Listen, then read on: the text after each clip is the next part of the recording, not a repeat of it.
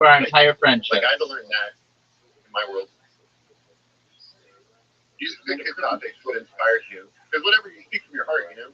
And if you can get, but maybe this is like a stage for you to get through that trauma to figure out what works and what doesn't.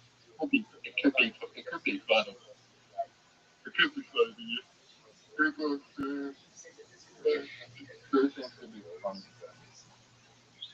Yeah, things have to have context, though, you know. And you got to like. I always look at it as my favorite comedian, and I know you might think I'm stupid or like whatever for saying this, but my favorite comedian is Sinbad because I've seen him live a bunch of times, and live he's just amazing. He's so funny live. I don't think I've ever seen him recorded or like even seen at all good, but live Sinbad is an amazing show, and he keeps it all PG-13. You know, it's pretty light. He doesn't like go hard R with it. And it's just hilarious. Anecdotes about life and anecdotes about himself. And to drop on that? Yes, I'm here. Rabbi, is here? Looks like. Can you see the visual? Yeah. He's doing something. He's not talking. Yeah, it's all good. Did you want to talk to Rabbi? Sorry to just jump in. No, you're fine. You're fine. You're fine, man. Oh, thanks. What do you want, Zoot? Appreciate that. Absolutely. Will Montgomery, how do you pronounce his name? That bombed really hard this year for like 28 minutes. Yeah. Like Well, no one laughed at him for like 28 minutes. yeah, but nobody calls him Will Montgomery. It's William Montgomery. William Montgomery. Okay, was it William Montgomery? Did he bomb for 28 minutes? I think it was pretty close to that. Yeah. Well, no one laughed at him for 28 minutes. I mean, you can see the set. It's live online. Like within the first 2 minutes, or it's available online. I should say it's live online. For the first 2 minutes, he gets up and starts doing his thing, and then somebody comes up on stage and interrupts him, and it got him out of his groove. They stole the mic from him, and he didn't know if they were like part of the show or if it was something unrelated to the show. He didn't know what was going on, and then he was doing a show in front of like a crowd that's not his crowd. His crowd is like Austin, Texas. This was a bunch of Canadians, I think, perhaps, who were like a fan of this different kind of comedy, and um, William Montgomery knew in order to get paid, he had to be up there for 30 minutes. So he just went up there and started shitting on the crowd a little bit, and then they got booed, and he made the show go on. I mean, I would advise you watch his bombing, and he comes back, and he's on Kill Tony every week, and he's still selling out in some places. So that happened to my friend, he went to Melbourne and he just asked the crowd, "Is anyone here from Adelaide?" Right? Like he bombs at the set, he bombs so fucking bad. But when you're watching the clip from the back, it's funny because no one interacts with him, and it's just fucking funny. Okay.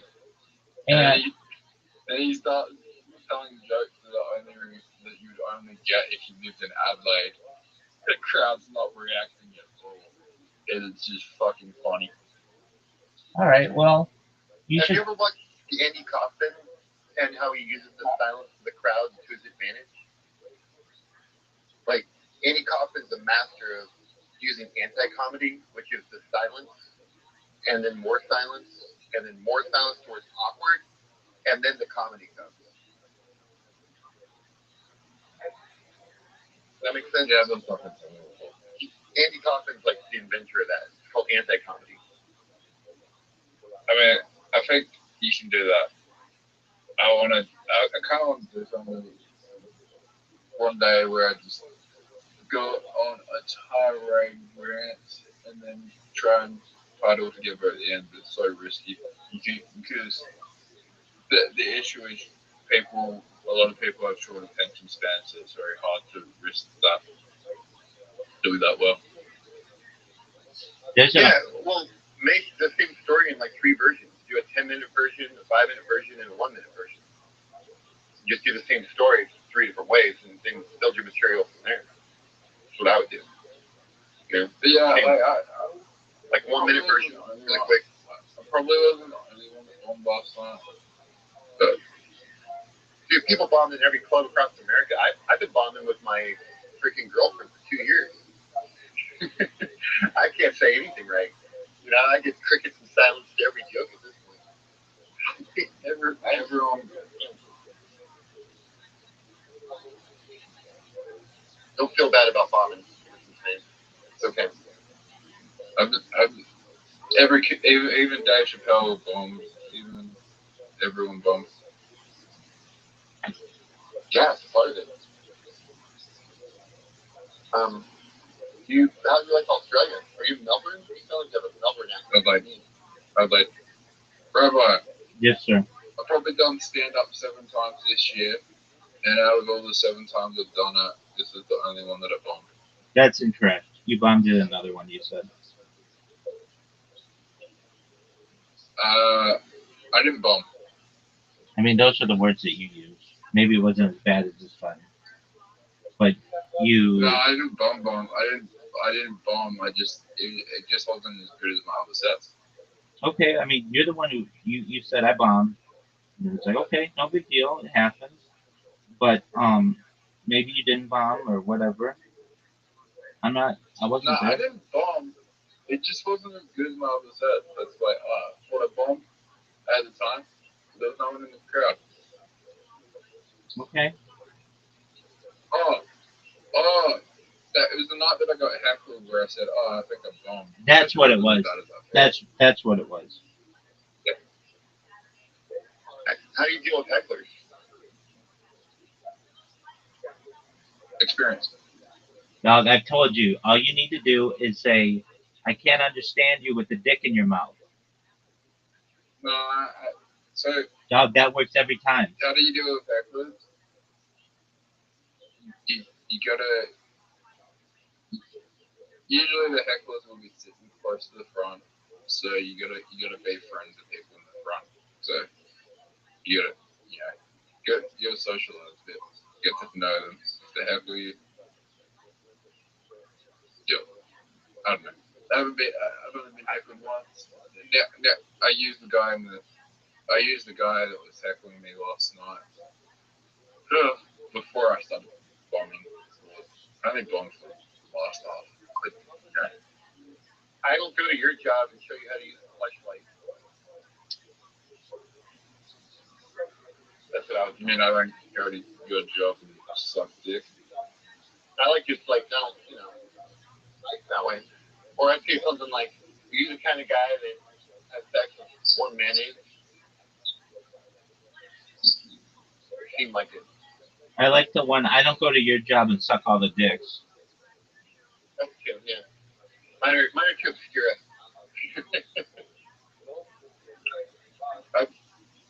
I just mentally, Rabbi, really prepared last night. That's all. I didn't be in a better place mentally, that's it.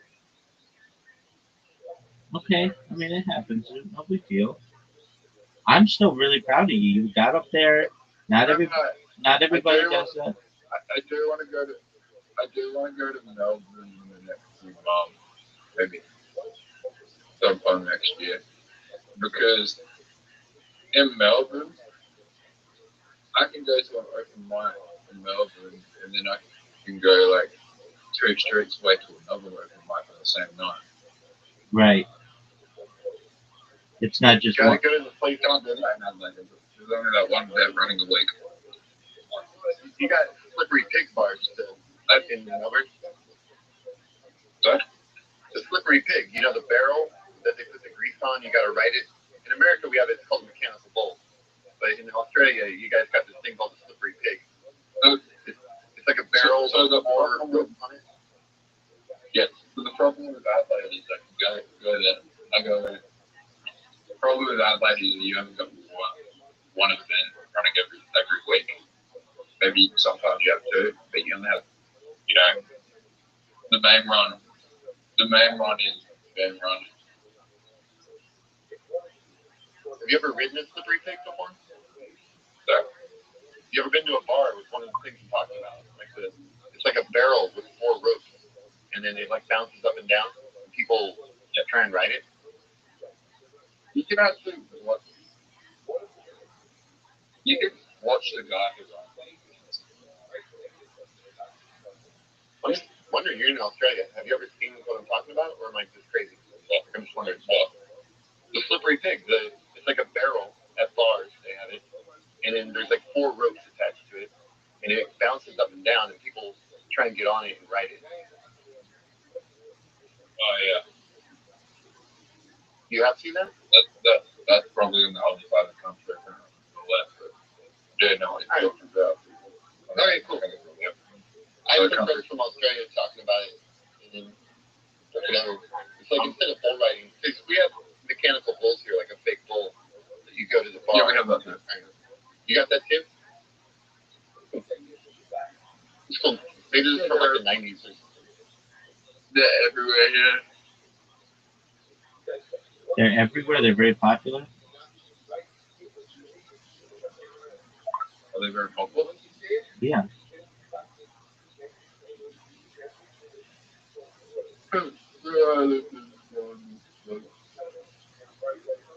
The most popular nightclub where I live has mechanical bulls. And everyone dresses like cowboys, right? Yeah, I think in Australia the scene is mainly like cowboys and cowboys. So the biggest club in Adelaide where I live has mechanical bull, and it's like Oh, bullshit. what I'm talking about, it got banned in 2007. It's called the Greased Up Catching Pig Contest, and it's discouraged and banned now for animal welfare reasons and for like too many people got hurt. That's cool. They used to have it in Australia, but they stopped it. That makes sense. Hey, Rabbi. Yes, Yeah. sir. Go ahead. Are you meant to vape inside? Am I meant to vape inside? Yeah, the bad if you vape inside. What are you vaping? The vape. I mean, that could be a lot of things. What is it? Yeah, they're like Delta 4, like LSD, like Just resin. disposable nicotine vape. You're asking, is it worse to vape inside as opposed to outside? Yeah. I think that it probably disperses quite quickly, so there's not too much of a difference.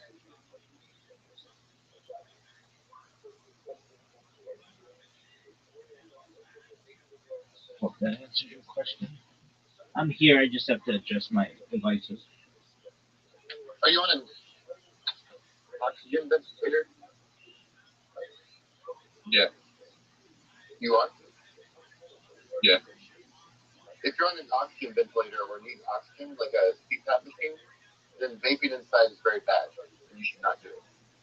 If you don't have a CPAP machine in the house or a ventilator like that, then you're totally fine, and you can vape in your house as much as you want. Yeah, don't. You just don't want that, what it produces after you vape, into your air filtration system that's going to be into your ventilator. But yeah,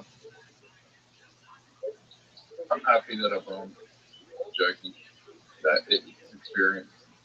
Zoot, I'm happy you found. I got to meet you. You seem pretty cool. Have you ever done stand up before? Me, I'm a filmmaker. I've made over 100 movies. What movie? What's your next famous movie? The Telltale Heart with Rose McGowan and Peter Bogdanovich, and yeah, What was your role in that? I've directed it, produced it, wrote it, did the cinematography, uh, did the casting basically, everything. Like helped build the sets. The Telltale Heart. The just Rose McGowan, Telltale Heart.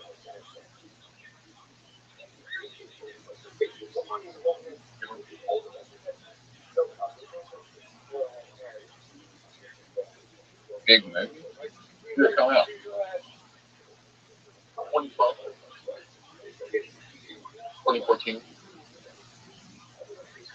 premiered at Cannes Film Festival and then had an American release. It's never been released in Australia. That's why you've never heard of it. It's only been sold in Canada and America. In fact, all my movies are that way. All the content I made has never been sold for foreign. It's all made in America and kept here.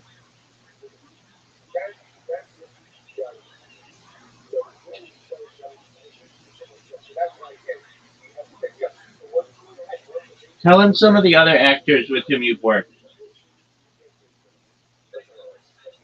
Oh, so I was on a development team that got to work with Nicolas Cage and Lawrence Fishburne and Sandra Bullock and a whole series of films we made with them.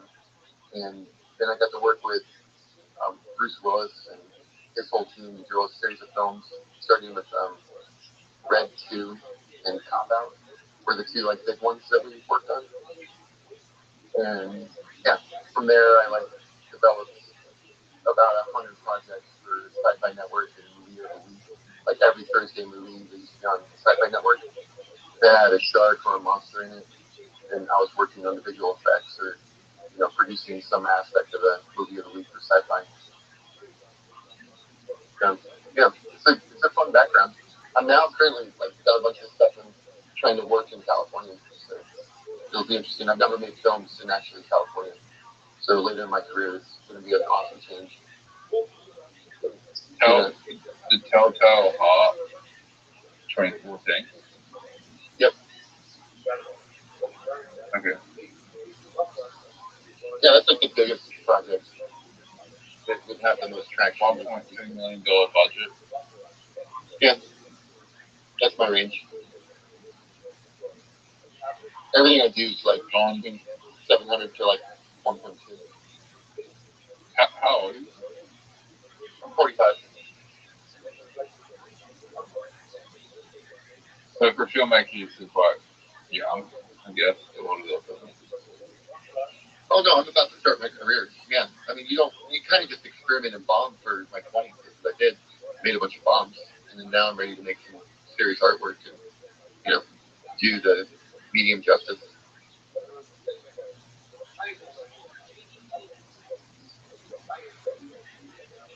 What do you think of Chris Stockman's movie?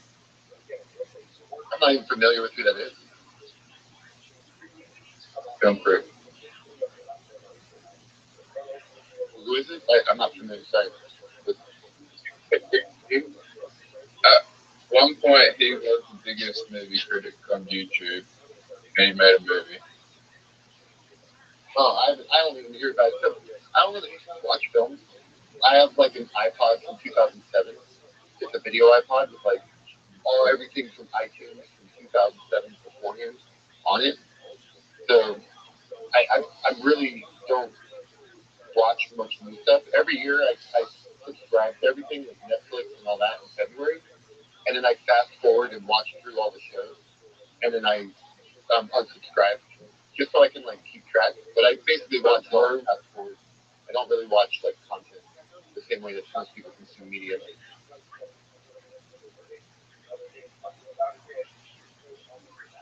So I'm just not familiar, I guess, with what you're talking about. I also don't watch any YouTube guys. Even Mr. Beast is just really strange to me. I don't really get it or understand YouTube or the economics. Pretty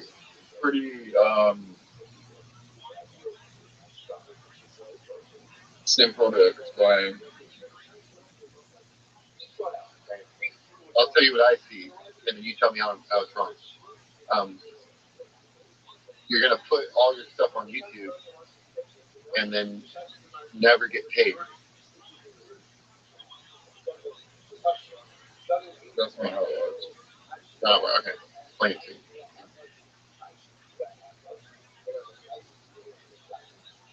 How it works? Yeah, I've got my movie right now. It's sitting on a hard drive. I should just upload it to YouTube, and I'm gonna magically get paid. Do you think? It's got Bruce Willis in it. Maybe we could try this experiment. I don't think it's gonna succeed. I don't think I'm gonna get paid. You never know until you try. It's true. We could try. It could be like a nice experiment. Yeah, if anything, See what happens. if anything, I would wait till he dies and then release it. It'll be like this, like lost footage. Now we're talking, Rabbi. I love you so much. Thank you. Absolutely, There's so much love there. It's like you're a genius, Rabbi. Thank you. you're welcome. And I mean, it's really unfortunate, but his Great deal of nothing. That's real. yeah, but I mean, your movie has the opportunity to be Bruce Willis's biggest film of all time. I've never known. I mean, I guess it's happened where an actor has died before the release of their film, but never like years later. It's usually like it was in production and then was released. So you have something really special there.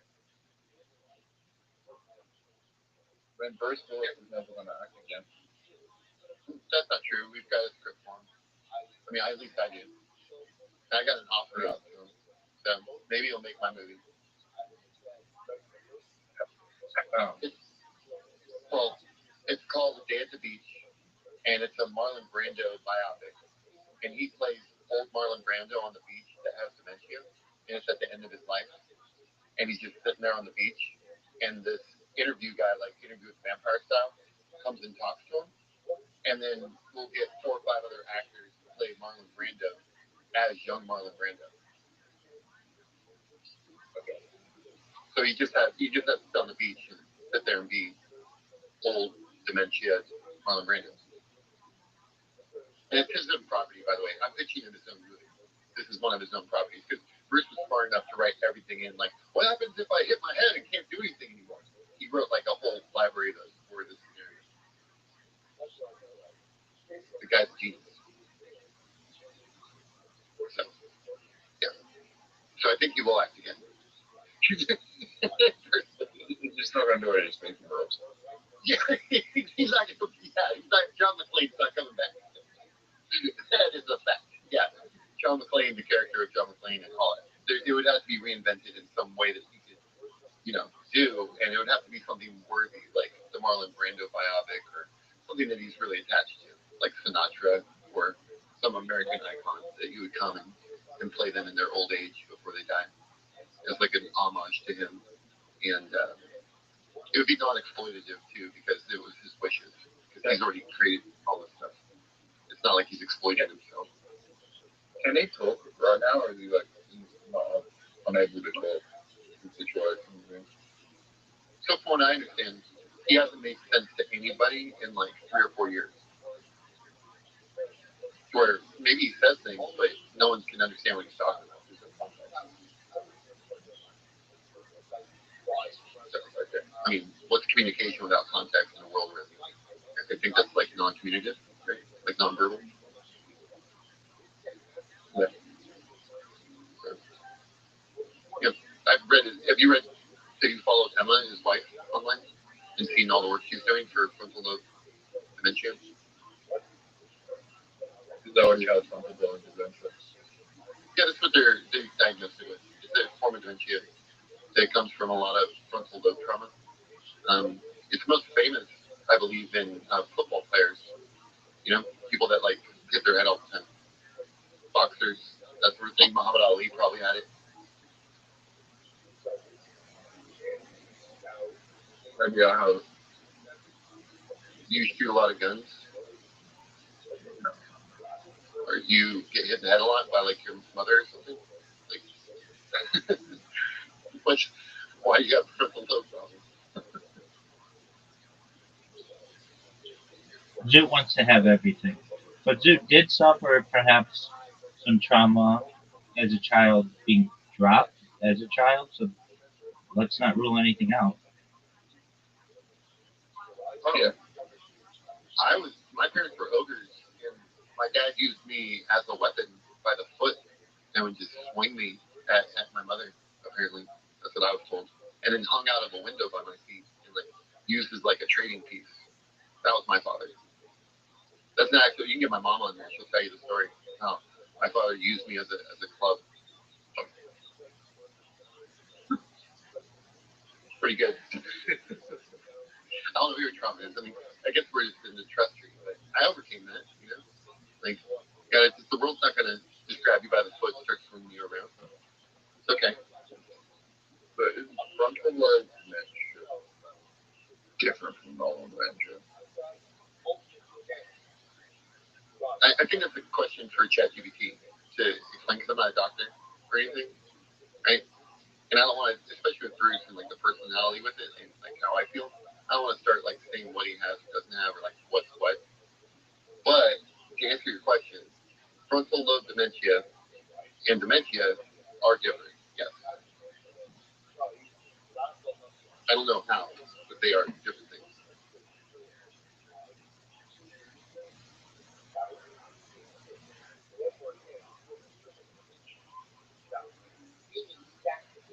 You can get dementia and frontal lobe dementia at the same time.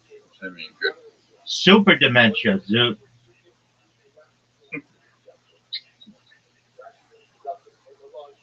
Yeah, like in Apex Advanced. Like when you're around people, they start to forget shit. That's how advanced it is. Like it's got like a 10-foot radius. Exactly. Dementia. It's like contagious. Mm-hmm. Contagium. It's complete delirium. People just coma. So when you walk by, people just fall in coma. Dementia sounds scary because it's kind of a mixture of like schizophrenia. Nope. Can we please write a thing where Bruce Willis's mind now just causes people to fall into coma within a 20-foot radius? So they have to keep him in a room with like a helmet on because he's just too powerful, and that's what's going on. I like it. Dementia sounds terrible. It's kind of like schizophrenia mixed with. I'm writing this character. This is gonna be hilarious. Yeah, I'm gonna send it to him too with like photos and everything. Be like, Bruce, I picture you like it's in this therapy session with some friends talking about trauma, and it made me think about that shit. Welcome, Miss Aquarius. No. But imagine spending your whole life as a schizophrenic, right? And then you get dementia, and then it takes away the schizophrenia. Oh my God.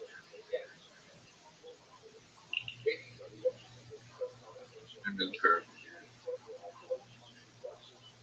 Yeah, at the end, when your brain's just dissolving into a puddle of mush, I'm sure you lose all of your ego problems and whatnot. Like any sort of like bipolar disorder or like anything that you had, it's probably gone at that point with dementia. Probably eats everything. Because I think dementia is informed by like your brain just like eating itself. Do you think there's a cure for dementia? I don't think there's a cure for any brain stuff currently. No brain scientist would say there's a cure for anything. Neogenesis, like genesis of the brain cells and like neurogenesis or neuroplasticity is still unproven science, according to Americans. So it's still very hard to figure out like what can actually be done or not. But there's a lot of reasons. That's what it's got me confused on dementia is the one thing that gets me confused about religion because like for consciousness to exist outside the body, then why does dementia exist?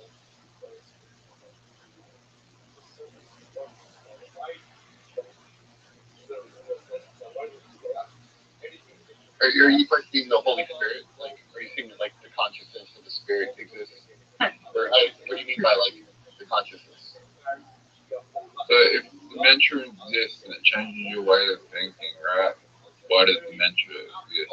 If that like deteriorates the way you think. Being like comatose and shutting down your brain when you can't think.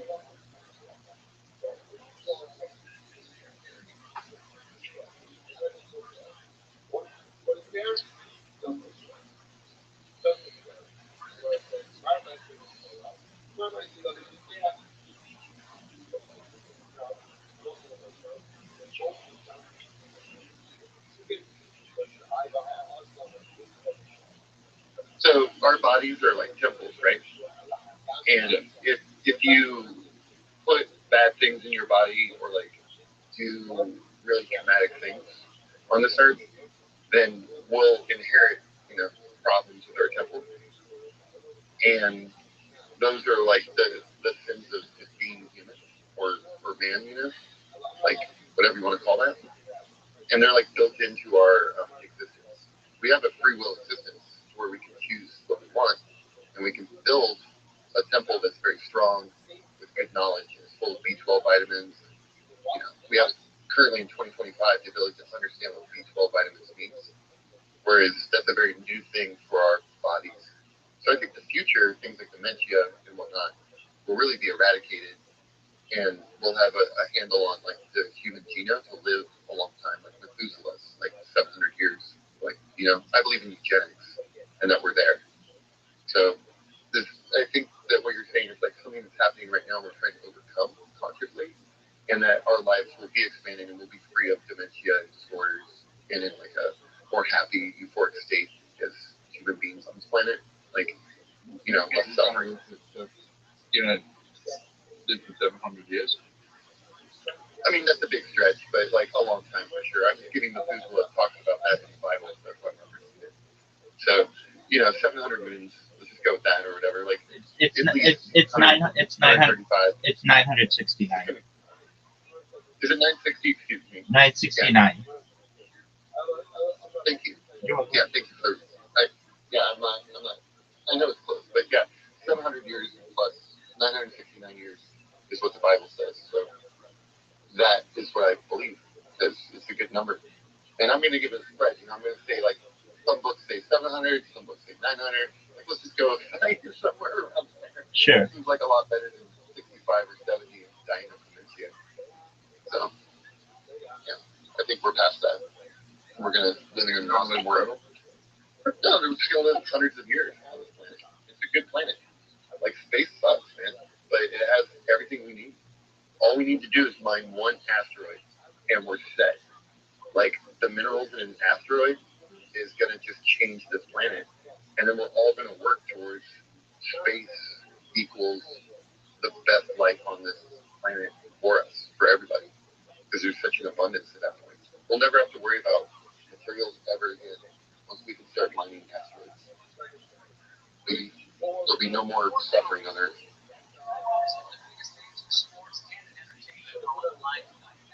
Close. I don't know when though. I mean, we're getting there, right? Like, it seems like we're really messing with space hard, trying to make that happen. So, you keep up on space at all? You a fan of like watching the launches in space or the technology?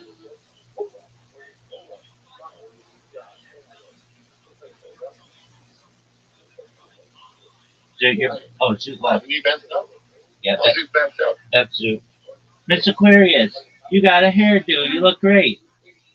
Thank you. Absolutely. How was it? That was good. Just waiting on Adrian and Sasha to call me. I'm supposed to go to the lights, remember? I got all my stuff ready for tomorrow. I had to let her know. Look, they're going to come bring me home. And I said, no, I need to be in the bed by 10:30, no later than 10:30, because I got work in the morning. I can't hang with y'all all night. So I need to bring me home at 9:45 or no later than 10 o'clock. I need to go and take my shower and get in the bed. All right. So they're aware of the plan? Mm-hmm. They're aware of your plan? Yeah, they're with me. They know. Okay. I'm waiting on them to get their foot ready. I'm not ready. I don't have to change. I said, I'm not changing. I'll do what I need to do.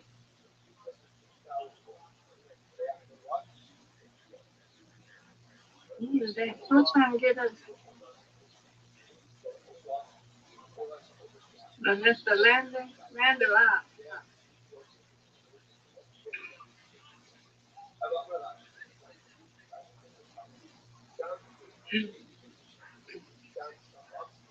Well, Miss Aquarius, introduce yourself to the Land of Oz. Land of Oz, this is Miss Aquarius.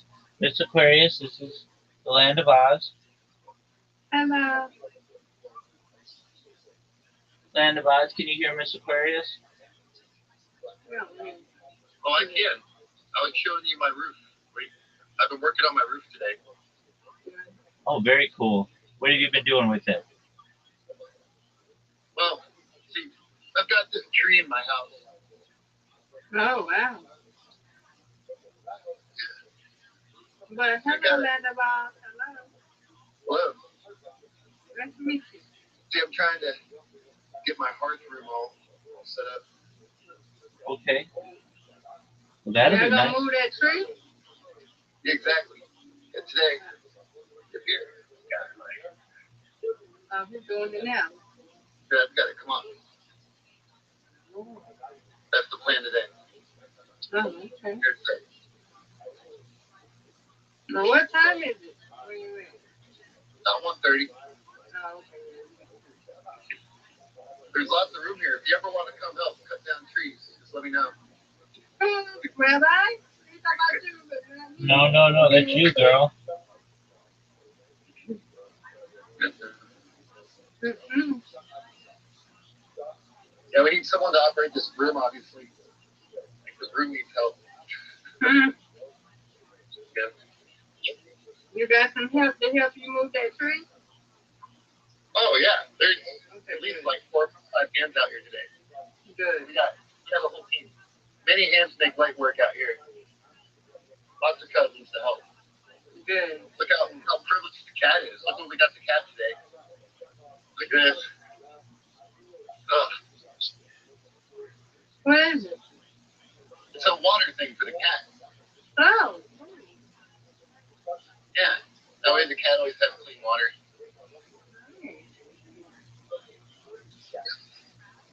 It's pretty good.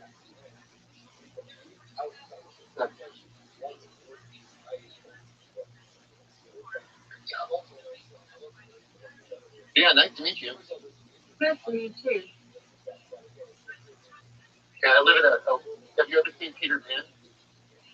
Mm-hmm. Remember all the Lost Boys, how they lived in that tree? Yeah. Yeah, I actually live in Peter Pan's house. Yeah. Pretty nice. Don't you get like insects and like squirrels and things? So, Rabbi, that's a great question. And let me explain. So, the way that it's built is in a black walnut tree. Okay. And black walnuts, no insects will come in there or near it. Okay, well, what about squirrels? Well, for squirrels, there's plenty of nuts in the orchards because we're surrounded by orchards. So Okay. the squirrels just go for that stuff. They don't mess with, humans. So, well, what about like, so nothing comes in? Well, I mean, what do you mean by nothing? I have like a bunch of raccoon pets and like a couple possum pets. I call the possum, his name's Big Bill. He's cool. And Okay. then there's like, at least like 20 feral cats that live out here. Okay. We get a lot of deer. Sometimes a deer will walk in every once in a while and be like, "Hey, what's going on? I heard there's a party." But we get a lot of foxes too. Foxes. Are you really living in the tree? Or you just in the house that's around trees? You're talking about living in the tree. You got a bathroom. You got a. The bathroom. I've got a bucket. So bathroom. Yeah, I got a compost. Rabbi, is it really? We're living in a tree? I mean, Look. you're seeing it for yourself. Oh my God! I ain't never seen nobody. I seen people living in a van and living in a bus and all that. Dang, in a tree. See? Look. Here's a tree. That tree about to get removed, sir. Well, right here, yeah. See over here. I mean, That tree was in your house. let's see. Okay. Oh, yeah. Got you. So they're So working you out done there built today. a house in the tree. I built like a fortress in a tree. I mean, yeah, it's pretty cool. That's nice though. Yeah. I'm not done yet. You know, we still need some room. Like this summer, hopefully we'll finish. See how it's all. Okay. Nice. This is where our greenhouse is gonna go. Big. Nice. Yeah, we got our barn all set. So they're getting ready to head. Okay. Lots of things. Yeah. Let me go and put my stuff on real quick. Gonna be fun. It's a lot of that. Yeah. Okay. So you don't get like There's nothing around me. you don't get like fungus from the tree in the house? Oh, look. I mean, I see, but It's all. Black walnut is all antifungal, antivirus, anti-everything. Black walnut does. Oh, my God. Black walnut. okay. Yeah.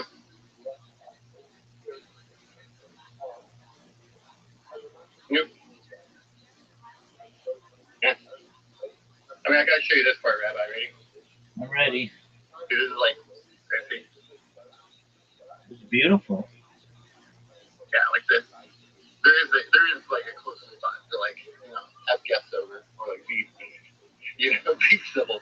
This is just like a real movie set for since my childhood. We've had a fort in this tree since I was a baby. It's like a fort that I've played in and still with my friends forever. So did this? It's awesome. I guess you did. I guess someone, when you're talking about rabbit seeds, I did just find some mushrooms down here. Yeah, that's what I I guess mean. they got some mold growing and shit. I mean, but we're gonna just cut this stuff out this year. You know? Yeah. We use this stuff everywhere, which is there's like mold resistant. You know, the whole place is kind of sealed up with that. Okay. What happens if the tree dies? What happens if the tree dies? Well, look, I mean, yeah, still in sections. Okay, but what happens if the tree dies? So, well, nothing. I mean, just we'll build around it. Okay, It's no big deal. that makes sense. It's a pretty healthy tree, though. How old is Check the it out. How old is the tree? Like 120 years. 120 years, please. Okay. Wow, that's a pretty old tree. Yeah. So right now we're working on our elephant grass, making piles.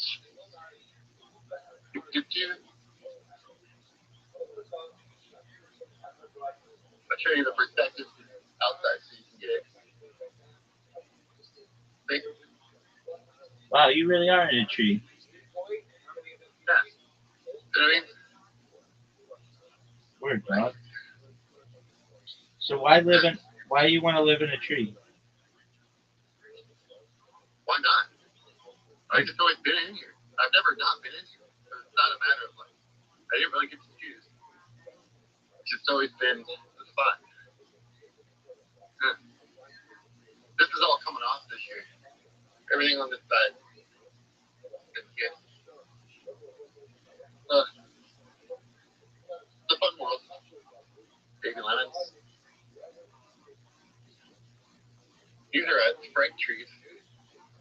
Their lemons are just now, and tangerines are all getting done.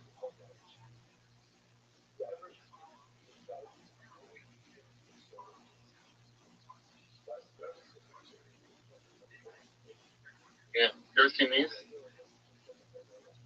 What is Pretty that? good. The mandarin. Oh, very nice. Yeah, it's just a big one. And then lemon trees. They're all dropping their fruit right now. There's a lot of winter fruit in California. Right. lemon trees are dropping around now. So like, and this is yeah.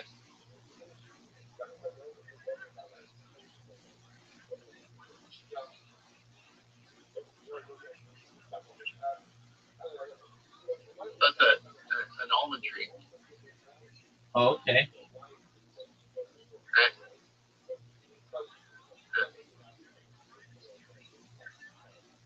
And these are everything's done in rows. You can see that. Really pretty. It is. It's gorgeous. There's not a lot really fun. Yeah, this is where I grew up. Like, you know, I feel pretty lucky to have this kind of experiences. Oh, you certainly should. You see, like, there's like my family, like way out there working. Yeah, you're incredibly privileged.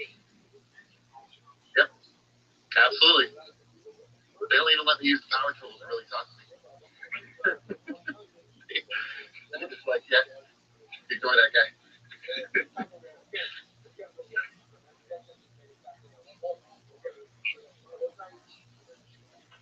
So what my job is every year is when they're all done, I show up and I grab these piles. See them? How big they are? Yeah.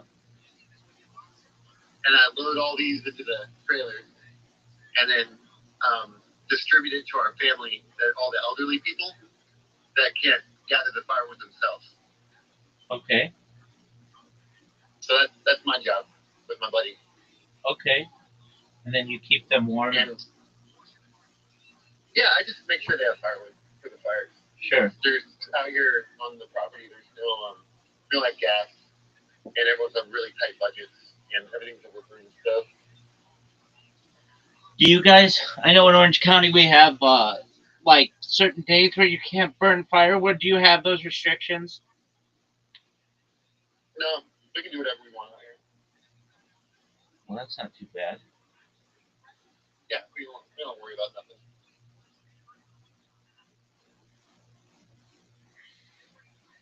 Yeah, if we want to set a bonfire tomorrow, we can. We can set fire to whatever we like. We can shoot whatever we want. Any animal that comes on here. We can dig as deep as we want whenever we feel like it too. How many That's a acres? nice one. See, How many acres? it's over 1,000 acres Wow. between here and Ridley, which is like, 30 miles away. Your family must have But parcel Your family must have been that in. I'm on right now Your is family. like 50 acres. Your family must have been in California really early to get that much land. Well, yeah, it's just an LDS colony. It's a Mormon colony.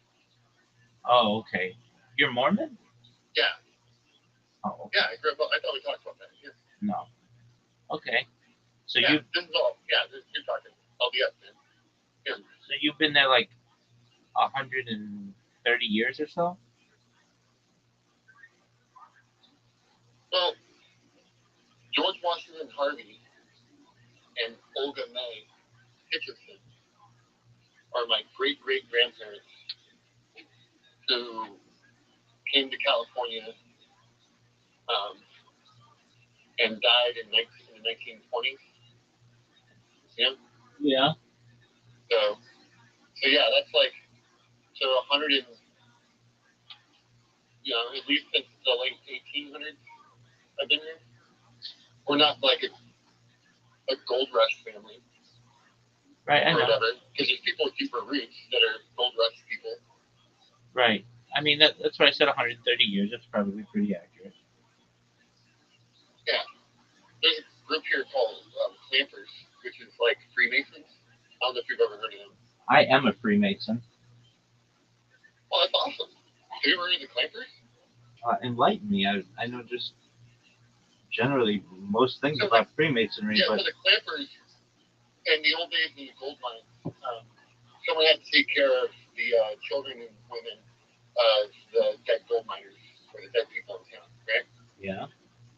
And some clampers became the fraternity that did that and worked within society as like just like hard-working men that worked in gold and are like they say have a satisfactory day. That's how they greet each other and say goodbye. Like have a satisfactory day, sir. That's like their attitude, Okay. and they live their life like satisfactorily. Who they are. Sure. They're clampers. That's what they call themselves. Okay. It's the famous like guy in a red like onesie with a gold pick and like a weird hat, like striking gold rich with like a gold pin. That's the most famous like looking clamper. And then they're a like fraternal order of good and justice. And, you know, they're just good people and awesome. It's an awesome fraternity, but it's very prevalent here. Like it dates back to like 1840s. You know, like Okay. it's a very like old school fraternity that exists here and deep rooted and very active today. So yeah, Very it's nice. cool. It's been the forefront of the rebuilding since Paradise burned. Good feeling where they're located. Right. Okay. Um, and I've always thought Paradise would be a great place to retire. Even after the fires, I think it's a beautiful area of California.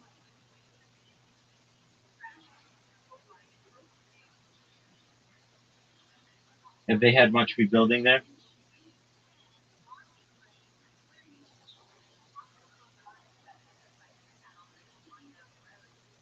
I don't know if you can hear me. You cut out.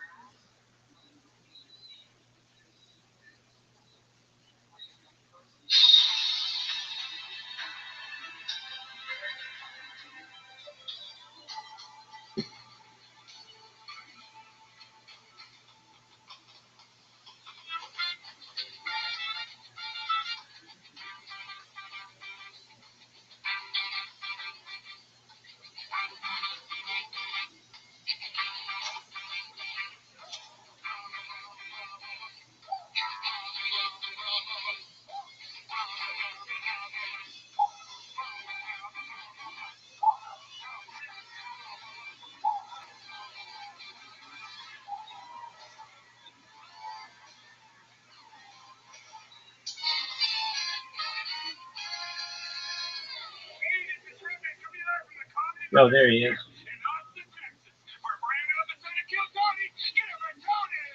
Sorry about that. My phone died when I was out there. You're okay, it happens. Totally just like went donk. Yeah, I'm gonna get back to work. Absolutely. Well, you've been Thanks for letting. absolutely. You're always welcome. Come back when you have time. Yeah, maybe we could schedule like a tour. It's all kind of cleaned up. I'll show you like the underneath and cause we're 4 feet off the ground too. Okay. We built it like up off the ground on stilts so that we're not touching the ground. Right. I think that's important when you build a structure like this. Definitely. A really nice sub basement. Definitely.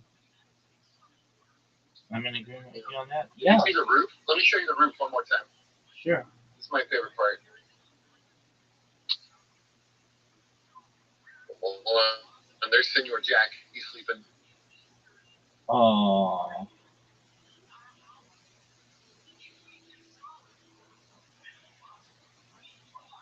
Uh-oh. Oh, you just woke him up. You just woke him up. He's okay. We'll get back to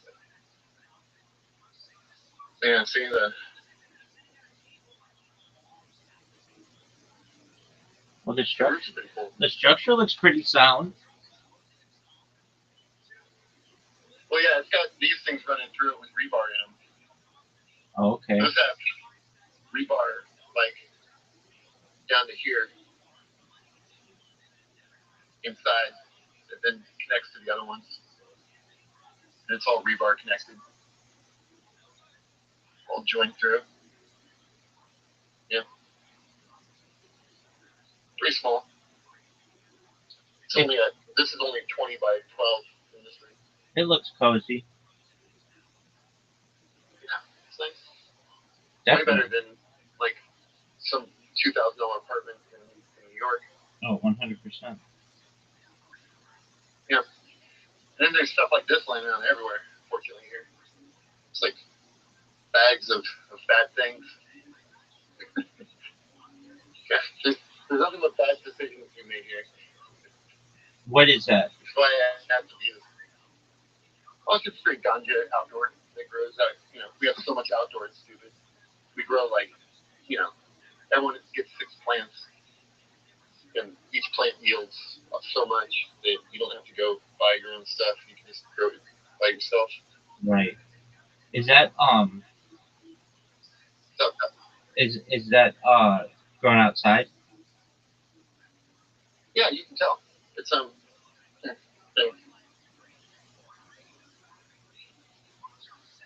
you see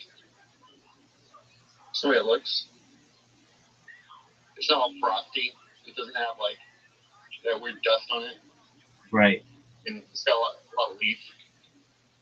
Like a little leaf on there.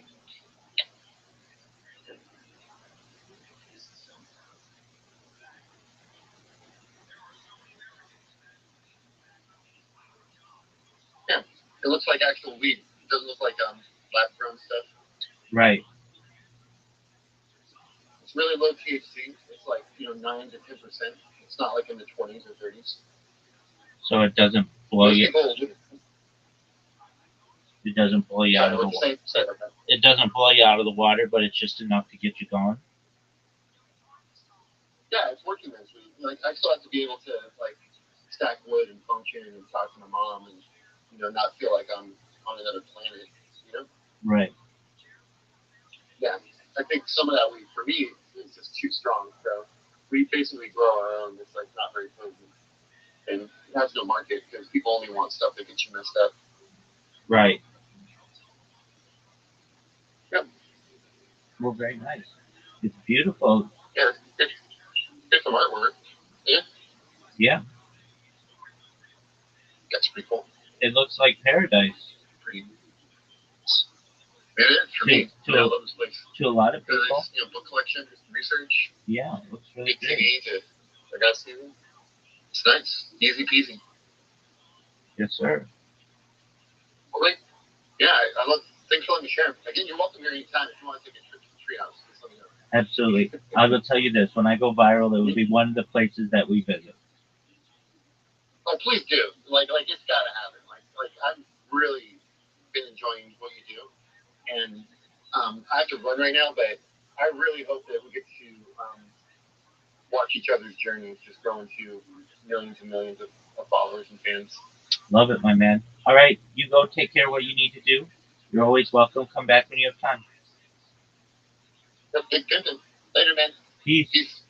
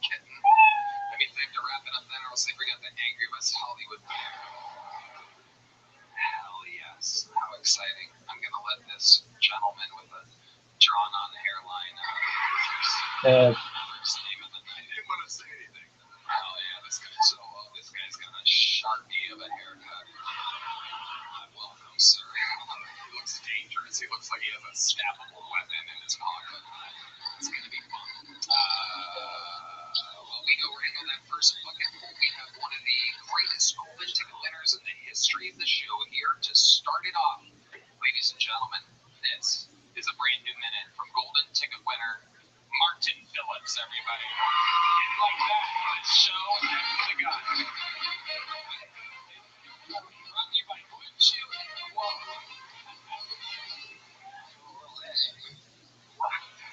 What's up? Hey, cool. I was in Vegas.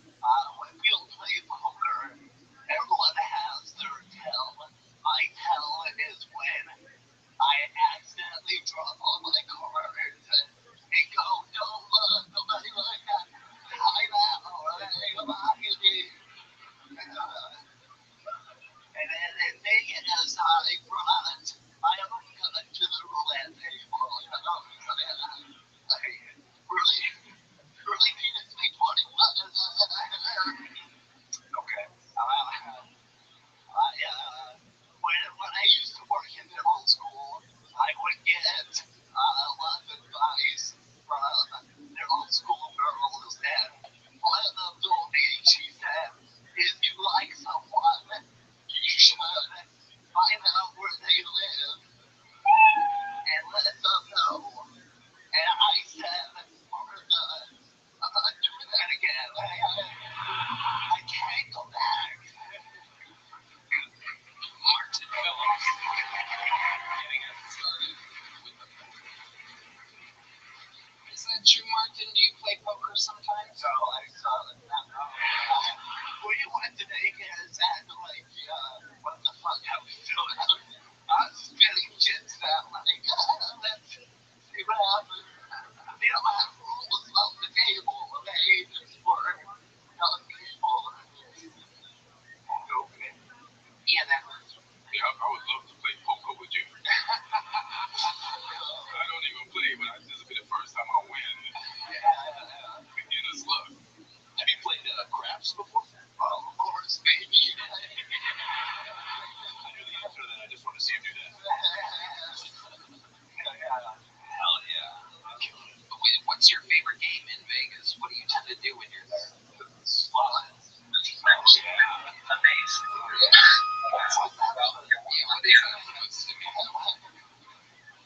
What is Is that true about the what is what did you do in the middle school thing? Well, there's every day you would ask me, oh, Mr. Phillips, do you have a girlfriend? And I was always like, shut the fuck up, man. That's none of your business.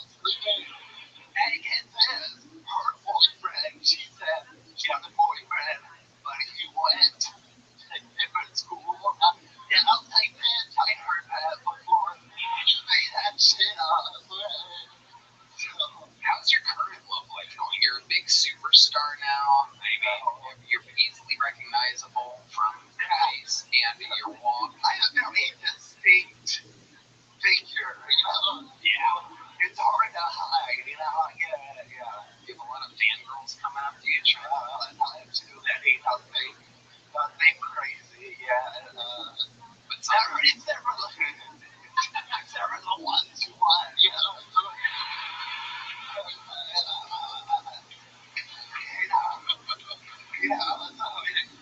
Can you describe what those look like? Yeah. This is for them. I think you can imagine. Okay, I didn't say that. Come on. But I mean, you must get lucky sometimes, right? Once in the blue, I'm low key, baby. Keep up the my son out there, let's chill,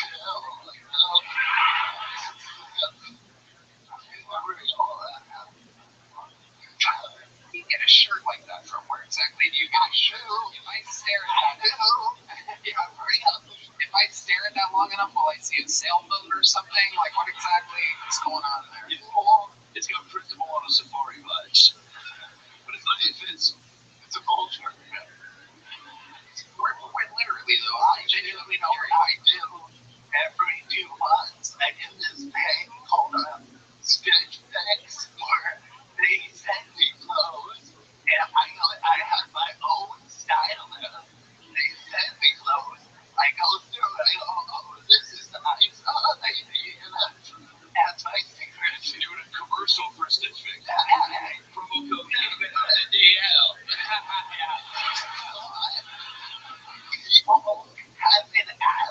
This is a test. Are you talking Yes. outside? You want me to fuck? What do you mean? I gotta read the comments. So, as you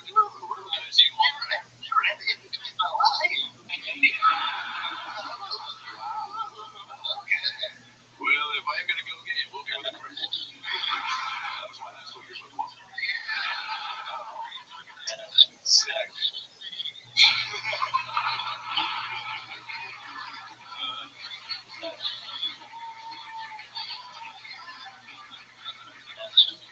Anything else crazy happening in life nowadays, Mark?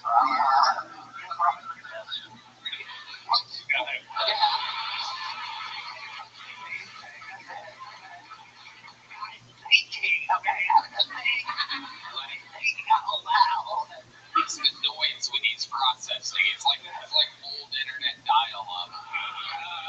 You said you didn't do a impression. God, that's the only one I do. God, anyway, somebody just did you. So what else is going on, Mark? I don't know. I'm amazed. Always somewhere to translate. I'm all over the place. You're here. Oh, yeah, check it out. You're a superstar. Yes. Yes. I did. I don't know what the hell this is going to work. I've been sent multiple videos by people. You ate sand at multiple theaters by people? Why did you eat sand at theaters by people? You do what I do. No, I don't. I really don't. You repeated it. I did sand. Yes. Multiple videos from people. And sometimes it's like another crippled guy that looks like me, but sometimes I get this been sent more than once. It's like frequency healing, where you have like a frequency thing. If you put it to me, I just shake all the way out. And so, you oh shit. It's time for the frequency thing and Martin Phillips. He can't get it out of the bag. And so, okay. We hit him. And apparently put it to me. Just shake everything out. And I'm Superman. Can we do it? Let's do it. Let's heal me. Let's heal Martin Phillips, ladies and gentlemen. With the right vibration, anything is possible. Here goes Adam Ray, our very always active panelist. It's not gonna give it to us, right? Ian Edwards.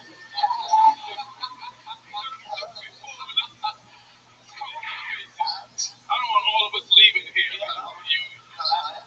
You don't know where that frequency waves are gonna go. I have to make it how I want it. Right. Okay. Hold on. See, put it up to the microphone. Put it up to the microphone, Adam. Here we go. Oh, he looks calm. Whoa, he stopped shaking. Whoa. Oh.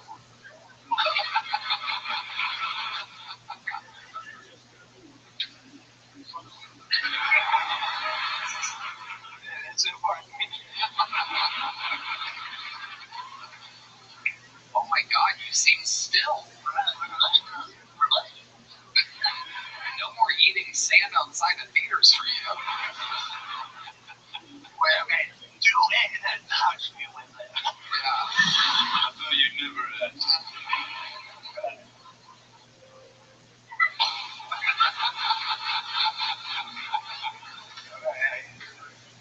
Feel better? I think I don't know. This is quite the sign. Okay. This is great. I was told I wouldn't be doing this on tonight's episode.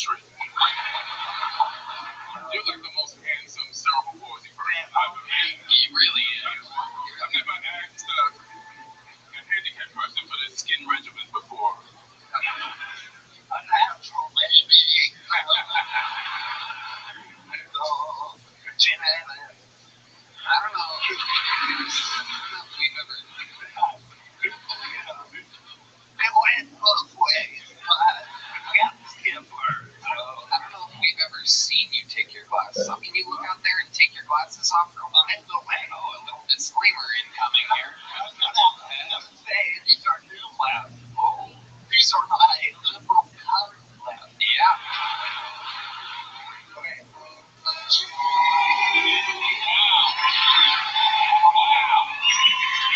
Wow. Unbelievable. Getting bitches. Mark, you've done it again. You got the show started for us. It's not easy opening this show, and you did it yet again. One of the greatest golden ticket winners.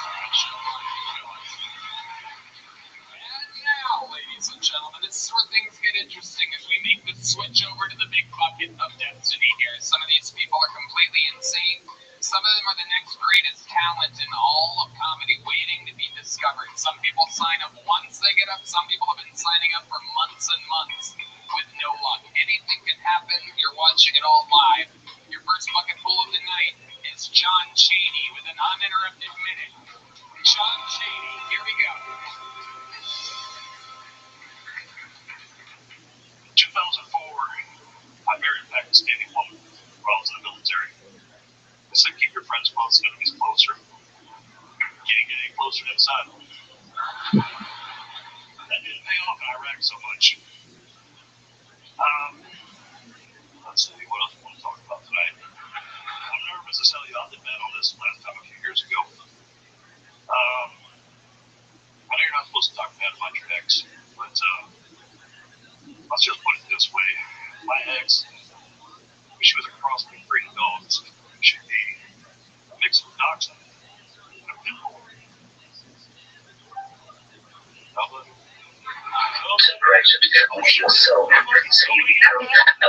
Speaking of kids, I got 3 of them. When my oldest was 4, a long time ago, he's in college now. But for Halloween, I dressed him up as a suicide bomber. Because what's scarier, knocking on your door?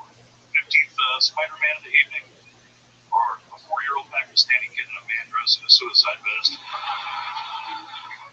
And instead of saying trick or treat, he's yelling, "Allah snack bar!"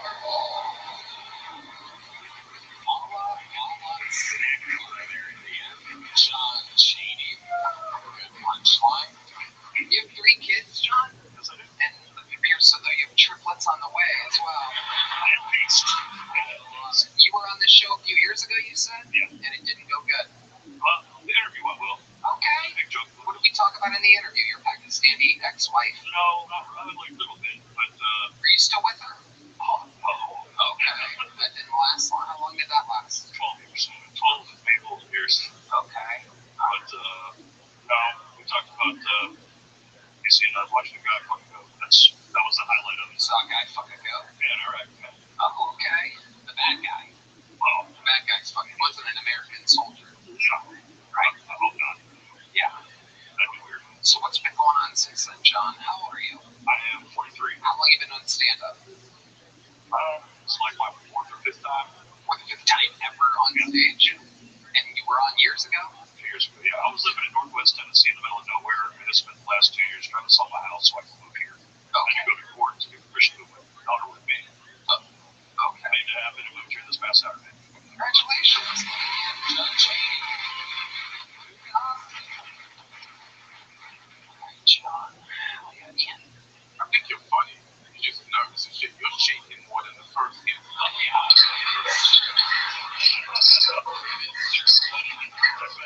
That's bad. You were very nervous, right? Very nervous. You watched the show right now. So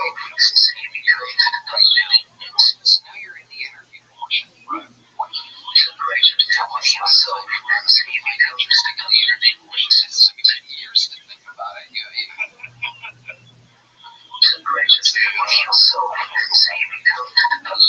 Talk right into the TikTok. I spent some time in Rearfront, Youngstown. What were you doing in Youngstown? You know, Lincoln Place? Yeah. Yeah, was there for a while. What were you doing at Lincoln Place? Just got put in there by the court. Wait, what is Lincoln Place? That was it. It's like a shopping mall, but No. It was a rehabilitation center for kids, teens. why were you? The courts put me there. They put you in a rehabilitation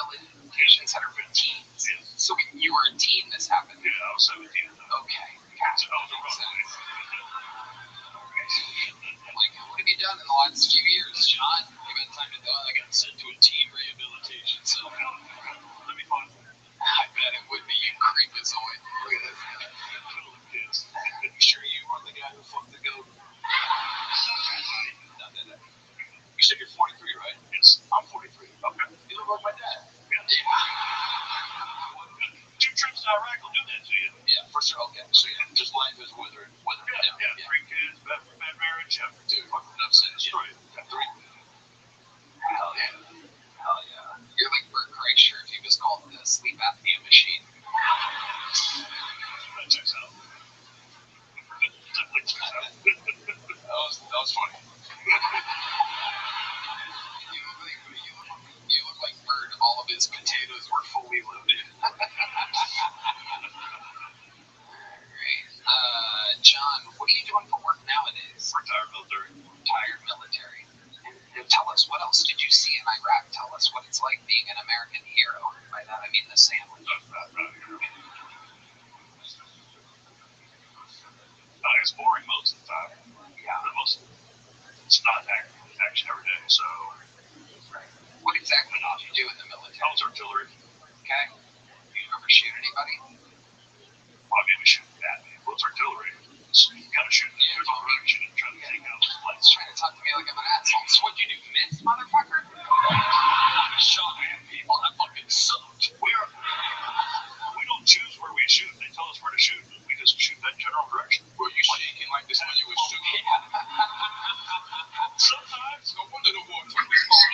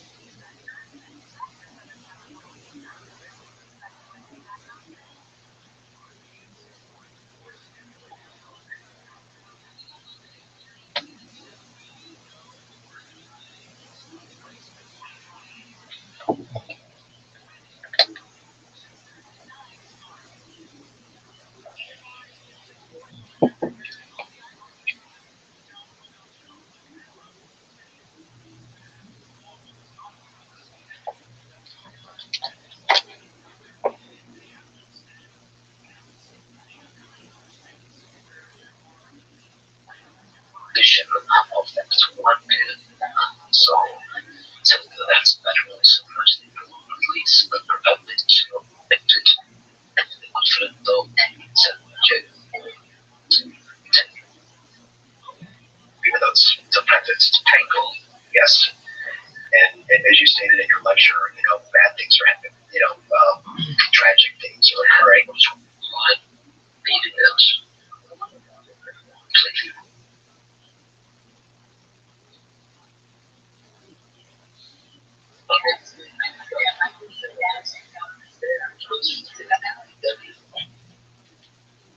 Footnotes, they're not making this shit up.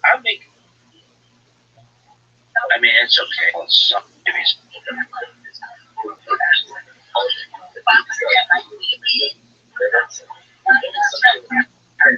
This is day 4.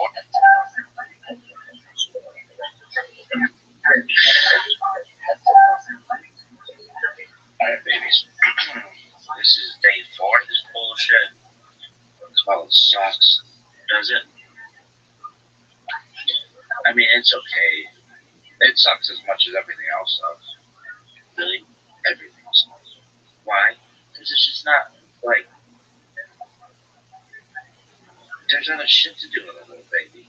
Really? Yeah, but this is important to learn. And, I've been thinking about this. I watch these assholes all the time on Yomi, and it's like, they're just reading footnotes. They're not making this shit up. I'm making this shit up. Well, I'm not making it up, but, this is all, new. This is organic. This is wrong. Really? Yeah.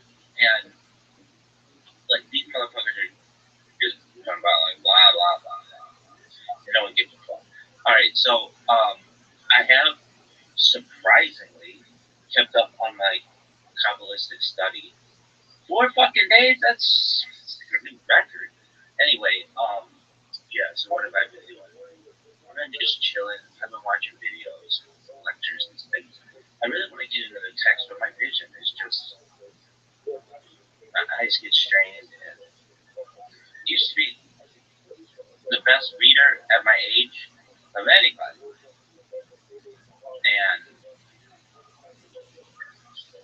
I have some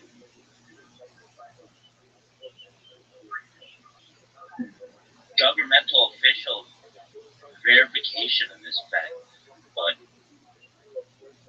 essentially since then my eyes have just been slowly, and I can still see some things, but I just know my vision is,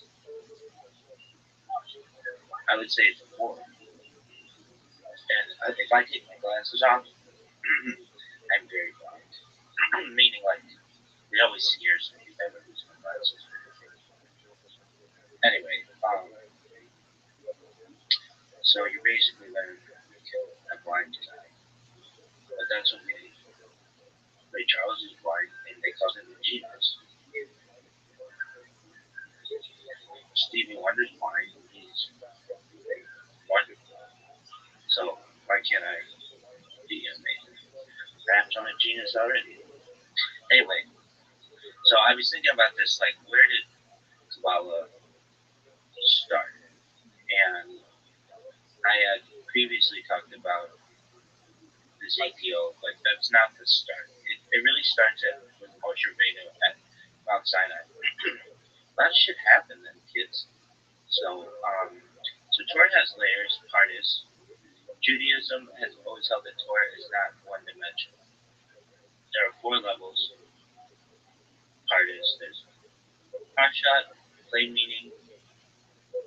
There's Remez, which is hints or allusions. There's Dirash, which of course is in Torah interpretive, ethical, and then there's Sod, secret, inner, metaphysical meaning. And now, like, Sod in English means like brass. If you didn't know that. It doesn't have anything to do with turf management, but turf management's really why. I don't even have time to get into how important turf management is. Alright, why? Because that's how God works this paper. But anyway, Kabbalah is Sod.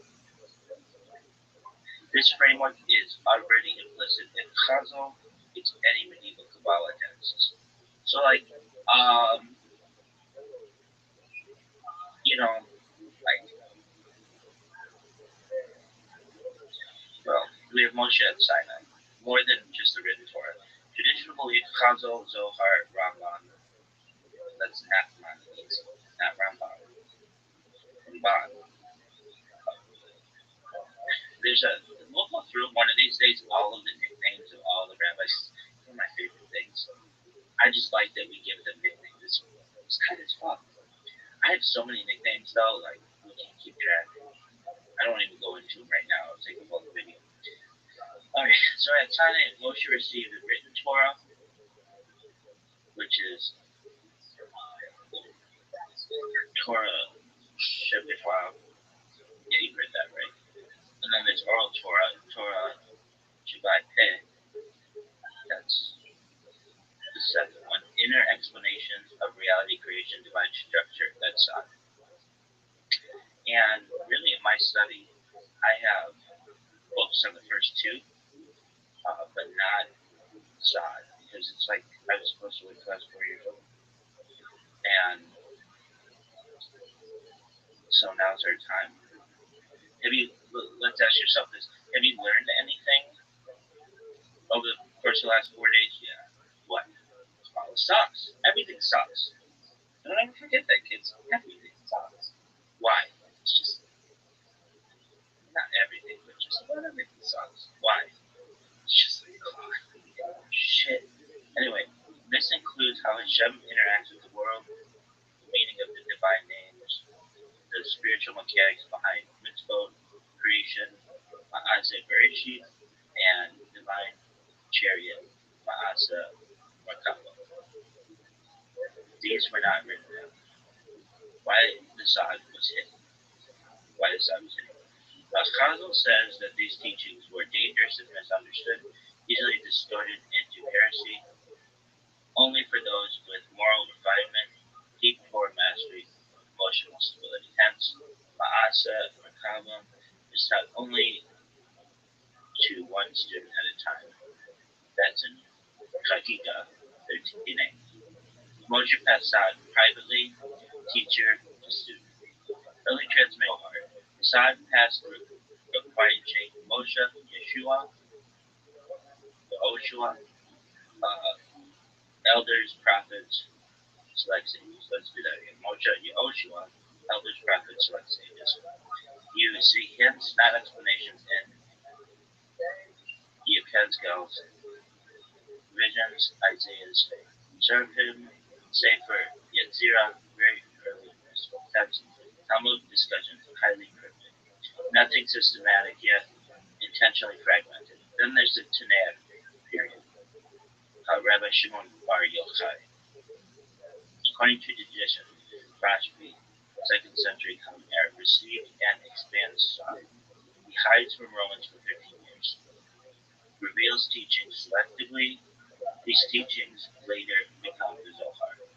Important, even Rashbi did not reveal everything. Most Sod remained oral or encoded. And remember, like before Rabbi Shimon Bar Yochai, there was Rabbi Akiva. This motherfucker got flayed, like with a comb. Oh, it's terrible with those fucking Romans sitting there. Anyway, we'll talk about that another time, but really, really sad. So then there's the Zohar, which again is like, don't forget that, kids. 13th century publication, the Zohar is not inventing, is the first major unveiling of Moshe's Sod in written. Again, it would be like it's a byproduct Rambam's post Moshe. Not necessarily like that. I say that jokingly, but we're just saying that like all of a sudden this comes out of nowhere, and then this guy's girl is like, yeah, my man was hard on his luck, didn't have any cash, he was strapped, and then he just started channeling this, which is cool. I don't want to hate on him.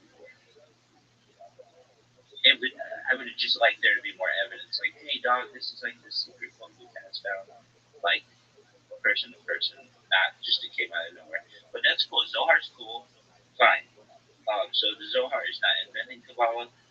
It is the first major unveiling of Moshe's Sod in written form. It uses Aramaic symbolism, mythic language, nonlinear structure. This kept it hidden even while written. Then there's Lurianic Kabbalah, Arzal, 16th century spot. The Arzal systematizes earlier Sod, mixed planes, Zimzum, Separate structure, Shevarat Kalim, Tikkun. That means healing. Because Tikkun Anyway, it's seen as permitted revelation of Sod because a generation needed it. Rambam versus Kabbalah, important context. So Rambam accepted Sod exists, rejected anthropomorphic language, which, again, I'm in agreement with Rambam. Again, I'm a head cheater of Rambam. Why? Because he said this fucking shit at least makes sense. Anyway, avoided mystical imagery, thought Sod should be understood philosophically. See, that's like science. I mean, it's more like humanities, but nevertheless, it makes sense. It's very organized. It's not like pie in the sky bullshit. Anyway, so his avoidance is not a denial; it's a methodological, not a rejection of Moshe's Sod. So the bottom line, one sentence summary: Kabbalah begins with Moshe at Sinai as the hidden metaphysical explanation of Torah, passed orally and selectively through generations, hinted at by prophets and sages, partially revealed in the so hard and systematized by the Arzal when history is made concealment impossible. Alright, so that's our lesson for today. And I'm telling you, if I do this for like a long time, this, whatever these fucking stupid ass videos are, will be more important than what that fucking douchebag is talking about in the daily stuff. Really?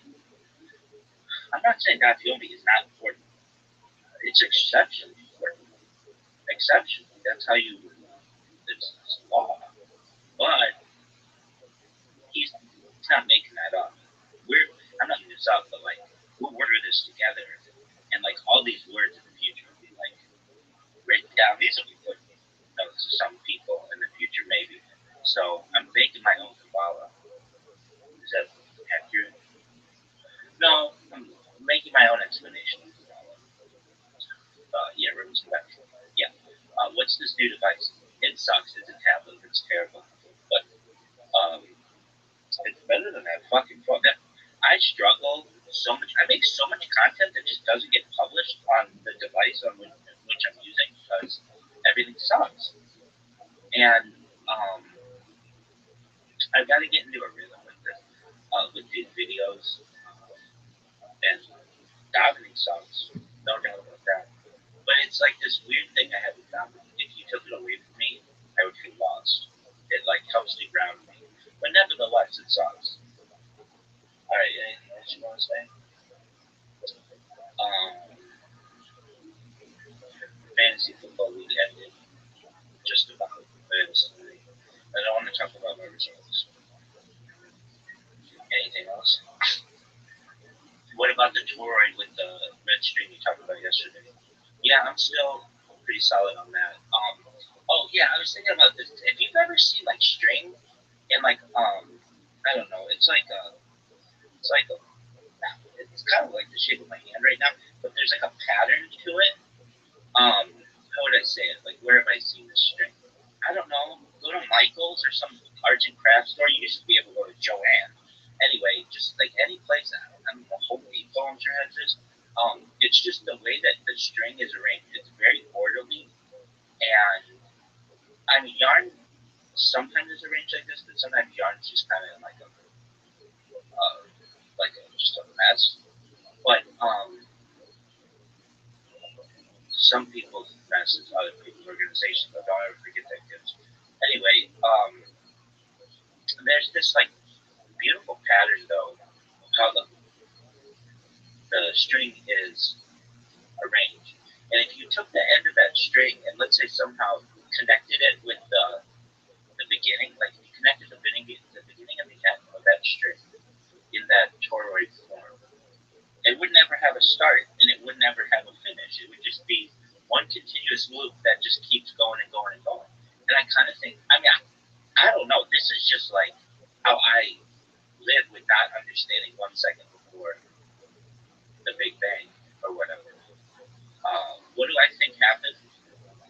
I've never heard anybody say this because they don't, and maybe they do. I just have never heard anybody say this, that we cannot perceive, we cannot understand the human mind, what happens. Because, and maybe at a higher intelligence, somehow we could, or perhaps with more knowledge, but as of, like, nobody knows. And anybody who tells you that they know, that's a big red flag for any of this shit. Anyone who, and I mean this for my Chabadniks, I mean this for my breast lovers, I love your Rabbis. And all of Hasidism and just all of Orthodoxy. I love the rabbis. I do. Most of them are pieces of absolute shit. But for the most part, and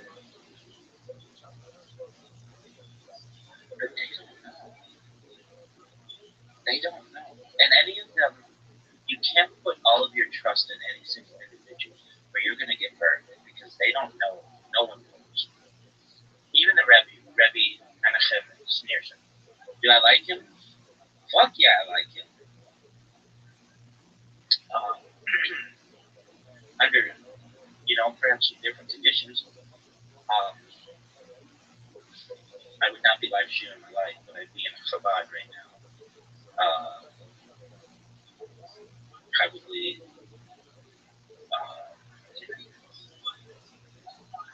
living my life as a Chabad.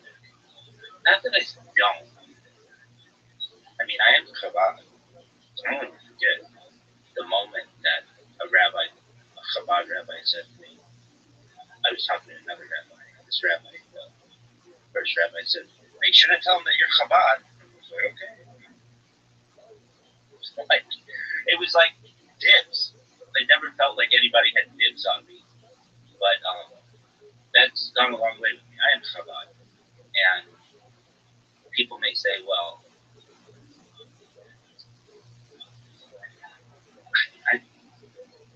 I've restored Chabad shuls. Like, can you restore Chabad shul single-handedly? For free, just out of the goodness of your heart? No. So until you do that, like, there's a connection I have to Chabad. And, like, anybody who knows Chabad, you could be anywhere in the world, have a connection to Chabad.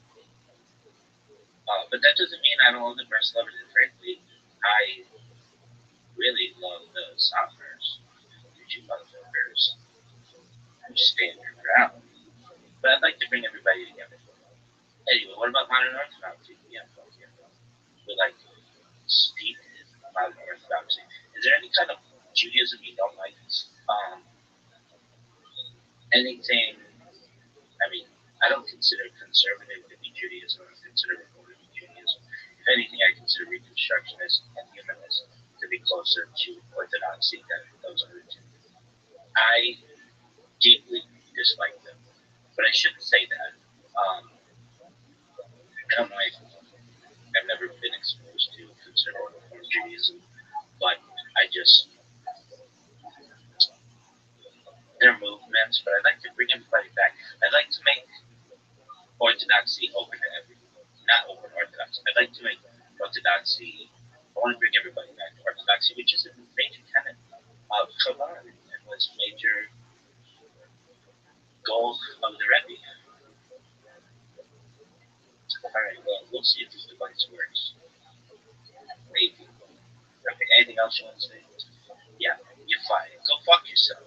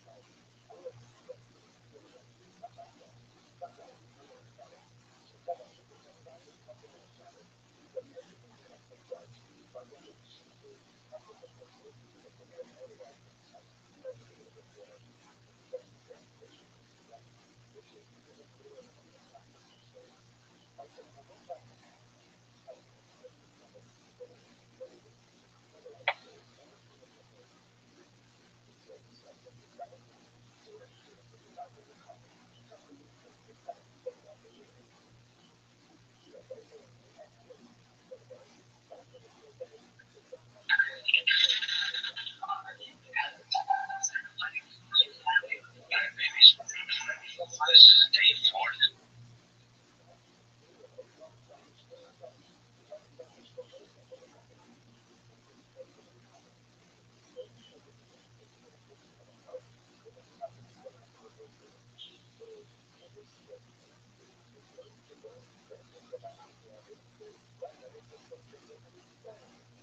Yeah, we talked about it last time I was a drill sergeant also.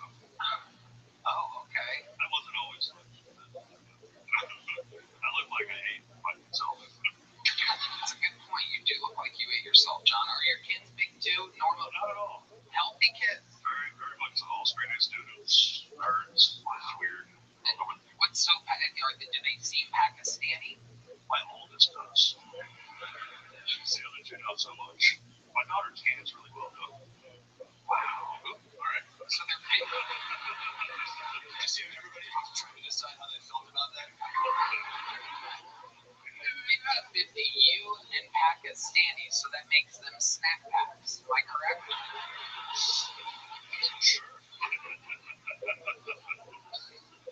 All right, John. Well, fun times. Welcome back. You're getting there. You got a little joke book last time, I'm guessing, right?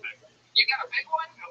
Well, this time you're getting a medium one. I was in the giving mode last time, John. John Cheney. Oh my God, this guy was fighting for our country over this Oh, okay. There he goes. How about a hand for John Cheney? Just right here. That's what we're talking about. Some of these people sign up for a year straight. They don't get on. Oh my God. There she is. The lovely Heidi, ladies and gentlemen. Her show, Love on the Line, is at HeidiRegina.com. Hi. This podcast is sponsored by Talkspace. Talkspace is the #1 rated online therapy, bringing you professional support from licensed therapists and psychiatrists that you can access anytime, anywhere. Talkspace therapy and psychiatry is covered by most insurers, and most insured members pay a copay of $0. Find a licensed provider that's the right fit for your needs. We all know that therapy can be costly, but part of the mission of Talkspace is to provide quality care that is accessible and affordable. Whether or not you are insured, Talkspace makes getting the help you need easy, accessible, and affordable. Oh man, Tony, I love Talkspace. I think they're providing the best mental health treatment out there. I personally think therapy is amazing and can help with moments of real transformation. Oh, yeah, that's right. We're reading ads. As a listener of this podcast, you'll get $80 off your first month with Talkspace when you go to Talkspace.com/Tony and enter promo code SPACE80. That's SPAC80 to match with a licensed therapist today. Go to Talkspace.com/Tony and enter promo code SPACE80. Hello there, everybody. This podcast is sponsored by ZipRecruiter, folks. I love holiday movies. Get the best plots, an offbeat family gathering, and child's wish, even a holiday miracle to make those holiday favorites. It takes a team of talented people, from actors to editors to props, sound crew, and more. And when it comes to building such a team, whether it's for the entertainment industry or a wide range of other industries, you need to hire the right people. The best way to do that is with ZipRecruiter. Right now, you can try ZipRecruiter for free at ZipRecruiter.com/BillTony. ZipRecruiter's magic technology works fast to find top talent, so you don't waste your time or money. Now you can find out right away how many job seekers are in your area qualified for your role. And with ZipRecruiter's advanced resume database, you can instantly unlock top candidates' contact info. It's amazing. Indeed, I don't want to be home alone this holiday season, that's for sure. So make your hiring a little merrier with ZipRecruiter. Florida by the employers who post on ZipRecruiter and a quality candidate within the first day. Just go to this exclusive web address right now to try ZipRecruiter for free. That's ZipRecruiter.com/BillTony. Again, that's ZipRecruiter.com/BillTony. ZipRecruiter, the smartest way to hire. Your second bucket pool is ready. This looks like a new name. Let's see if it is. Make some noise for Michael Hines, everyone. We're going to meet Michael all together.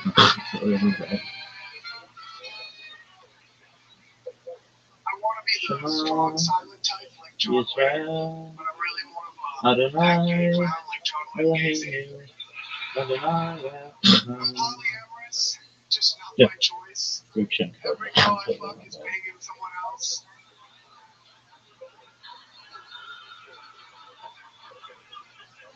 The two things taking jobs in this country are AI or hockey.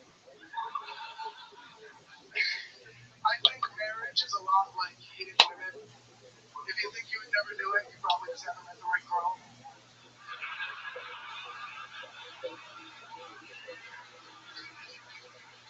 My opinion on abortion is you probably shouldn't, unless it's mine, because I'm just really not ready to be attached yet. You know, same as every guy. Do you guys know why Jesus is in such good shape? He's the original CrossFitter.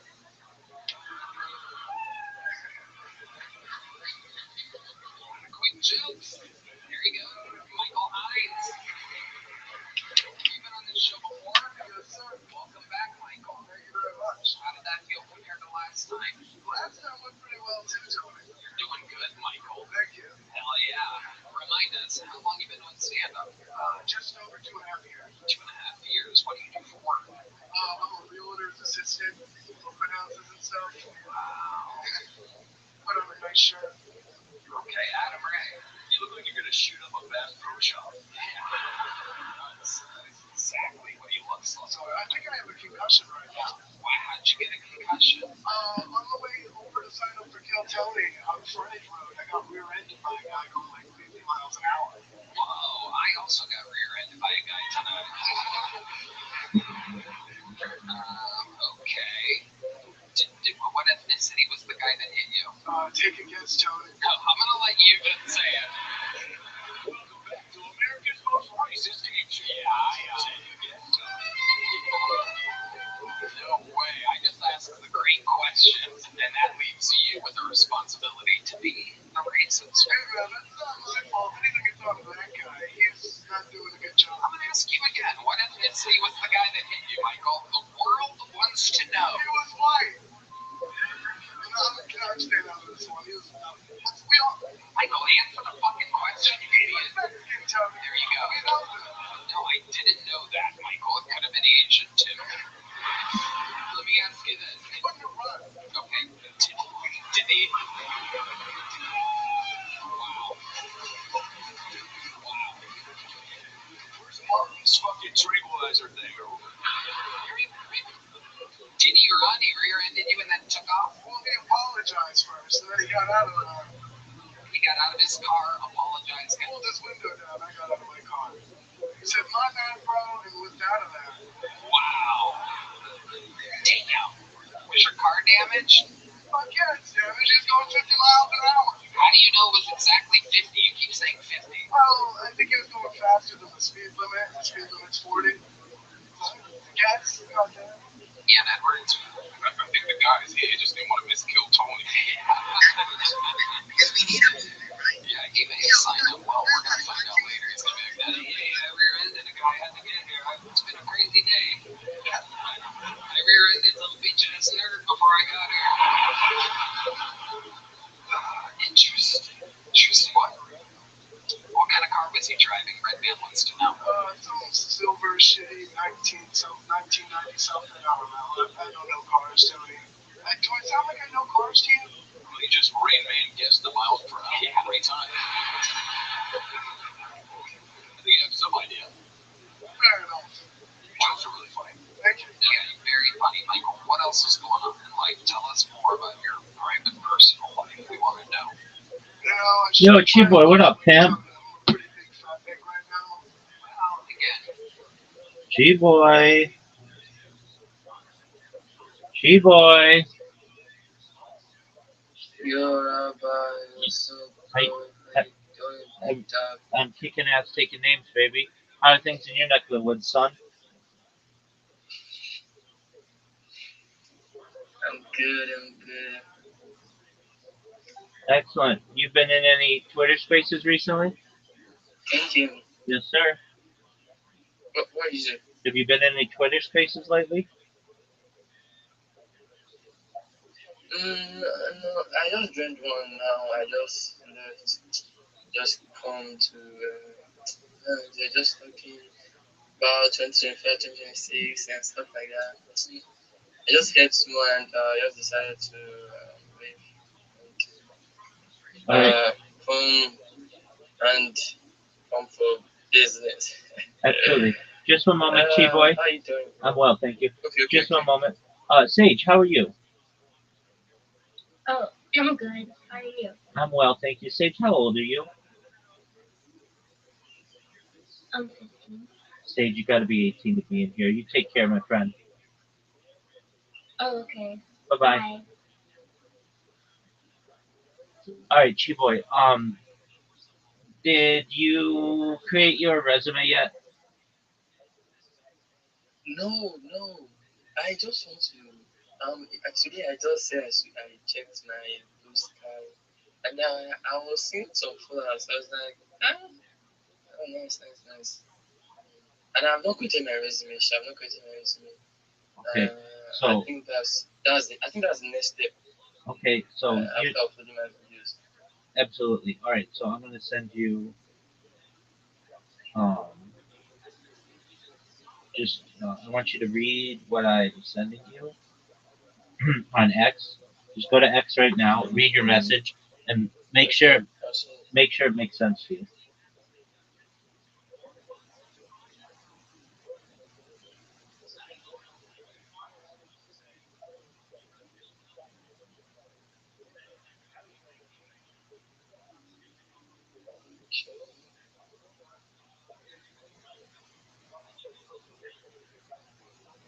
I've seen it. You didn't read it all. Read it. No, okay. Let me read it aloud so No, you can you hear it. you don't have to read it aloud. Just read it so that you understand it.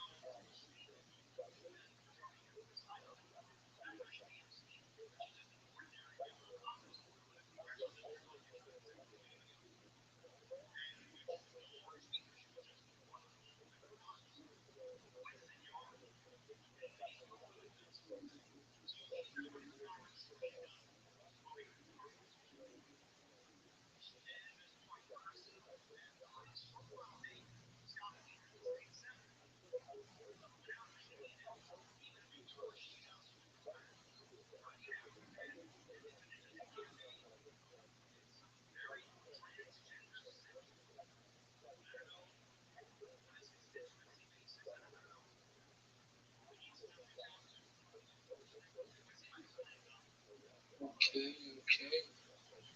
Yeah. What are you there? Yes, sir. Does it make sense to you? Yeah, it does make sense. It does make sense. Okay. Even this Fiverr and Upwork, I had the apps, but I didn't understand it that time. All right. Well, we'll do it. Hey, yeah. Yes, sir. I heard you. So you know what to do. Get it done, my man. I would love to spend all the time that you want to spend with me, as much time as you want. But until you get these things done, I can't do so with the proper confidence because I know that you have stuff that you need to get done. Once this stuff's done, I'll hang out with you all day long. Okay. So get this stuff done, and then when it's done, then we've got a couple more things we have to do, and then once that's done, then everything's done, and then you just do what you need to do, and we can hang out as much as you want. In the meantime, though, I want you to get this stuff done, and if you have questions, come to me and I'll answer your questions. Okay? Okay. Excellent, Chief Boy.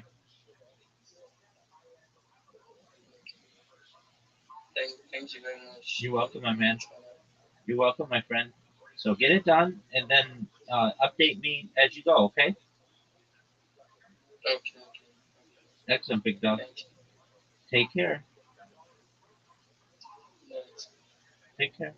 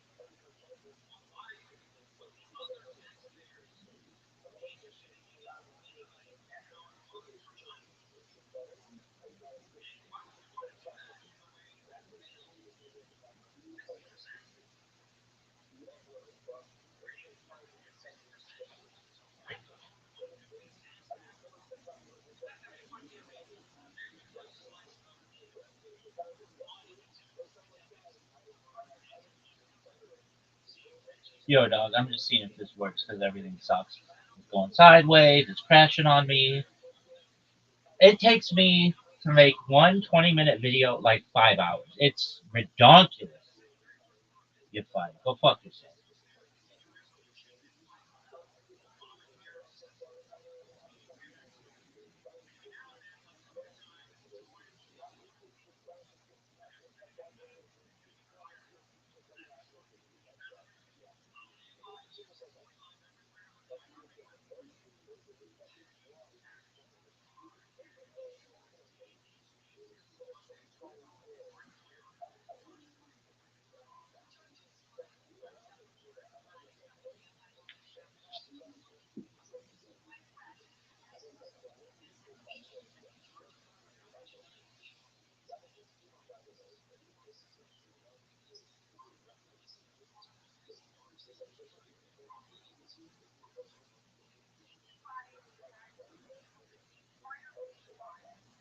Just seeing if this works because everything sucks. Going sideways. It's crashing on me.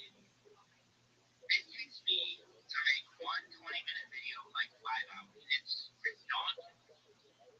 You're fine. Go fuck yourself. I'm just seeing if this works.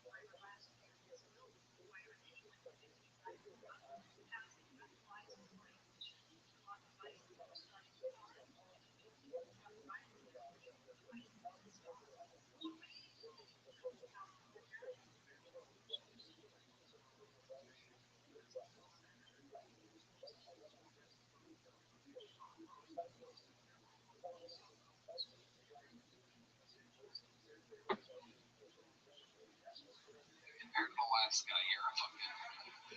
Well, I don't want to be compared to the last guy, Tony. Okay, Michael. How have you been trying to lose weight? Just working out and stuff, but my knees are pretty shot from the Marine Corps, so I can't. I used to like run and do hard shit, but now I'm a big pussy and my knees hurt. So You were in the Marine Corps. yes, sir. All these fat veterans coming in. Jesus Christ. Did you fucking go? No. I just fucked ugly girls domestically. I didn't go abroad.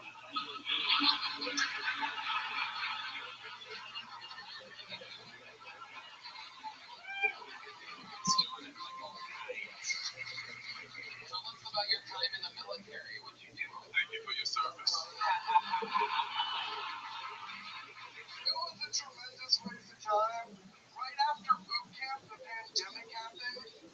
So I ended up spending, I went on to my next training schools, There was a 6-week water survival school, and I was there for 14 months because the base was just shut down because the command was a bunch of gay liberals. They hated Ron DeSantis, so they were like, if you leave the base, you're going to get sick. And we just weren't allowed to train for 14. We did a lot of cleaning, running the beach. It was kind of nice. But a big waste of time. Wow. It's like how you hurt your knees. Yeah. Long runs and crawling up hills and other bullshit that we didn't need to do. Yeah, it did kind of fuck me up. But we were trying to get you guys drunk, but you kept eating all the gusher. Joe Biden, that's right. This guy was 35 pounds before he got out. Running on the sandy beaches of Florida. What an unbelievable hero you are, Michael. Thank you guys, I appreciate it. Tell us about your real personal life before we get you out of here. What's your love life like right now, Michael? You seem like a real fucking creep. I got laid like 3 weeks ago. Girls don't really like me for more than a day or two, so it's more of a one and done kind of deal. Okay. And they're not that good looking either, so I'm not bragging. Right. It's just what it is. Welcome to another episode of The Girls I Hook Up With Aren't Good Looking, starring everyone. So this girl 3 weeks ago, where'd you meet her at? At a show with the Normal company. Wow, okay. And so what exactly happened? She came up to you after your set? Yeah, she was she was actually not that bad looking as far as for me goes. She probably could have lost 10 pounds, but who's talking? She was a beautiful Latina, Tony, by the border, and I raw dogged her. Okay. It was pretty cool. Wow. Where did this take place at? You took her back to your place? Oh, hell yeah, Tony, I don't got no roommates. And then, so what happens? You walk her in, what do you do? Do you offer her a drink or something? Take us through the exact order of events at your home. What's it like getting raw dogged by Michael Hine? I'm getting word that the world wants to know. Can I get a girl? Yeah. All right, so let's set the scene. I'm the girl. Give me some romantic music, guys. Wow, Michael, this is such a cool, I guess, apartment, is that what you call it? Yes, I do. What? Yes, I do call it an apartment. Oh. Remember earlier at the restaurant when you said you can't eat your food all the way if I'm gonna fuck you because you don't want to fart? I do remember saying. By the way, you crushed the Narvar comedy show. Thank you. I appreciate it. I'm gonna finish that burger and then I'm gonna plow you. Okay, but don't record me like you did the whole Uber right over here. Well, you gave me your consent on camera, so we're good with that, you know? Yeah, but only after you gave me that pill. It might play me that I dropped, so it's on me. Perfect, yeah. Where do you want to go, by the way? Like, do you have a bedroom or just this futon? Well, I do have a bedroom.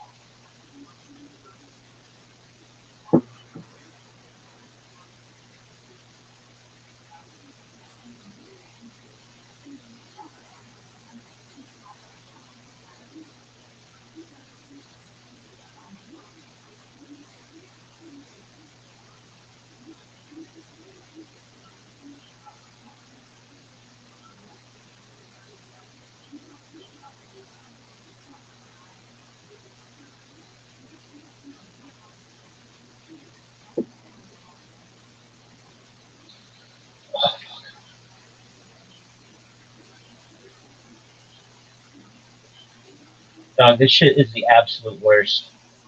I'm gonna try and see if this works. It's just, are you fucking serious? Dude, just, technology sucks so much fucking cock, it just drives me up a wall. It is the worst. I'm gonna fix this shit. When I go viral.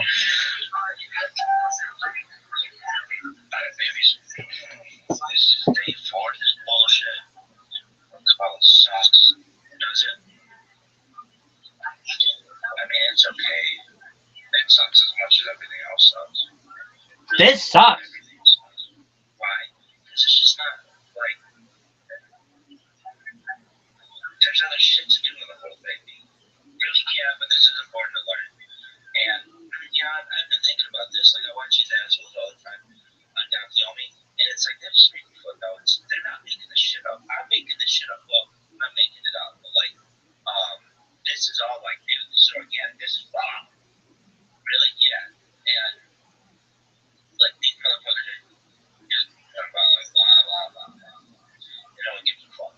Alright, so, I have surprisingly kept up on my Kabbalistic study. 4 fucking days? That's a new record.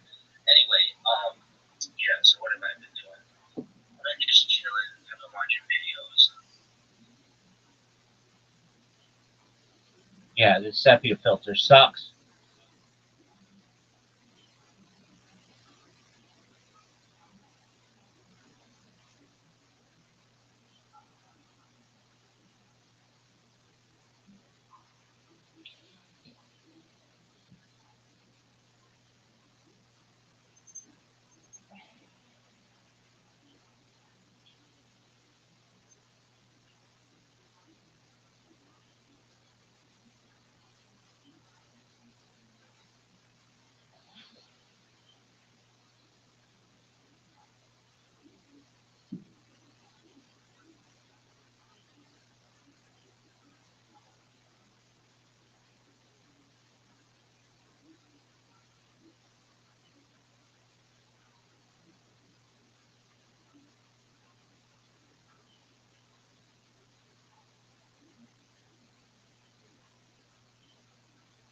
Oh, fuck.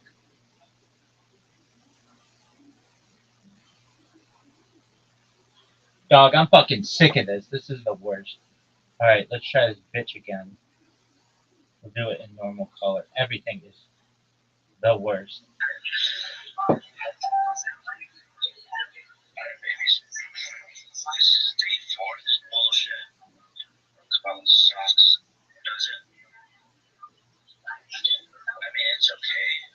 It sucks as much as everything else sucks. I gotta take a whiz. Everything sucks. Why? Look. It's just not, like,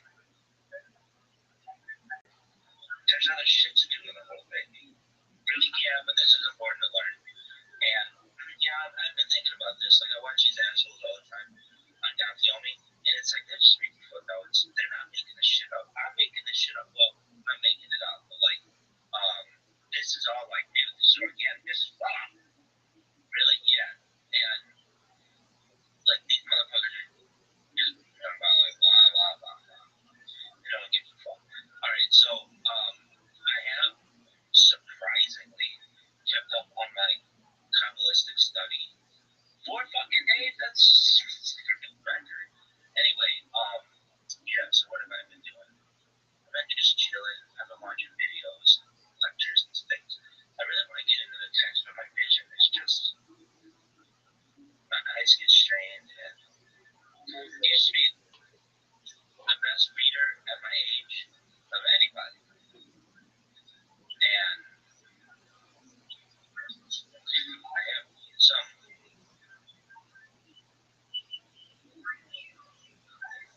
governmental official verification of this fact, but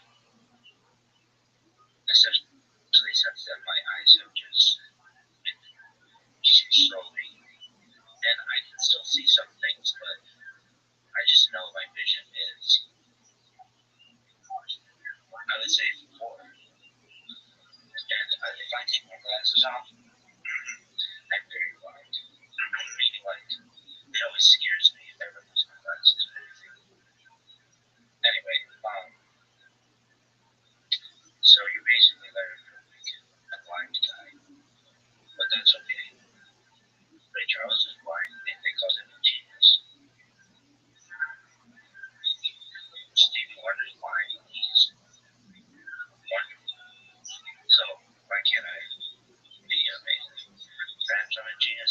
Anyway, so I was thinking about this, like, where did Kabbalah start? And I had previously talked about Ezekiel, but that's not the start. It really starts with Moshe Rabbeinu at Mount Sinai. A lot of shit happened then, kids. So Torah has layers. Part is Judaism has always held that Torah is not one-dimensional. There are 4 levels. Part is there's Parsha, plain meaning. There's Remez, which is its allusions. There's Dirash, which of course is in Torah, interpretive, ethical, and then there's Sod, secret, inner, metaphysical meaning. And now, like, Sod in English means like brass. I just, if you didn't know that. It doesn't have anything to do with turf management, but turf management's really why nobody even had time to get into how important turf management is. Alright, why? Because that's how golf works in papers. But anyway, Kabbalah is Sod. This framework is already implicit in Chazal, it's any medieval Kabbalah texts. So, like, like, we have Moshe and Sinai, more than just the written Torah. Traditional belief, Chazal, Zohar, Rabban.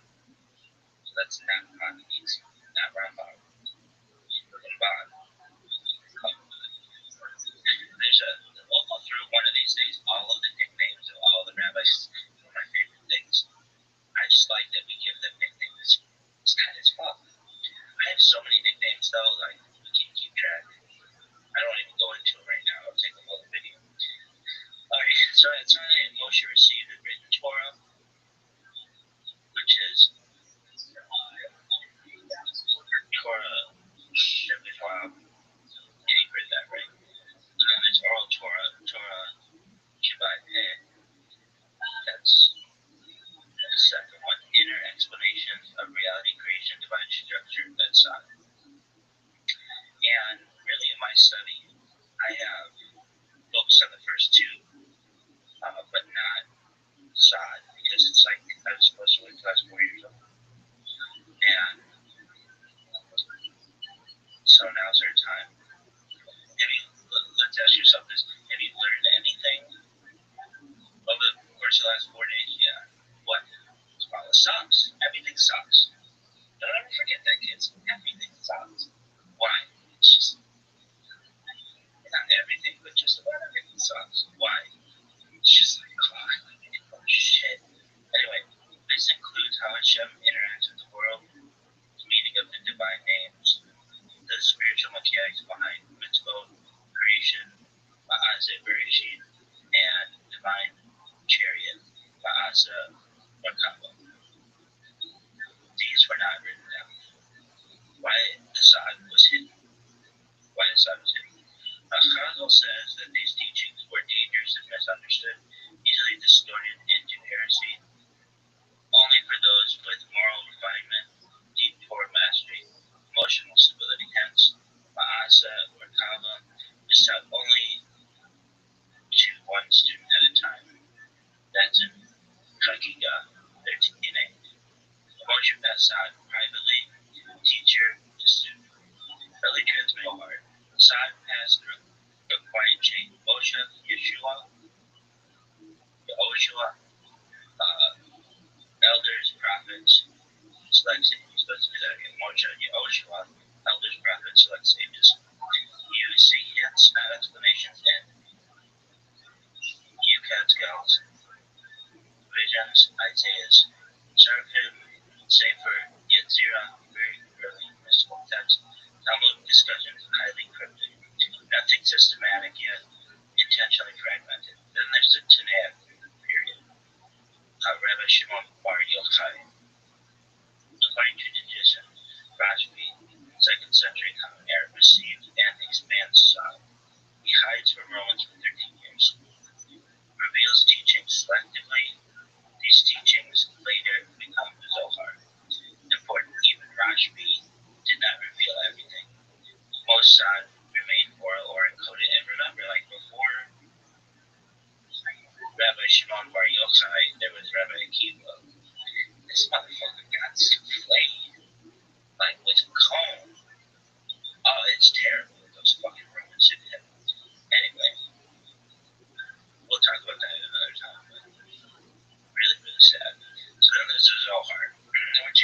is like chaos also. Don't forget that, kids.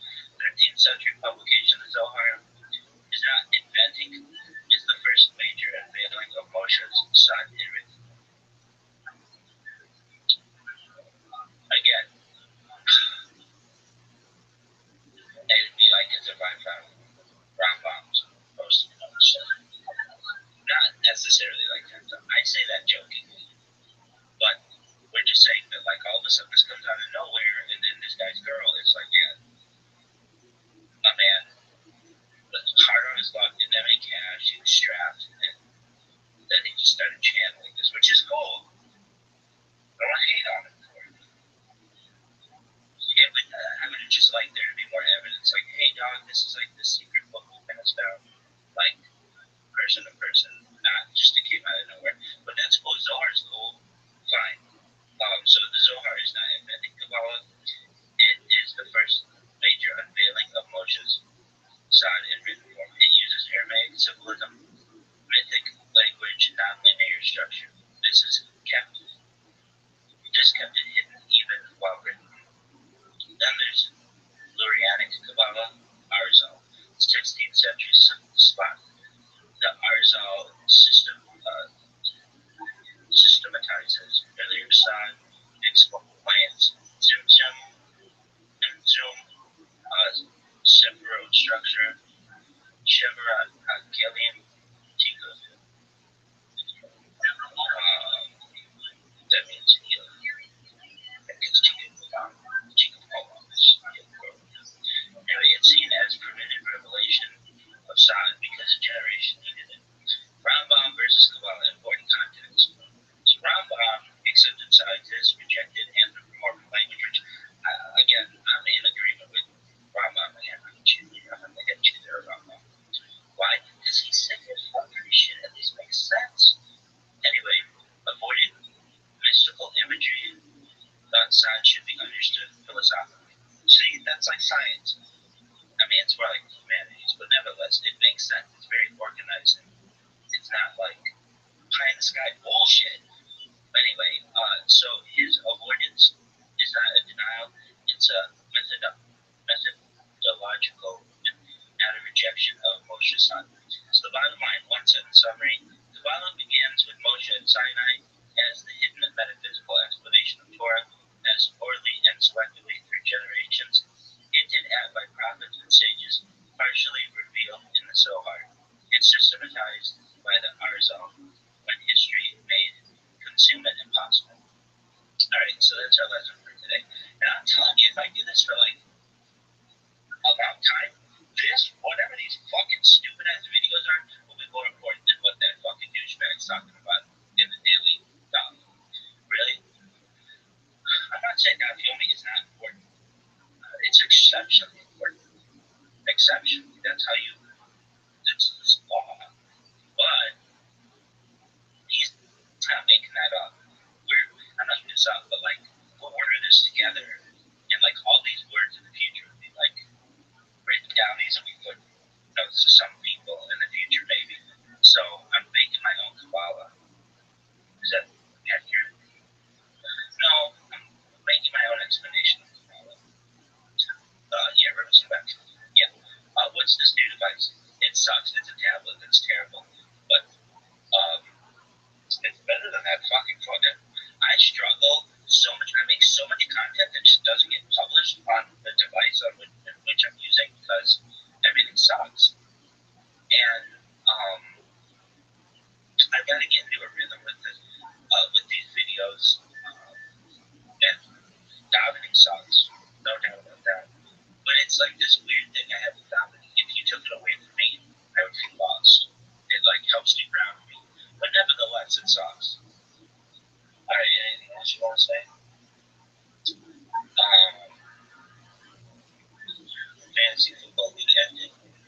Just about. I don't want to talk about my results. Anything else? What about the tour with the stream you talked about yesterday? Yeah, I'm still pretty solid on that. Oh yeah, I was thinking about this. If you've ever seen like string in like I don't know, it's kind of like the shape of my hand right now, but there's like a pattern to it. How would I say it? Like, where am I seeing the string? I don't know. Go to Michael's or some arts and crafts store. You used to be able to go to Joanne. Anyway, just like any place that I don't know, Home Depot, I'm sure has this. It's just the way that the string is arranged. It's very orderly, and I mean, yarn sometimes is arranged like this, but sometimes yarn's just kind of in just a mess. But some people's mess is other people's organization, but don't ever forget that, kids. Anyway, there's this like beautiful pattern though, how the string is arranged. And if you took the end of that string and let's say somehow connected it with the beginning, like if you connected the beginning and the end of that string in that toroid form, it would never have a start and it would never have a finish. It would just be one continuous loop that just keeps going and going and going. And I kind of think, I mean, I don't know, this is just like how I live with not understanding 1 second before the Big Bang or whatever.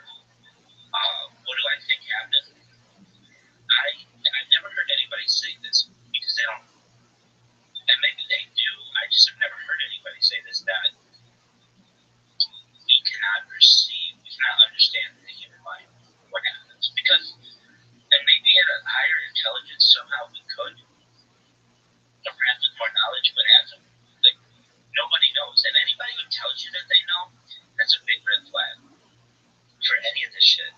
Anyone who, and I mean this for my Chabadniks, I mean this for my breast lovers, I love your Rebbe's.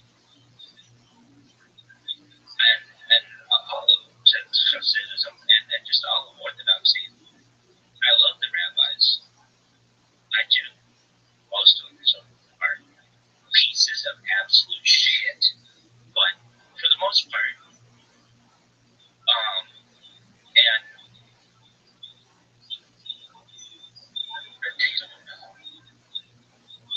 they don't know. And any of them, you can't put all of your trust in any single individual or you're going to get burned because they don't know. No one knows. Even the Rabbi Menachem Schneerson. Do I like him? Fuck yeah, I like him. Under, perhaps some different conditions. I would not be live streaming my life, but I'd be in Chabad right now. Probably,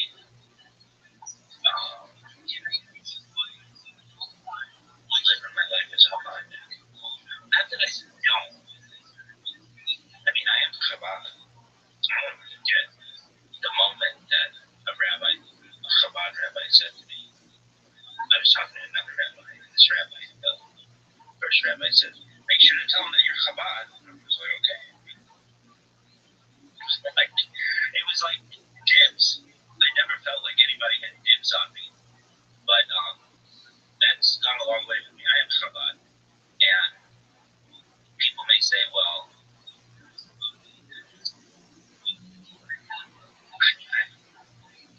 I've restored Chabad shuls. This is the shape. If you restore Chabad shul single-handedly for free, just out of the goodness of your heart, no. So until you do that, like there's a connection I have to Chabad, and like anybody, You don't have to. Chabad, you could be anywhere in the world, have a connection to Chabad. But that doesn't mean I don't love the breast lovers, and frankly, I really love the Sombers, the Jubunfuckers, who stand your ground. But I'd like to bring everybody together. Anyway, what about modern orthodoxy? Yeah, fuck yeah. But like, speak modern orthodoxy. Is there any kind of Judaism you don't like? Anything, I mean, I don't consider conservative to be Judaism. I don't consider reform to be Judaism. If anything, I consider Reconstructionist and humanist to be closer to orthodoxy than those other two. I deeply dislike them, but I shouldn't say that. I don't know. I've never been exposed to conservative reform Judaism, but I just, they're movements, but I'd like to bring in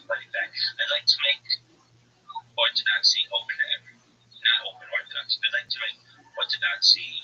I want to bring everybody back to orthodoxy, which is a major tenet of Chabad and what's major goals of the Rebbe. All right, well, we'll see if this device works. Maybe. Okay, anything else you want to say? Yeah, you're fine. Go fuck yourself. Did this even fucking record? This sucks. Everything sucks. You're fired. Go fuck yourself.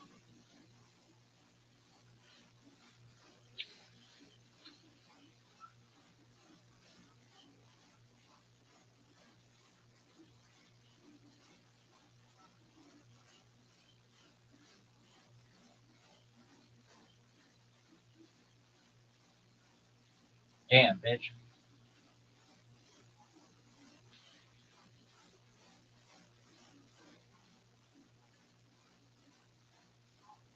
Like,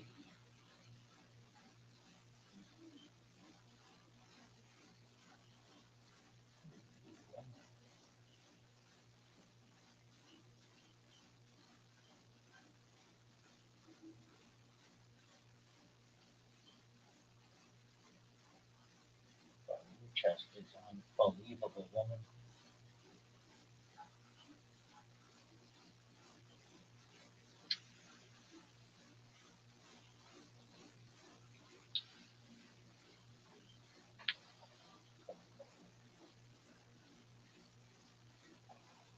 Unbelievable.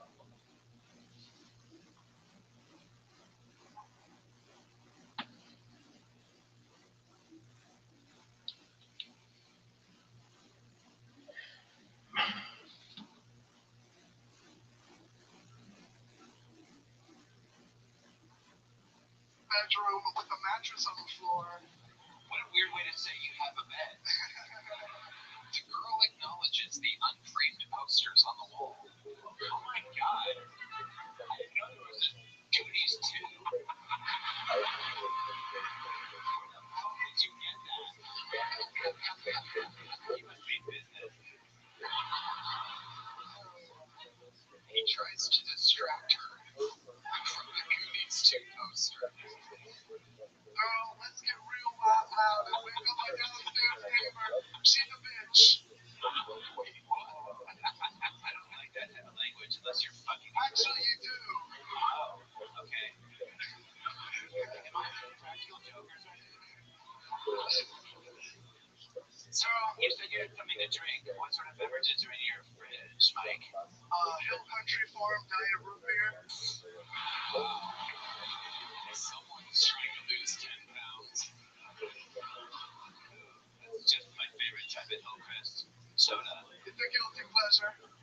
You're a guilty pleasure. Can I ask you a personal question, Mike? Okay. Do you have any condoms? No.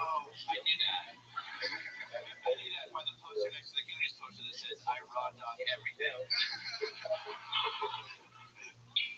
So, I guess I'll take my pants off? Well, in a loving and affectionate way after consent. Very good. Good job, Michael. Boy, I guess I'll lay down because it looks like your knees are in pretty bad shape. You're gonna have to get on top and do most of it, to be honest. Because a lot of these are really bad shape. I hope my fupa doesn't bother you. I'm gonna lick that fupa, girl. Bring it over here. Wow. Alright. This is out of control. This part is crazy. I don't know how. What do you say after you finish? Thank you. Wow. Wow. Ladies and gentlemen, Michael Hines. Only on Netflix can you see something like Michael Hines raw dogging a Latina fan from Narvar. Do you mind if I have my friend watching it? Girl, I thought we both knew you were. I left halfway through. It's the worst porn I ever heard about that. So did you ever spend the night or did she leave that night? I didn't bring her out of there, too. Wow, Michael. Uber X? No, I don't know. I can't afford that. The cheapest one. That was Uber X. Very good. Yeah, I guess so. You gave her a lift? Yeah, I got her out of there, too. All right, Michael. You got a big joke book last time you were on? Sir, you still have it? I do. Is it filled up? Yeah. Is it really filled? All right, you get a new one. There you go. Wow. Still not a hot joke book tonight. How exciting is that? Good job, dude.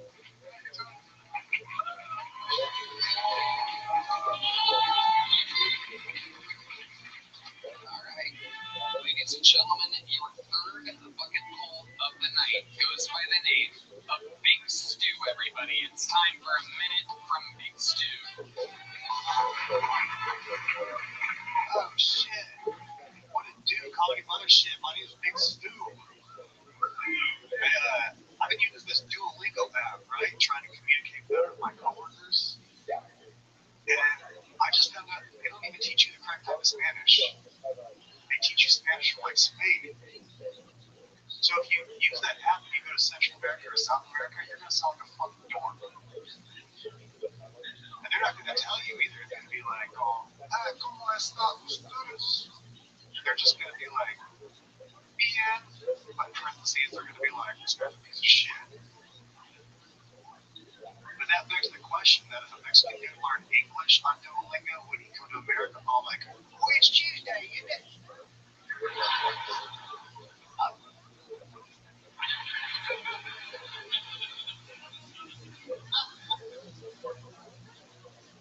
My name's Big Stu. What it do? Hell yeah, filling in the last 5 seconds of time there perfectly with a catchphrase that nobody needed. Big Stu, is this your first time on the show? I did this show in 2019. Okay. Wow. So how long have you been on stand-up total? Total? Oh, man. Maybe a year and a half?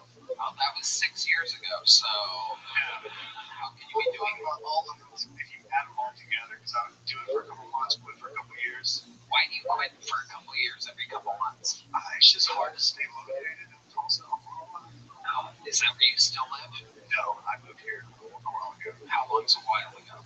Almost 2 years. Almost 2 years ago. So you've been doing it a year and a half. But you were on in 2019, and you moved here 2 years ago because it's hard to do in Tulsa, Oklahoma. But you've only been doing it a year and a half. I mean, altogether, like you keep saying all together, but if you count, I did it for a couple months in 2015, a couple months in 2019, and I have been going consistent since March of this year. Okay. All right. Why do you think you lose motivation so often, Big Stu? By the way, you have Big in your name, and you're the smallest guy that's been on the show tonight. Just so you know. Well, I was like 40 pounds heavier in January. Okay. How'd you lose the weight? The last 4 comedians want to know. And Red Band. Diet and exercise. Diet and exercise. Have you tried Hill Country Diet Root Beer? No, I haven't. No, I will. So Big Stu, what got you motivated? What gets you motivated? You're clearly easily unmotivated. How do you stay motivated? Moved to Austin, that helped. Other than that, now that you're here, sometimes I'll take acid and get really motivated to do shit. Okay, Big Stu. What do you do for a living? Right now I work at a place called Build a Sign. What is that? I make flags and tablecloths. Oh, okay. What kind of flags do you make? A lot of trans flags? Mostly a lot of businesses, people. But, have you made a trans flag? I've made a few. Look at that. See, they make flags. I've been looking this whole time. Yeah, I've been looking for one. I can't find one anywhere. Okay, Big Stu, give us some fun facts about your life. Do you have any special skills or talents that might surprise us? I can kick myself in the head. Oh, absolutely. Put the mic in the mic stand. We definitely need to see this. It's starting to all make sense, ladies and gentlemen. That is how you end up on. Oh my God, it counts. And it's not how I expected that to go. That was a true sidekick to the head, direct to the forehead. I kind of thought your foot was going to go up high, but no, you leave your head down and kind of just sidekicked yourself. I think we can all do that, by the way. Just how many want to see right there and try that right now? You can do it. Somebody kill Tony Victory right now.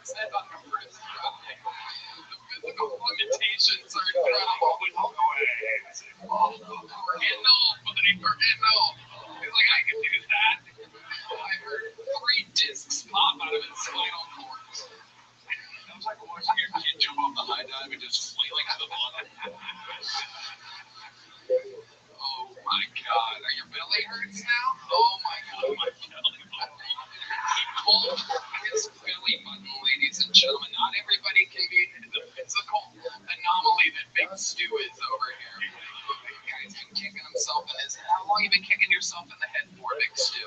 We're learning a lot about how you ended up like this. As long as I can remember. Wow. Like the family has you do it. Hey, Big Stu, show me your tree. Wow, it's a big thing in Tulsa, Oklahoma. You could have been mayor with a trick like that. What's the biggest tree I've done that for? This one? Yeah. Yeah, before that. How about that one before this? You know what? I'm not going to make you think that hard about it. What do you do? Did I ask you what you do for work? Yeah, I make flags. That's right, you make flags. What's the craziest flag or sign you've ever had to make? In which you're like, God damn, we really have to do this? Somebody had a flag, it was like Super Mario Brothers, but it said something about ketamine. Very good. Very quick on those Mario. You got that Mario board figured out. You kind of look like Anderson's, you know, big quick comedy to manage a Little Caesars. Yeah, it's true. You were getting like do like again like with the beard and stuff. Like you have like a 90s movie character look, right? You ever get that? Like you worked in a video store or something? No, I don't think so. No. Porn? Yeah. What's your love life like? I gotta know. You seem like the kind of guy that would make love to a tree in the woods or something.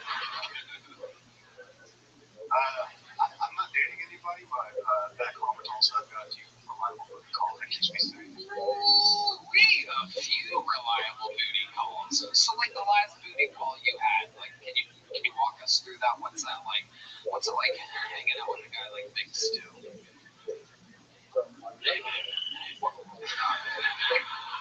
Crickets for no reason. That's a frog. Okay, there's a frog in your house. Go ahead, Big Stu. Just a hotel, a little bit of tequila. That's all. Why do you get a hotel? Take us through the process of getting a hotel. You didn't like your place in Tulsa? Not the kind of I mean, it's whenever I go back to Tulsa, I get a hotel for the hookers. With hookers, So you hook up with hookers? No, not hookers. Okay. How about here in Austin? Can you hook up with a girl in Austin since you got here in March? Okay, so like where'd you find that girl at? It was whenever I was living across the street and working with a door guy. So kind of. Where were you a door guy at? I was a door guy at Peckerheads and Burnside. This is all here on 6th Street. So how did this happen with the girl? Let me guess, you did a show at Dark Bar. And Vic Latina comes up to you because clearly she will fuck anything. I'd seen her around a few times, and then one of my off days I had cocaine, and I asked her if she wanted some. Only if you kick yourself in the head. Was it a Vic Latina? No. It's a white girl. Black. Whoa! I would not have expected that, Big Stu. You look like a racist. Wait, the opposite. That's your style? That's your flavor? What do you love about black? What do you prefer? Why do you prefer black women over whites? Take us through the process. It tastes like honey. Damn. All right. Look at that.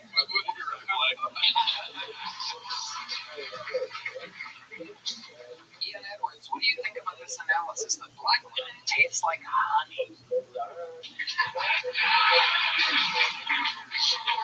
It's not the worst thing that's been said about black women. The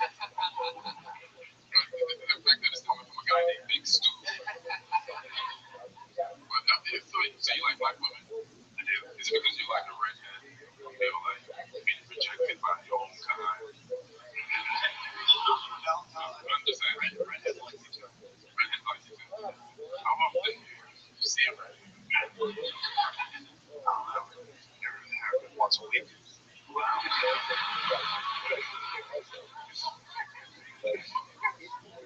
Amazing. I know they be out there like that. So just like, for example, this black woman that you met, how did that happen? You offered her cocaine, and then what happens? And then we went upstairs to my apartment. You went upstairs, so she was just downstairs outside of your apartment building. Well, yeah, it's 6th Street. Oh, you live on 6th Street. It's on 6th Street across the street. Was it one of the homeless women? And so you take her up to your place. Let's reenact it. Adam Ray is now a black woman. Yeah. Right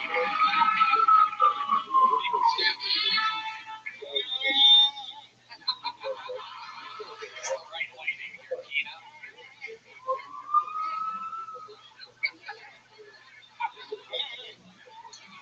I know Big Stu's gonna have such a big room. She acknowledges the unframed poster on the wall. Oh shit, Jurassic Park, man! I thought they all made both of them motherfuckers. You got some cocaine, Big Stu? I know you do. That's all, man. What's on your hot man? Shake your shoes now, Bob. I got you. Yeah. Open up the airplane. Do it. What do you do? What wrong with your teddy? Let's take one. Teddy. What about my teddy? Oh, let me take my Eddie Bauer jacket off. All right.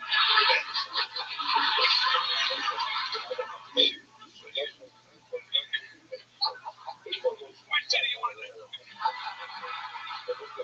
had surgery, so the liver was small and I did a right one. That's what you pointed to. Be definitive, motherfucker. This side. Huh? This is on this side.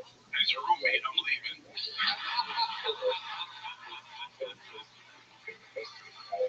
That's fine. That's fine. We ain't motherfuckers staring at my titties.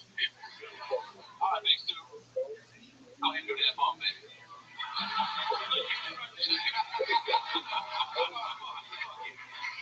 Oh, shit.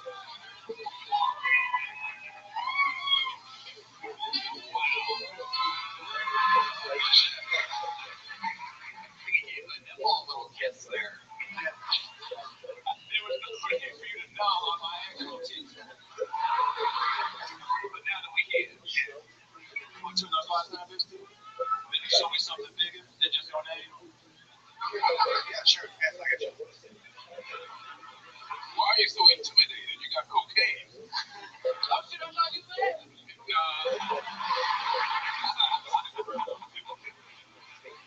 You might be hoping you make me the same way. I thought some bread and meat on the Alright, I got you. Thanks, baby.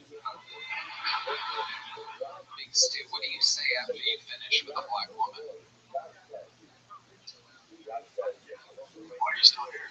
Wow, unbelievable. Man, that post-nut clarity kicks in hard for Big Stu. And did she spend the night, or did you get her a car? I passed out drunk when she was gone. Wow. Amazing. You nailed it, Big Stu. Good job. You checked her house and make sure everything was there still, or? Does he look like he got something to steal? There's nothing much to steal. All I walked out with was a Game Boy, some Werther's original books. T-Madness is going to find that woman right now. Man, this guy can get bugged in and out. I can never like bug that bitch, too.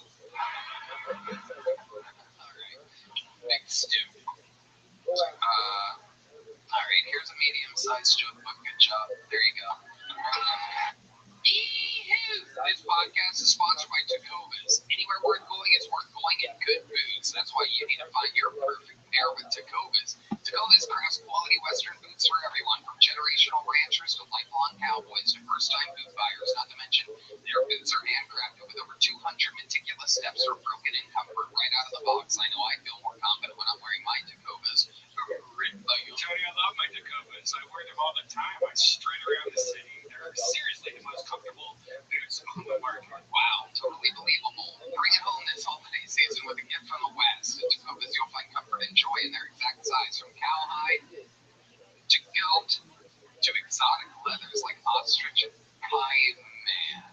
Whether it's their first pair or their 50th pair, Tecovas is already put plenty of stars under the tree. And beyond boots, Tecovas also offers a wide selection of men's and women's apparel, bags, and fine leather goods, like belts, wallets, and more. Right now, get 10% off at Tecovas.com/Philtony when you sign up for email and text. That's 10% off at TECOVAS.com/Philtony. Tecovas.com/Philtony. See site for details. Tecovas, point your toes west. Hi there. This podcast is sponsored by ExpressVPN. Going online without ExpressVPN is like leaving your laptop unattended at a coffee shop while you run to the bathroom. Most of the time, you're probably fine, but what if one day you come out of the bathroom and your laptop is gone? Every time you connect to an unencrypted network in cafes, hotels, airports, etc., your online data is not secure. Any hacker on the same network can gain access to and steal your personal data. It doesn't take much technical knowledge to hack someone. A smart 12-year-old can do it. ExpressVPN stops hackers from stealing your data by creating a secure encrypted tunnel between your device and the internet. Do you love ExpressVPN? I use it when we travel. I can rest easy knowing that my data is secure. Plans just start at $3.49 a month. Just fire up the app with one button and you're protected. It works on phones, laptops, tablets, and more, so you can stay secure on the go. Secure your online data today by visiting expressvpn.com/Kiltony. That's expressvpn.com/Kiltony to find out how you can get up to 4 extra months. expressvpn.com/Kiltony. We have a friend here, ladies and gentlemen, who's going to do a minute. A good friend of the show from the Comedy Store, one of our old pals, just swinging into town, so we're giving him a minute, and we love him. He's a good friend of ours for many years, friend of everyone, and cool comedian. Ladies and gentlemen, make some noise for Taylor Boss, everybody.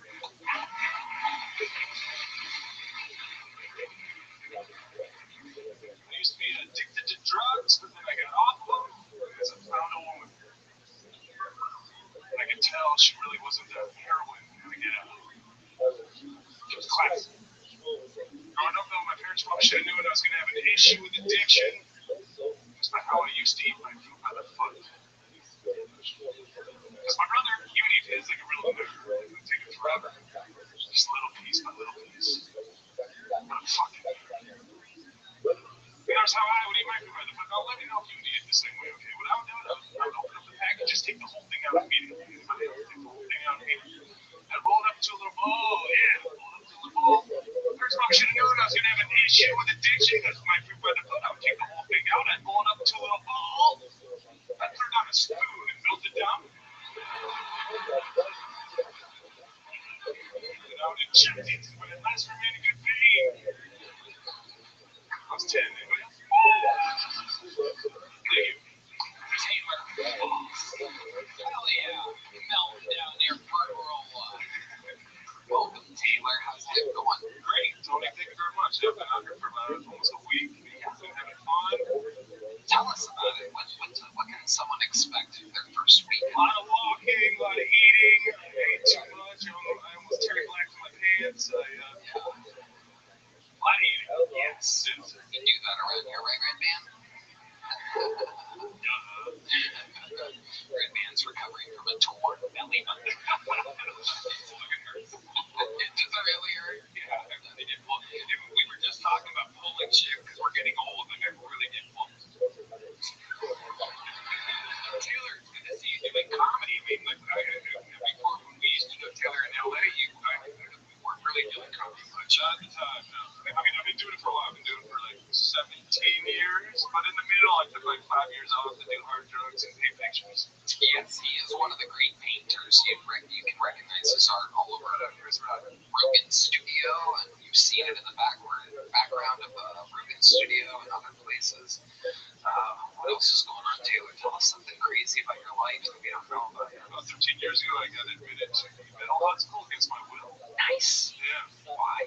I was using my room as my studio, and I was accidentally paint 4 hours a day. I was having grandiose thoughts. I was telling people that I'm God. In fact, Tony, I'm not God. Oh, I know, because I am God. No, I'm kidding. I've been humping Sharpies for 12 and a half. Anyway, what was the mental hospital like, Taylor? It was a little bit weird. They like put you in with like the craziest person just to kind of like scare you a little bit. You can see how bad you want it. And after I started scaring the shit out of that guy, they put me into actually the first activity was Pictionary. And I don't know if anybody here has ever played mental hospital Pictionary before. Not a lot of participation. Just me and this guy Peter. I just met him. Don't get me wrong. I mean, but a half. So memorize all the Pictionary cards. So we put on a show nobody's ever will ever forget. It's crazy. Then they had us do karaoke, and then I tried to escape. I only made it to the parking lot. Then they put me back in a room, and this time my room did not have any windows in it. Yeah, but I was in there for about a month. Yeah. Did they give you medication? They did. Yeah, terrible. How did that make you feel? Terrible. Yeah, I got off of it. When I got out, I kept a journal so I didn't kill myself. There you go. Yeah. Look at that. Thank you. Yeah, something clapping. Not killing myself. We're journaling. Thanks, man. Adam Ray. Taylor's hilarious. Known you for a while. He's opened for me a few times recently and crushed it. Once in Rosa Beach, once in San Diego. What's really cool is I guess this goes for most of the people you see that come through shows like this or anywhere, is just how much he's been grinding, and it's always cool to be in a position to throw some bones and to somebody that he crushed it both times. It was awesome. Hilarious. You're hilarious just now, so you're getting more comfy in your own skin, which is really cool. So yeah. I was like the second that this motherfucker's funny as shit. Like when I used to see him not doing comedy, I'd be like, what the fuck are you doing? Get back on stage. I'm also on some of his He does. a couple of years ago. I'm a little disappointed that he didn't die, so the value of it would go up. Yeah, the value skyrockets when they die. I like him alive. I'll take the loss. Tell people so that they can find your work. Where can they find your art? Just on Instagram, Taylor Boss, 1S. BOS. Correct. That is right. Taylor, you had a great set. Fun times. Taylor Boss, ladies and gentlemen. Here's the fruit by the foot. We have an actual fruit by the foot somehow. I was just handed it. You got it. Go melt it down. Eat it. Out of a spoon. There goes Taylor Boss. Check out his art. He is unbelievable. All right. Back to the book we go. This looks like a fun new name. Make some noise for Mohammed Ewall. Mohammed Ewall is next.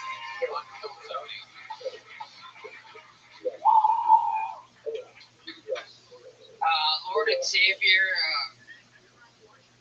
Joe Rogan, got trouble for saying.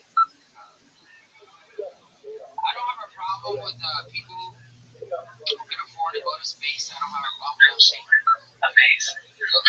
Wow. Well, if you can exit the Earth's They keep doing things in right. See, Russia, like, if you can exit the troposphere, stratosphere, Then mesosphere, my eyes thermosphere, and exosphere, reader at my ionosphere,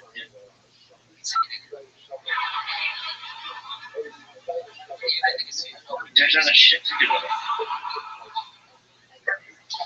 you can take it on CG.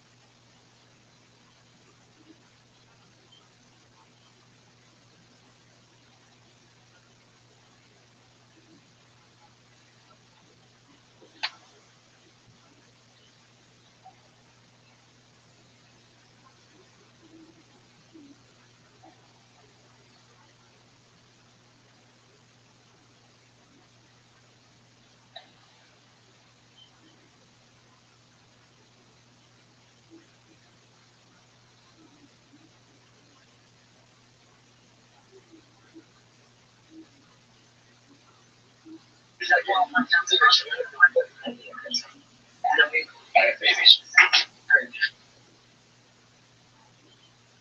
Doug, oh fuck.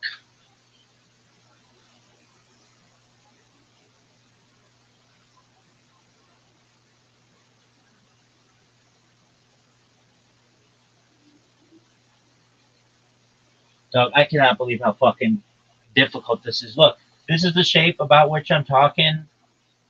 It's like the red string. Anyway, this is such bullshit. I've been trying all day to get this fucking thing to work. Alright, babies. This is day 4 of this bullshit. Well, it sucks. Does it? I mean, it's okay. It sucks as much as everything else sucks. Really? Everything sucks. Why? Because it's just not, like, there's other shit to do with a little baby. Really? Yeah, but this is important to learn. And, I've been thinking about this. Like, I watch these assholes all the time on Daphne, and it's like, they're just reading footnotes. They're not making this shit up. I'm making this shit up. Well, I'm making it up, but, like, this is all, like, new. This is organic. This is wrong. Really? Yeah. And, like, these motherfuckers are just talking about, like, blah, blah, blah, blah, blah. They don't give a fuck. Alright, so, I have surprisingly kept up on my Kabbalistic study. 4 fucking days? That's a new record. Anyway, yeah, so what have I been doing? I've been just chilling. I've been watching videos, lectures, and things. I really want to get into the text, but my vision is just, my eyes get strained. And used to be the best reader at my age of anybody. And I have some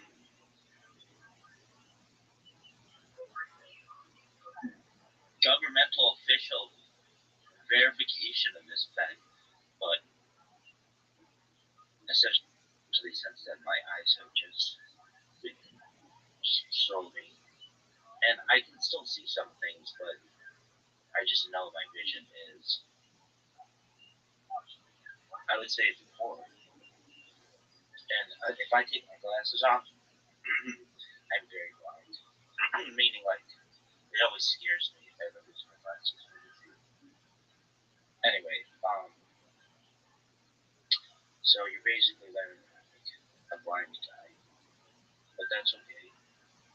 Ray Charles is blind, and they call him a genius. Stevie Wonder's blind, he's wonderful. So why can't I be amazing? Perhaps I'm a genius already. Anyway, so I was thinking about this, like, where did Kabbalah start? And I had previously talked about Ezekiel, but that's not the start. It really starts with Moshe Rabbeinu at Mount Sinai. A lot of shit happened then, kids. So Torah has layers. Pardes. Judaism has always held that Torah is not one-dimensional. There are 4 levels. Pardes. There's Parshat, plain meaning. There's Remez, which is hints or allusions. There's Dirash, which of course is in Torah, interpretive, ethical, and then there's Sod, secret, inner, and metaphysical meaning. And now, like, Sod in English means, like, brass. Just, if you didn't know that. It doesn't have anything to do with turf management, but turf management's really important. Why? You don't even have time to get into how important turf management is. Alright, why? Because that's how God works the state for Steve, baby. But anyway, Kabbalah is Sod. This framework is already implicit in Chazal. It's any medieval Kabbalah texts. So, like, like, well, we have Moshe at Sinai, more than just the written Torah. Traditional belief, Chazal, Zohar, Rambam. That's not Maimonides, not Rambam. Ramban. We'll go through one of these days all of the nicknames of all the rabbis. Some of my favorite things. I just like that we give them nicknames. It's tight as fuck. I have so many nicknames though, like we can't keep track. I don't even go into it right now. I'll take a whole video. Alright, so at Sinai, Moshe received a written Torah, which is Torah Shem Torah. Yeah, you heard that right. And then there's oral Torah, Torah Shabbat Peh. That's the second one. Inner explanations of reality creation, divine structure. That's Sod. And really, in my study, I have books on the first two, but not Sod, because it's like I was supposed to wait till I was 4 years old.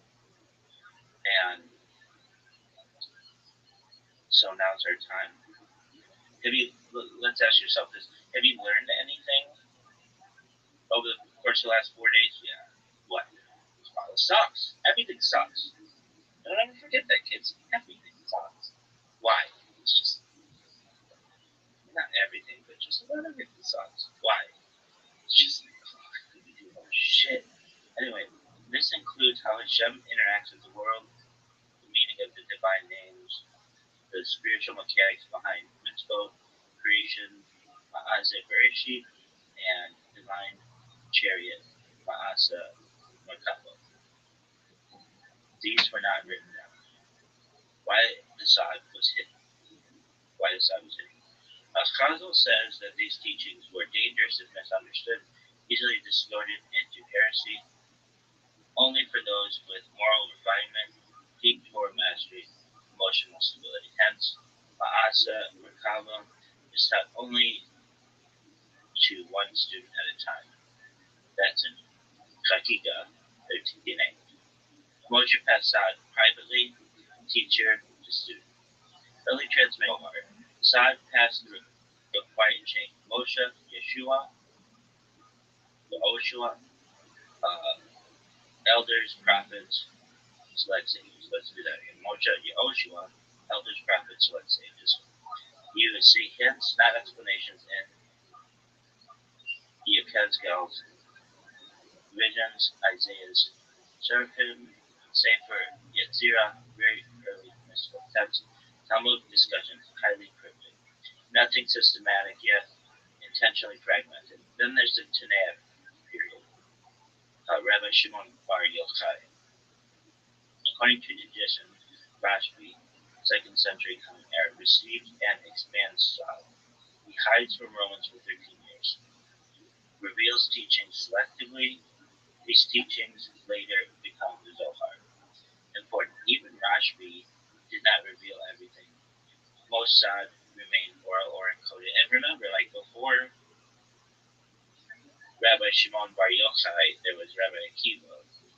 This motherfucker got slayed, like with a cone. Oh, it's terrible what those fucking Romans did to him. Anyway, we'll talk about that another time. Really, really sad. So then there's the Zohar. And what you get is like, don't forget that, kids. 13th century publication, the Zohar is not inventing, is the first major unveiling of Moshe's Sod in written form. Again, it'd be like as if I found Rambam's posted notes. Not necessarily like that. I say that jokingly. But we're just saying that like all of a sudden this comes out of nowhere and then this guy's girl is like, yeah, my man was hard on his luck, didn't have any cash, he was strapped, and then he just started channeling this, which is cool. I don't want to hate on him for it. I would have just liked there to be more evidence, like, hey dog, this is like the secret book we kind of found, like person to person, not just it came out of nowhere. But that's cool. Zohar's cool, fine. So the Zohar is not inventing Kabbalah. It is the first major unveiling of Moshe's Sod in written form. It uses Aramaic symbolism, mythic language, nonlinear structure. This kept it hidden even while written. Then there's Lurianic Kabbalah, Arzal, 16th century spot. The Arzal systematizes earlier Sod, explains Zimtzum, Imzum, Sephirot structure, Shevarat Kalium, Tikkun. That means heal. I think it's Tikkun Olam.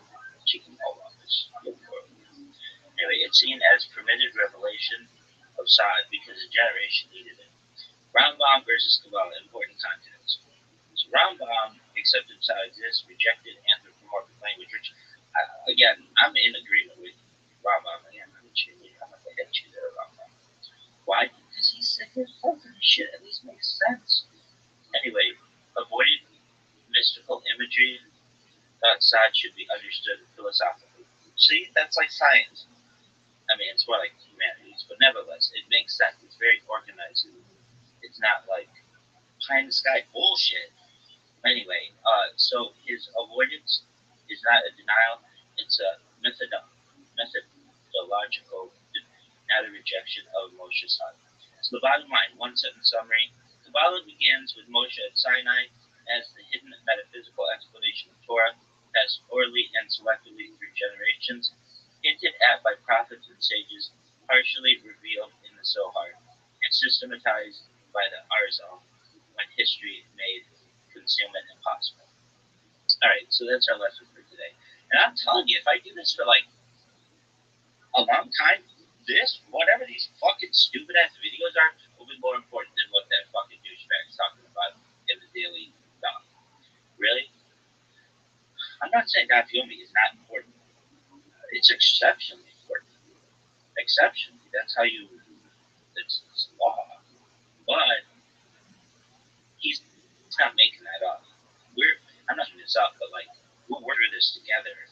And like, all these words in the future will be like, written down. These will be footnotes to some people in the future, maybe. So I'm making my own Kabbalah. Is that accurate? No, I'm making my own explanation of Kabbalah. Yeah, release back. Yeah. What's this new device? It sucks. It's a tablet. It's terrible. But it's better than that fucking phone. That I struggle so much. I make so much content that just doesn't get published on the device on which I'm using because everything sucks. And I've got to get into a rhythm with this, with these videos. And davening sucks, no doubt about that. But it's like this weird thing I have with davening. If you took it away from me, I would feel lost. It like helps to ground me. But nevertheless, it sucks. All right, anything else you want to say? Fantasy football league ended just about instantly. I don't want to talk about my results. Anything else? What about the toroid with the red string you talked about yesterday? Yeah, I'm still pretty solid on that. Oh yeah, I was thinking about this. If you've ever seen like string and like I don't know, it's kind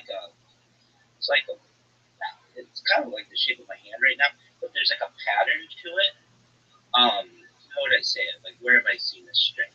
I don't know. Go to Michael's or some arts and crafts store. You used to be able to go to Joanne. Anyway, just like any place. I mean, the Home Depot, I'm sure has this. It's just the way that the string is arranged. It's very orderly, and I mean, yarn sometimes is arranged like this, but sometimes yarn is just kind of like just a mess. But some people's mess is other people's organization, but don't ever forget that, kids. Anyway, there's this like beautiful pattern though of how the string is arranged. And if you took the end of that string and let's say somehow connected it with the beginning, like if you connected the beginning and the end of that string in that toroid form, it would never have a start and it would never have a finish. It would just be one continuous loop that just keeps going and going and going. And I kind of think, I mean, I don't know. This is just like how I live with not understanding 1 second before the Big Bang or whatever. what do I think happened? I've never heard anybody say this because they don't, and maybe they do. I just have never heard anybody say this, that we cannot perceive, we cannot understand with the human mind what happens. Because, and maybe at a higher intelligence somehow we could, or perhaps with more knowledge, but as of, like, nobody knows. And anybody who tells you that they know, that's a big red flag for any of this shit. Anyone who, and I mean this for my Chabadniks, I mean this for my breast lovers, I love your Rebbe's. And all of Hasidism and just all of Orthodoxy. I love the rabbis. I do. Most of them. Some are pieces of absolute shit. But for the most part, and but they don't know.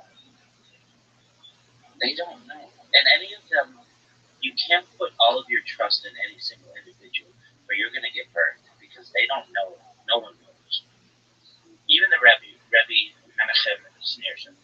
Do I like him? Fuck yeah, I like him. Under, perhaps some different conditions, I would not be live streaming my life, but I'd be in a Chabad right now. Probably,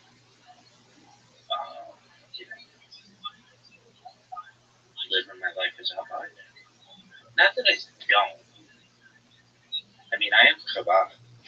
I don't forget the moment that a Chabad rabbi said to me, I was talking to another rabbi. This rabbi, the first rabbi said, make sure to tell him that you're Chabad. I was like, okay.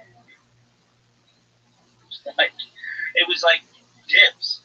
It never felt like anybody had dibs on me. But that's gone a long way with me. I am Chabad. And people may say, well,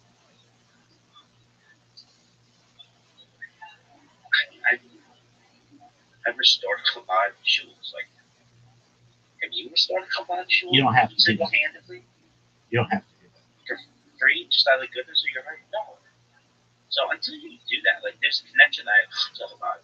And, like, anybody who knows Chabad, you could be anywhere in the world, have a connection to Chabad. But that doesn't mean I don't love the breast lovers. And frankly, I really love the Sounders. And everybody else. Did you motherfuckers who stand your ground?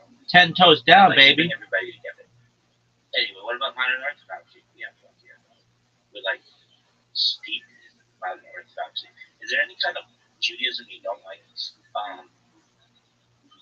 Anything? I mean, I don't consider conservative to be Judaism. I don't consider reform to be Judaism. If anything, I consider Reconstructionist and Humanist to be closer to Orthodoxy than those other two. I deeply dislike them, but I shouldn't say that. I don't know anything. I've never been exposed to conservative reform Judaism, but they're movements, but I'd like to bring everybody back. I'd like to make Orthodoxy open to everyone. Not open Orthodoxy. I'd like to make Orthodoxy, I want to bring everybody back to Orthodoxy, which is a major tenet of Chabad and was a major goal of the Rebbe. Alright, well, we'll see if this device works. Maybe. Okay, anything else you want to say? Yeah, you're fine. Go fuck yourself. Everything sucks.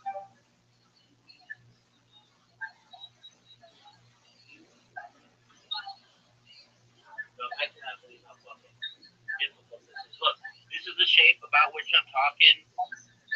It's like the red string. Anyway, this is such bullshit. I just tried all day to fucking think it works. Sucks. That's it. Babies.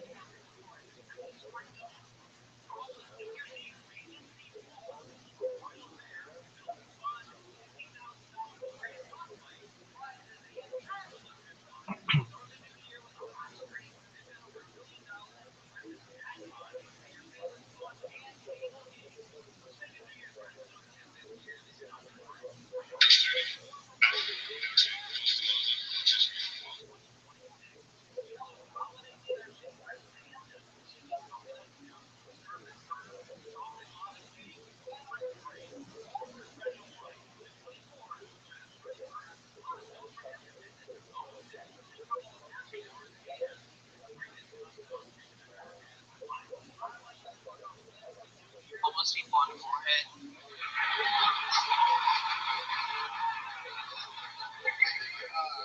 It's my way of giving back. Can I say something? Next time you see us sleeping, go ahead. I want to know how this ends. Next time you see a sleeping homeless person, tuck them in. Mohammed Evolve making his Kill Tony debut. I mean, wow. I gotta tell ya, we are going to be bleeping those Edwards. YouTube has a rule. We figured out all the modern rules, even though they're always changing with YouTube. We had the actual executives here a few weeks ago. We asked them every question possible. There's a limit to how many times even a black person can say the N-word. And I asked, what if they're really black? Like, what if they're like darker than pure black? Can they say the N-word? And they said, no, you have to bleep it. And then somehow, and I know because you are that guy, that we are going to have to bleep 4 times. So if you guys are wondering what he was saying during those bleeps, it was the N-word. And it is proven Ian Edwards, who looks like milk chocolate compared to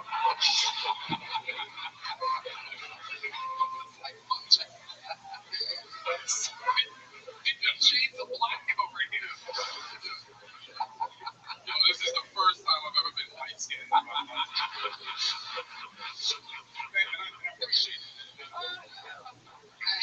He's white to me. Oh, I know. It's incredible. Like, even D Madness is like, hey, that's what I see. You're the only guy D Madness has ever seen before.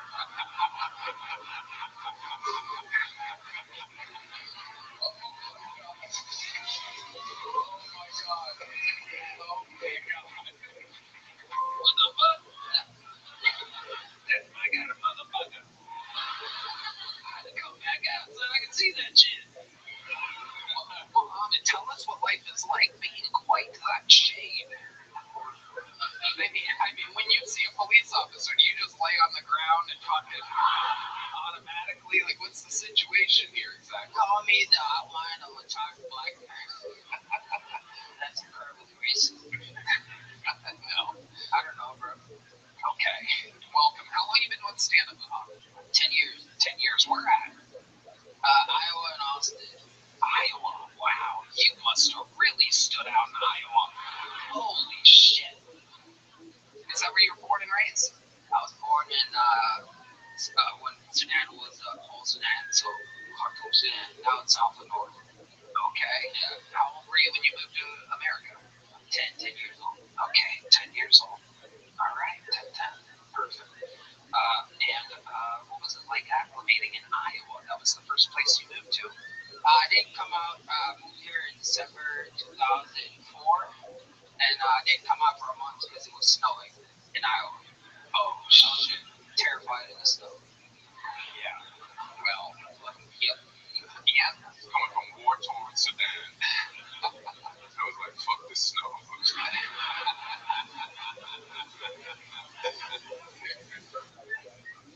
I can't imagine the contrast when you walked out in the snow for the first time. I can't even imagine.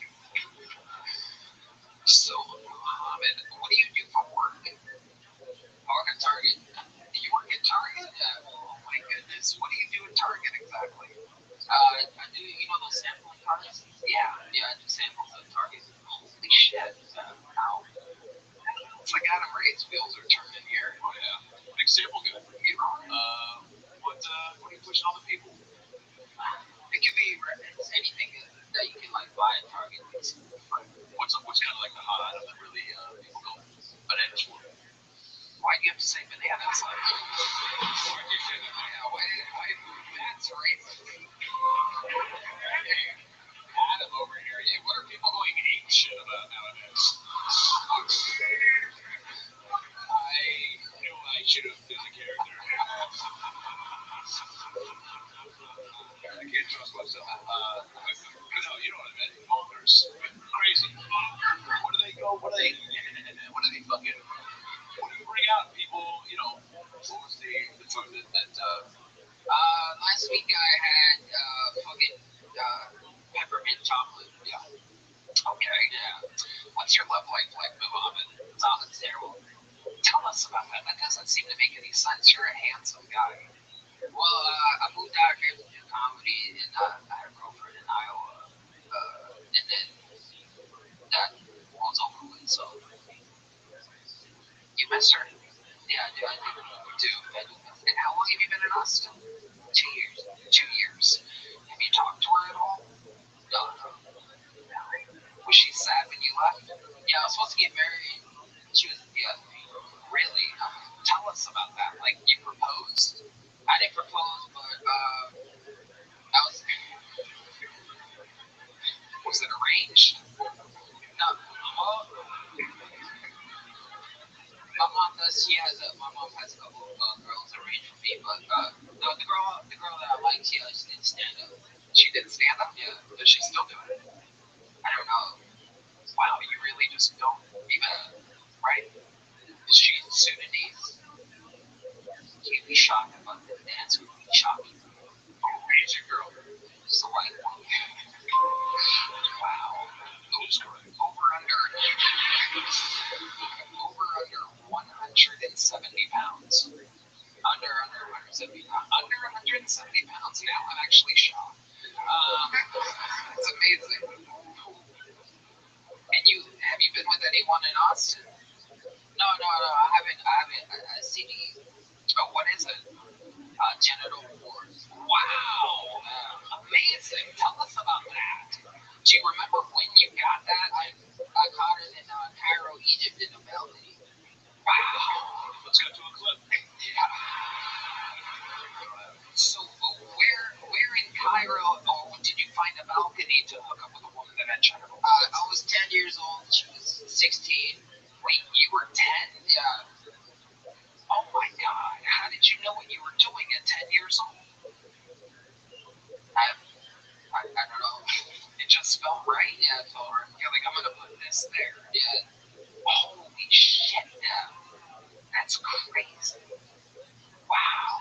So, do you just have those all the time? Is that a thing that just stays? You have it your whole life. You can't get rid of it, but you can get rid of the symptoms. But it's always it's an STD class. No, this is very. We find out what's different about everybody here. This is amazing. Did you bring this up during the Target interview? This feels like a pretty personal. No. Yeah. Wow. So basically, I mean, what does that mean? You just have to use a condom all the time? Yeah, basically. Yeah. All right. Did a couple, or did it like one big cruise woman? That's a good question. Red wants an actual description. The before you go wart remover on it, or have you tried any of like home TikTok remedies for Red Band? That's enough. Put down the microphone. Again, what were you doing in Cairo exactly? I'm kind of confused. In 2004, the Sudanese government they were killing a lot of people. Just randomly, or was there a specific reason or type of people? It was in South Sudan where they have resources, where the government would hire rebels to go to like remote villages and like kill the population and get the resources. And my mom wanted to come out of there. What were the resources? Like blood diamonds or something? Is that right? That's very funny, guys. No, I'm genuinely curious. It's very fun. That's soil. Oh, okay. Yeah. My mom decided to get the fuck out of there, and we seek refuge to the United Nations. That refugee program where if you're in a war-torn area, they will rescue you and take you to better places. So she applied, and then we moved to Cairo, Egypt. I lived there for 4 years, and then I came here. Right. Amazing. And they shipped you to one of the safest places in the world, Iowa. That had to be a culture shock for you at 10, right? Yes, it's a whole different situation. All white people around you, basically. I mean, I lived around white people my whole life. Yeah. Egypt. Oh, we have a lot of Chinese people in Egypt. It's a fun fact. Oh, okay. All right. General says meet General Wards. See, that's a Chinese genital blood show. Figured that one out. Genital banana. I love it. Muhammad, you have any special skills or talents other than comedy? I'm double-jointed. Can you show us a trick? Wow! Oh my God! The Exorcist. Anyway, continue. Do not. Oh man, I pulled my shoulder blades. Mohammed, I like your style. Congratulations. Thank you for signing up. Come back again. Let's do it again. There he is. Mohammed and you all, ladies and gentlemen. All right. Ladies and gentlemen, we have what I think is one of the greatest regulars in the history of the show. And he's only been on for a few weeks. I think he is the future and the present. This is a brand new minute from the great Dietrich Flynn, ladies and gentlemen.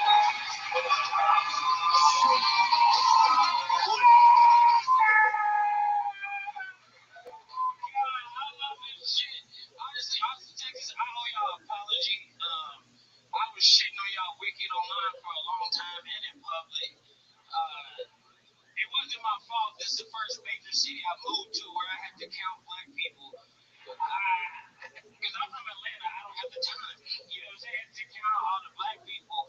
And then, then I was on the. Then as soon as I got killed, Tony, I was like, oh shit, nigga, y'all got great sausage. Yeah. This is the most booming city in the world, right? Hey, ask me my favorite comedian. Tony Hinchcliffe. Tony Hinchcliffe is my favorite comedian. I love being out here now. Because the problem was I was on the bus most of the time, so I never got to see the beauty. Because y'all put the homeless on the bus, and I know where they stop at, and it's near where I live. But the beautiful, because put this way, one day I was walking up here, the first time I wanted to sign up, me and my friends was walking, and he asked all of my friends for money, and then when he got to me, he was like, keep your head up.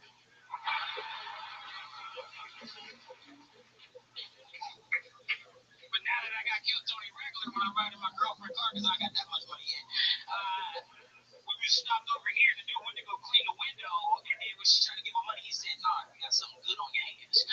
All right, he gonna be somebody. Thank y'all so much. I'm Dietrich Flynn. I love it. Is that true that you rode the bus in Austin? Yeah, all the time. I didn't even know that was a thing. I guess I kind of ran buses, but you gotta walk like where I gotta walk is like a 2-mile walk around the interstate, and then you get on the bus. Like there's no like real bus lines like going anywhere. They don't really go through downtown. I don't really understand. Well, that's because you got money, Tony. I see them all the time. I'm like, oh, that's the 801. I was on there. Even when I'm driving around in my luxury automobile, I don't see buses. They don't come up on your camera.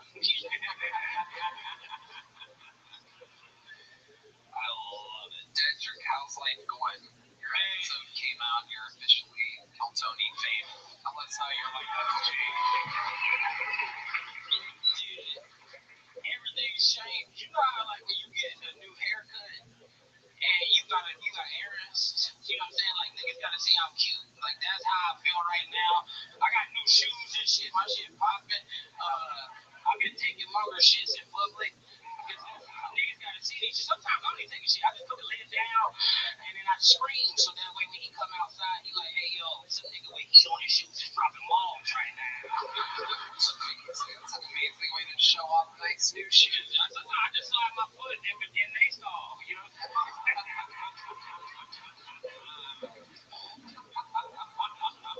That was you? This shit is hard. Yeah. I recognize him. I'm going to ask you where you got it. That is awesome. Other than new shoes, what else? You're financially secure now for the first time. Yeah, man, this shit's crazy. My phone, I don't need the Wi-Fi no more. Shit, nigga, I'm actually, I get to go home this week to do Killers or Kill Tony at the Fox here in Atlanta, which is crazy. I just need to go home. I don't even know how I feel all the way yet because I haven't been. I haven't seen my mom. I haven't seen my brother. I haven't seen my sister. I haven't seen like all of my friends that have been there since day one. Like all I know is like the phone call, but like I haven't got like the hugs from it. So it's I'm probably gonna come back and fucking get it. Thanks, man. And Cloud, how much you Cloud and Lazantine, how much you will find your notification is on. Just pick the post and make it so yeah, that's my aims. I love you guys. Thanks for what that is making. Thank you guys.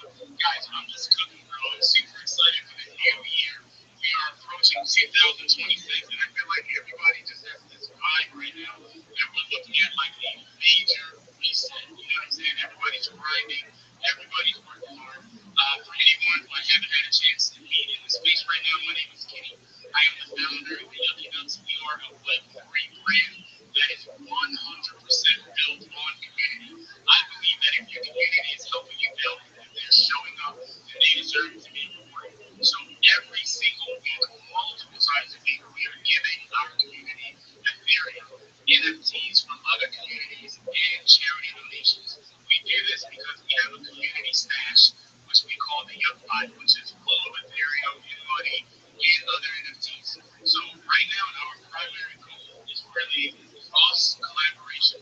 We're working with a ton of other communities. We're supporting those communities. They are vibing and supporting us. We had an amazing space yesterday. We had like the NFT kid there, maybe billionaires, rave gods, soul on chain.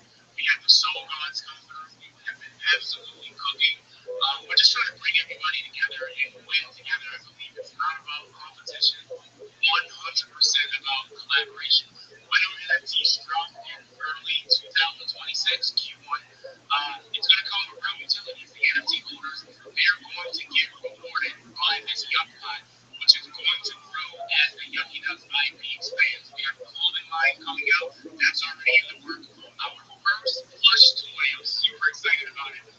The actual item itself is being sent to me right now for me to check out. So I'm getting super pumped about that. We have animations that are already done and a ton of things in the work. This is going to be a major Web3 brand. That is what we're building. It's just community first. You know, we're going to get to our community. They're going to win with us. They're going to make this money. And we're looking to be, you know, a top 10 or so NFT project in the long run. So guys, check out my page. Drop me a like. Follow, like, definitely follow back. Jump on the website and read through the white paper. You'll see this is a multi-year plan that we have in the works right now. And I'm excited to meet everybody. I'm excited to fly with everybody and to absolutely crush it in 2026. Cloud, my guy. Tay, you guys are killing it as always. Thank you so much. I'm tossing you back the mic, my guy. Yes, absolutely, guys. And also, ideas, also follow John George, guys.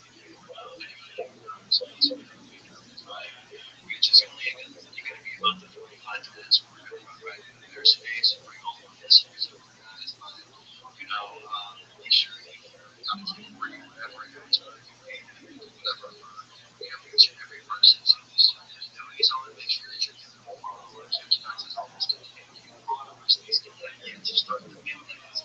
You know, he's going to be telling you more about that in the spaces, and he's going to join the community and get in with these constantly giving back. He's constantly bringing opportunities to people, and you know, keep an eye out on people that are really working, that are putting their, you know, creative genius network for themselves as well. So super just based network, super based community, and honestly just one of the coolest projects that we're hyped about for early 2026. Guys, give them some love, give them that follow, and yeah. With that being said, guys, we're gonna be excited for that space coming up. We leave that up on the Jello Show. We talk to a couple of other people.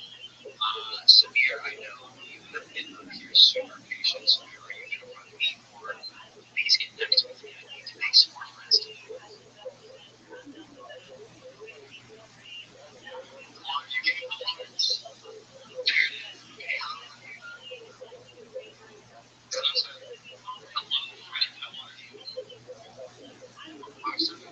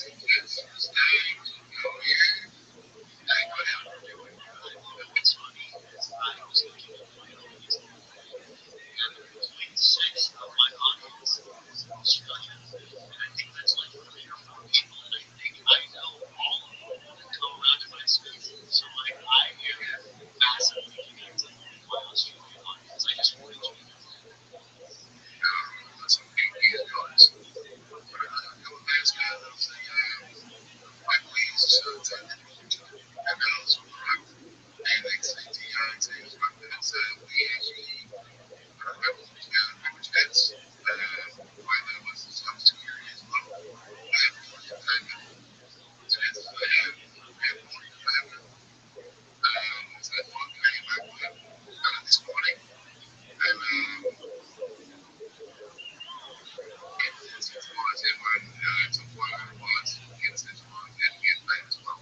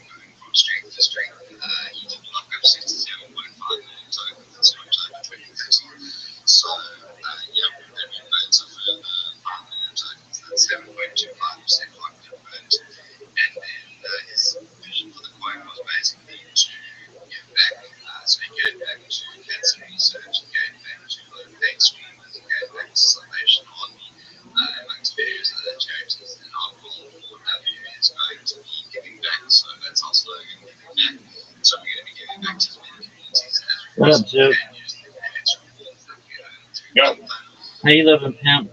Hey, I can't talk right now. I just got invited onto this space. It's got 600 people. Come back in 20 minutes. I'll be able to talk.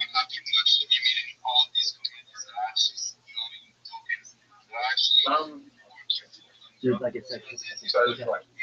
Come back in 20 minutes.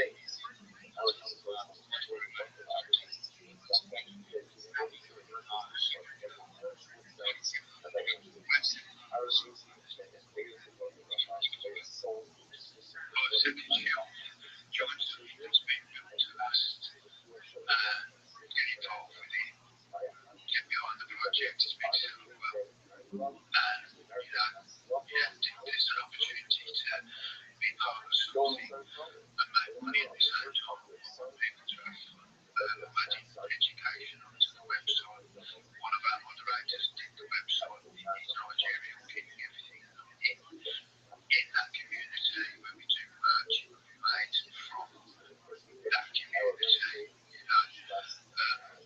Obviously this space here, which I'm really grateful for that, and also I gave about this very young brilliant, absolutely amazing space to be involved in. I hope he's listening one day, might let me speak to him. But yeah, I'd just be grateful if you could get behind it.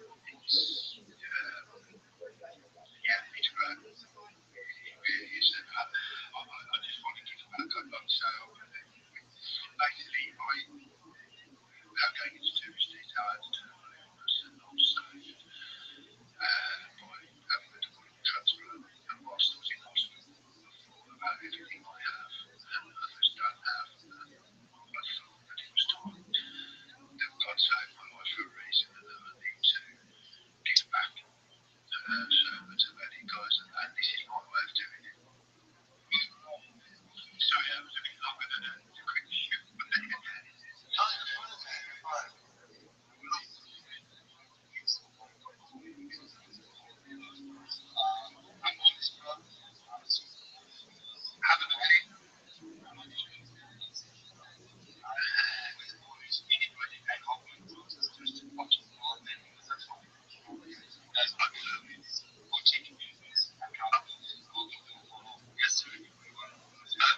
I'd love to have you, get involved and it'd be great. Anyone, have a look at it, how it's all set up, you'll see. We did our first spaces yesterday, I think we set a record for the amount of rooks on X, but everyone was getting rooked on X yesterday. It was bugging out. Yeah, they were. I already know. It's crazy. Yeah, it was hard work. And I think, for our first spaces for a small community, I think there was only about 70, maybe a bit more into start, but It's really we're like starting out with spaces. we could do 22. Yeah, I mean, we did well, and it was just unfortunate. We just kept looking, but to be fair, I think it must have been about 6 months, and there were still people at the end. And obviously, for having home there, we launched some prizes. There was 2 competitions to keep them engaged, and all the rest of it. All the giveaways and everything, all the promotions being done at the booking.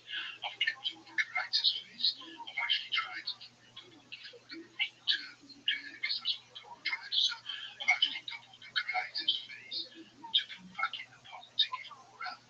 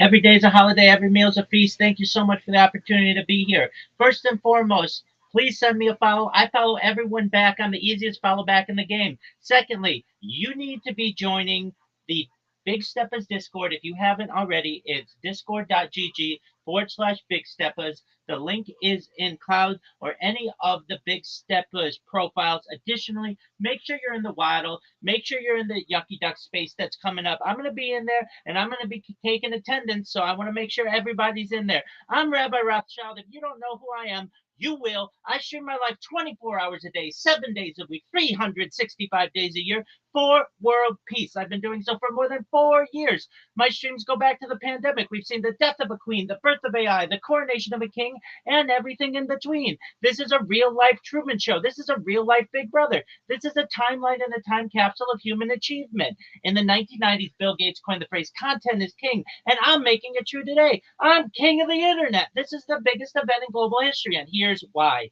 In 2018, The Economist magazine stated that data had overtaken petroleum as Earth's #1 resource, and I have more data archived on the internet than any person ever, which is making me very influential. I'm going viral, and when I do, I want to make you, your friends, your family all financially independent if you're not already. I want to ensure that you have generational wealth if you don't already, and I want you to be able to start charities and philanthropic organizations of your own.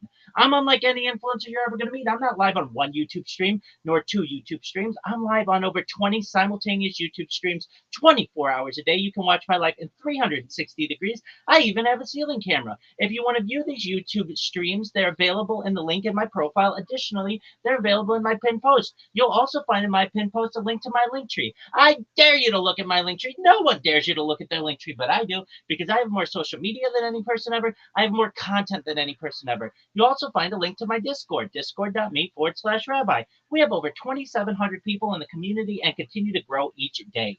In addition to making you all extremely wealthy and wanting to promote world peace, I want to help end world hunger through the use of technology such as agricultural drones, floating greenhouses, saltwater greenhouses, hydroponics, vertical farming, cloud seeding. I want to help end world thirst. I'm sponsored by a cryptocurrency that's worth about $100 million, and one of the things that we do is we build wells and water towers in developing nations for the benefit of the less fortunate. Additionally, I'm an advocate for the Life Straw program and most importantly, desalination technology, where we pump Earth's seawater onto land to make it drinkable. If you are a reply guy, if you're a Web3 marketer, if you're a raider or a shiller and you want a free mentor, coach, and friend, send me a follow. I will follow you back. Send me a DM. I will respond. I want you all to know that I'm here to support you both personally and professionally. I'm here to be a positive person in your lives. I'm here to have an optimistic view on the future. And most importantly, I want to give people hope. And with that, I sincerely appreciate the opportunity to share.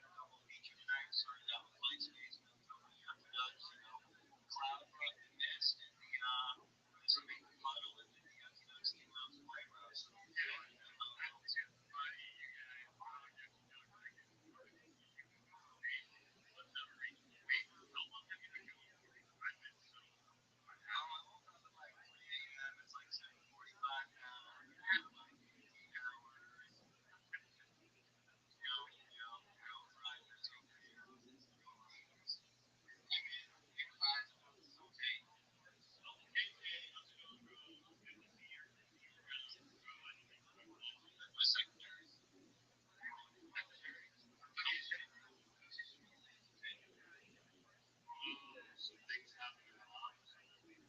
That's Andrew Tate.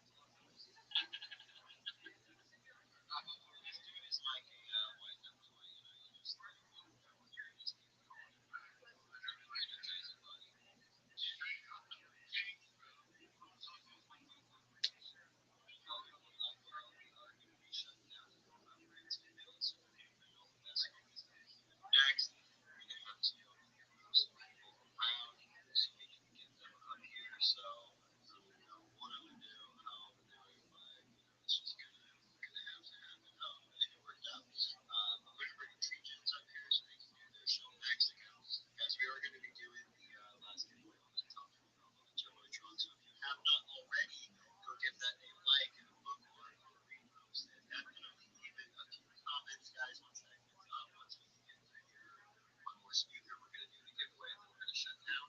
So you guys can go grab a glass of water, do what you gotta do, and get ready for the empty that space. But Tregens, come up and do the thing, bro. Great to be here, Cloud. Today, Atlas, all the pieces. Hey! Okay, I'm gonna give you a quick TGN is the token of the tree economy. If you guys are familiar with 950 billion per year, the carbon credit market is basically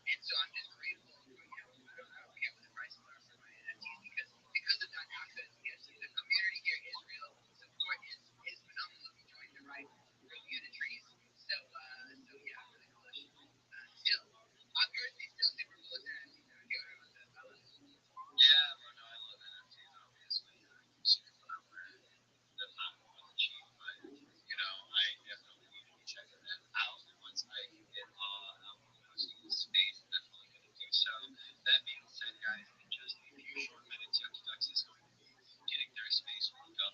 So we are going to be shutting down, and I'm not sure what I'll do my next space. So you're going to have to turn the noties on and make sure that you're able to get that notification, Mr. Digit, before I allow you to talk until the space is over. I am going to find a winner for the giveaway, and I actually think I'm going to pick someone that is they were just up here. Louis Maine is gone.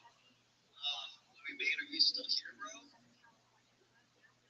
Not. Well, I'm going to have to pick a different winner then. Okay.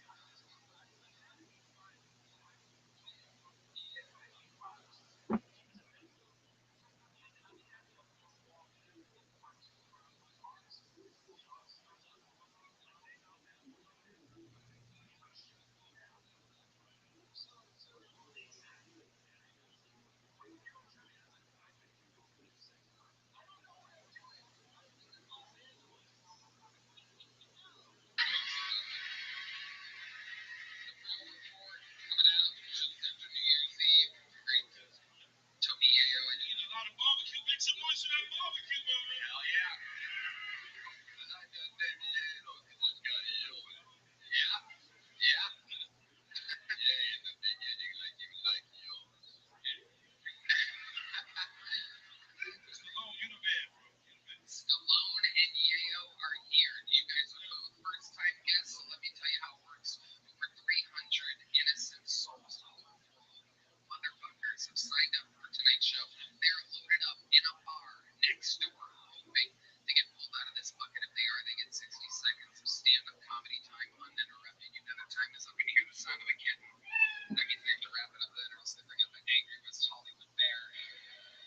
I'm gonna let this Filipino masseuse pick the first name of the night. See if we have a happy ending here from this.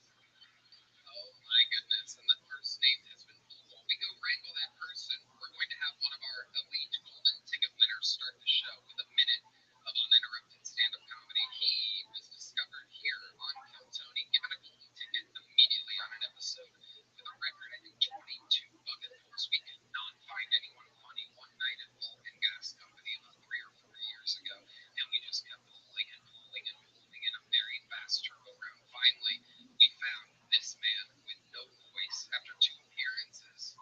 Howie Mandel discovered him on this show, rushed him on America's Got Talent, got second place because they sabotaged his final appearance.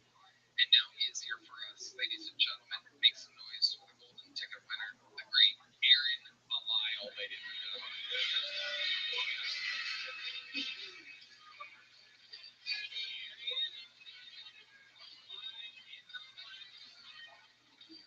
Taking the mic out of the ring there.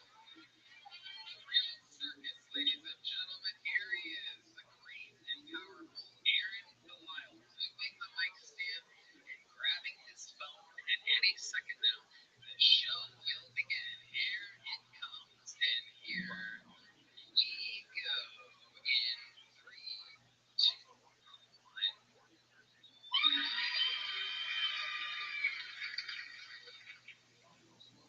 To get the American experience, I went out shooting the other day. I shot a .308 in the clay and a handgun. What kind of idiot would give me a rifle? That's just irresponsible. They were super cool about it.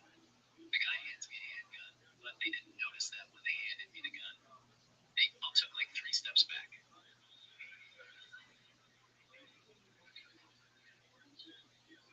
They're like, this is America, so we are going to let him shoot. But also, this very special boy is definitely going to shoot one of us. Luckily, I had my handicap pass, so I just shot everything. So there's a serial killer in Austin, Texas, that has been killing a bunch of people at Lady Bird Lake. I have a big secret. It was me. And I tried to turn myself in and tell them it was me. And they were like, no, you're not. Stop playing. Bunch of ableist assholes. People always underestimate me. I can totally drown a dude in a lake. I almost drown every time I go into a lake.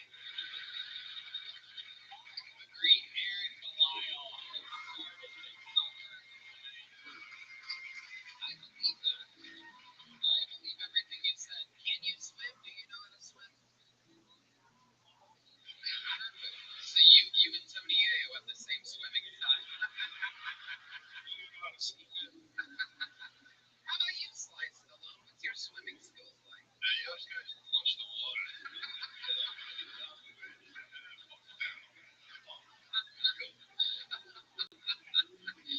Aaron Belisle, how's things been going for you? You've been out on the road. You worked with Steve-O, took you all over the place. I had about 23 shows last month, all sold out. I get a permit that I can't drive to get a license plate. I love it when you say something and the crowd applauds because you don't know if they're going to applaud or not, and then they applaud over whatever the rest of what you just said was. You want to hit that? Do you have the same? Do you have that button loaded up again? You just hit it again. I need a moment to time the response. Oh shit! It's all right. Now's a good time to say that this episode is brought to you by Tom Space. Is that from you?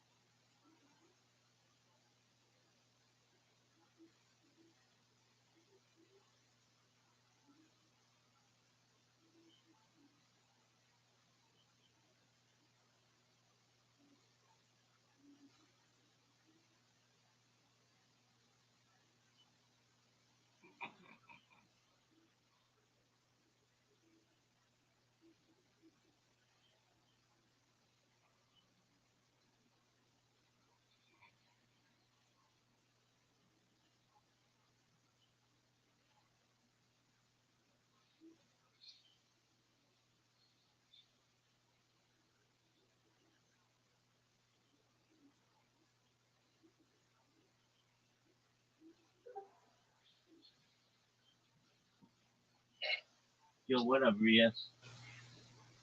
Hey, brother. Hey, every day is a holiday, every meal's a feast. How you living, Camp?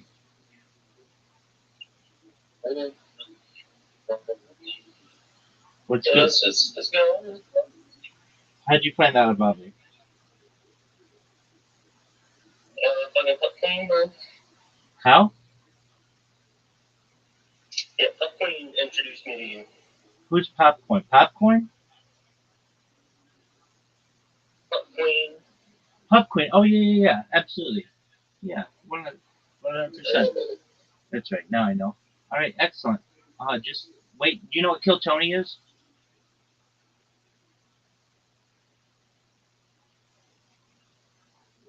Do you know what Kill Tony is? Yeah, Yes, you do. it's cool. He hosts the comedy, brings on like some new comedians and lets them do like a couple minutes on the show. Yeah. So it's been going live every Monday for the last 12 years, like clockwork. And this week they fucked up and uploaded the wrong episode, and the internet is blowing up over it. And so I just think this is funny. It's like literally They happened. fucked up and did what? So like normally they upload the video every Monday night, but this Monday night, unlike all the other Monday nights they've ever had, they uploaded the wrong video, and the internet is just shitting on them because they're obviously supposed to already have the video ready to go, and it's not. And so they're currently 37 minutes late. They're still uploading it, but it's just 37 minutes. yeah, and everybody's That's pissed. crazy. Why are they so mad? That's not a big deal. Yeah, I Shit mean, happens. I agree with you, but you got to understand that every week that's true. But every week for the last 12 years, people have expected this every Monday night. It's like more consistent than Monday Night Football, and then all of a sudden it doesn't work, so people are pissed off about it. That sounds like addiction almost. It is addiction. People fucking love this shit. It's live from Joe Rogan's Comedy Mothership. It's like its own little cult. It is. Yeah, a lot of, that kind of stuff happens randomly with a lot of people. A lot of YouTube channels and stuff like that. Yeah, but this is a big one. I mean, they make, I think, something like $250,000 per episode, something like that. And right, I mean, they have a contract with Netflix. They've played Madison Square Garden. They are the biggest live premiere on YouTube every week. Even this year, they're the largest live podcast in the world. And with all that being said, for them to not have this available is disappointing a lot of people. So anyway, that's what's going on. How about you, Big Dog? What's new in your world? Oh shit, man! I'm fucking tired, fucking jobless, and honestly, doing pretty good actually. All right, do you have a resume? Yeah, I just updated my resume this morning actually. All right. Went ahead and got that cleaned up. Indeed. I mean, on Indeed, and they're like, "Fuck you." No, they don't do that. They don't do that. They don't do. I know how it works. They don't do that. Did you send your resume to a recruiter? No. No, because you're not really serious about this thing. But if you were, you would find a recruiter. I could give you. What's the name? Okay, so someone who gets paid. Yeah, someone who gets paid to get you paid. Someone whose job it is to get you a job. Like a staffing agency almost? 100%. But more personal? Yeah, I mean, staffing agency works. Did you send your resume to a staffing agency?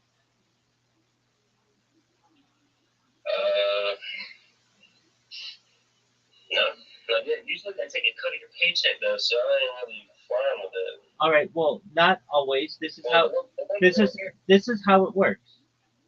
You apply for a position. They give you a contract for 90 days. You work for them. They take a small cut of your pay for 90 days, and then the company hires you, the hiring company, and then they don't take a cut of your pay anymore. True. So you only have to But lose. what I see happen a lot here is that instead of actually hiring anybody on, they'll let you work there for a while under the staffing agency, and then cut everybody loose about after their contract's up. That's if you're not doing a good job. That's if you're not doing a good job. If you're doing a good job, no hiring company wants to let you go. They're going to keep you on in any way possible. If you're doing a good job, I'm telling you, as someone who's hired hundreds of people in my time, both through recruiting agencies and without them, I'm letting you know that any company that is going to be successful and wants to be successful will not let people go who they think are the right positions for the position. What they will do is if you're just an average employee, they're going to cut you loose because they can get that anywhere. Right. That makes sense. Now, I did at my last job, I saw that happening quite a bit, where they keep some of the better recruits, but then they let some of them go, and I was like, hold up, I need to go talk to whoever just because they fucking. I made friends with this one guy, and he was really good, and I was teaching him everything, and he get hired back on. Man. All right. Well, I mean, it's up to you. If you want a job, that's a great way to get one. Yeah, I'm gonna have to do that. It doesn't hurt. If anything, just get your resume in there, and you never know. They might have something that you really like and you're passionate about and you enjoy, and you do it for 90 days under them. They may be paying you more than you would have expected you would have gotten anyway, and then you get hired on full time. That's the goal. Yeah, definitely the goal. Excellent. What do you do? How much money do you make? So not on some weird shit, just on some curious shit. What the fuck kind of question is Because you have that? a very interesting Yeah. You don't have to answer. I get it. The last full-time position I had was 6 figures, and it's allowed me, alongside some investments I've made and apps I've launched successfully on the App Store and Google Play, some financial independence.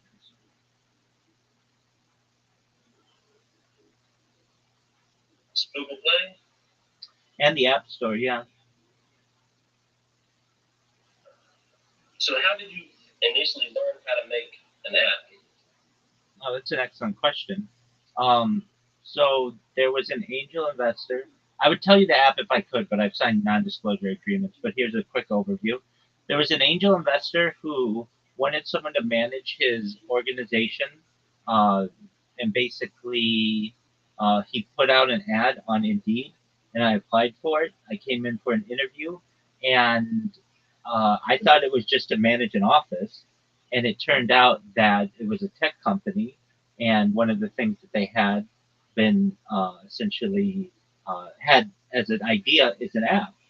And over the course of the next 6 months, we worked day in, day out, 6 days a week, sometimes as many as 18-hour days.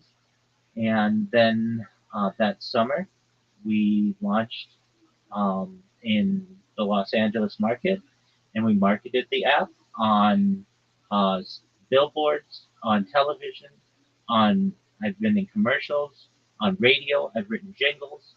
I've signed major spokespeople. If you know who Stephen A. Smith is, he's an ESPN personality. Signed him personally.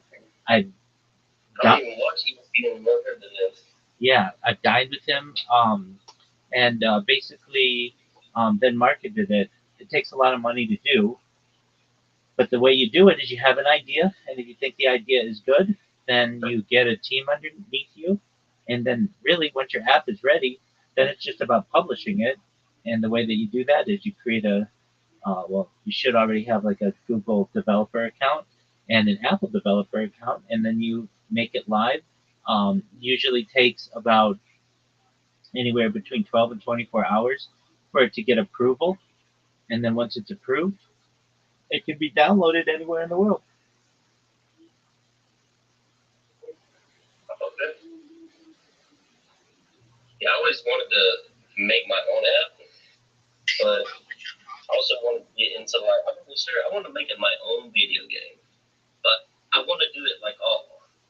But I realized that that's kind of like a lot, especially with like the coding. Yeah. Yeah, I mean, there's a lot to it. So now I'm just kind of part of the team on the video game. I don't know what part of it I want to do. All right, well, there's probably some tech company in your area who is hiring temp workers to be able to work on something like a project that you're passionate. But You know, you're never gonna find them if you don't apply. right? You're right. Very true. And I was also looking at like data analysts and data science positions, because I heard that's gonna be like popping and have a lot of positions to fill. And it seemed like something that I can just be on the computer and learn more about computers in general, and also make a decent amount of money, an okay amount of money, a very okay amount. Yeah, I mean, you can be successful doing that. I mean, I'm not looking for like a whole lot of wealth. I'm cool with just doing something I like to do every day. But I still want to have, something to pass on to, if I do have a kid or some shit like that. I got you. That's not like something crazy numbers. I'd be cool with having back in like 200K in the bank or some shit. When I die. Well, yeah, I mean, don't you think everybody would by now? True. Very true. I mean, unless you have a lot more money than that, $200,000 in the bank is nothing to laugh at. Yeah, like that'd be fucking amazing. I mean, I don't have that. I'm just saying that'd be my goal. Very big goal. In like long term.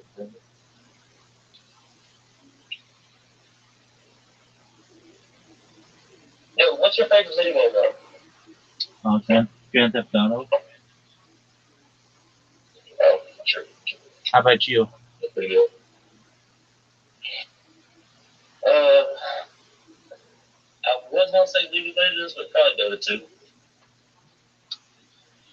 All right. Do you ever play Madden? Like what? Madden? Madden? Yeah. No, not really. Why don't you play Madden? Never been. Why don't you play Madden?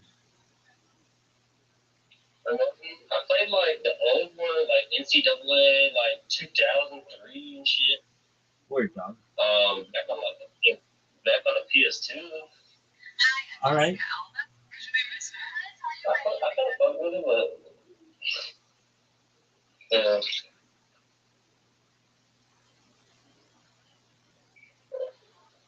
Yo, I have to go real quick, okay? All right. We'll come back when you have I'll time. come back in.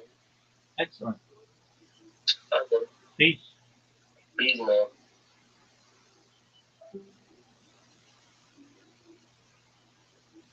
You breaking up with the knees, dog. This is the shape about which I'm talking. It's like the red string. Anyway, this is such bullshit. I've been trying all day to get this fucking thing to work. Go back up.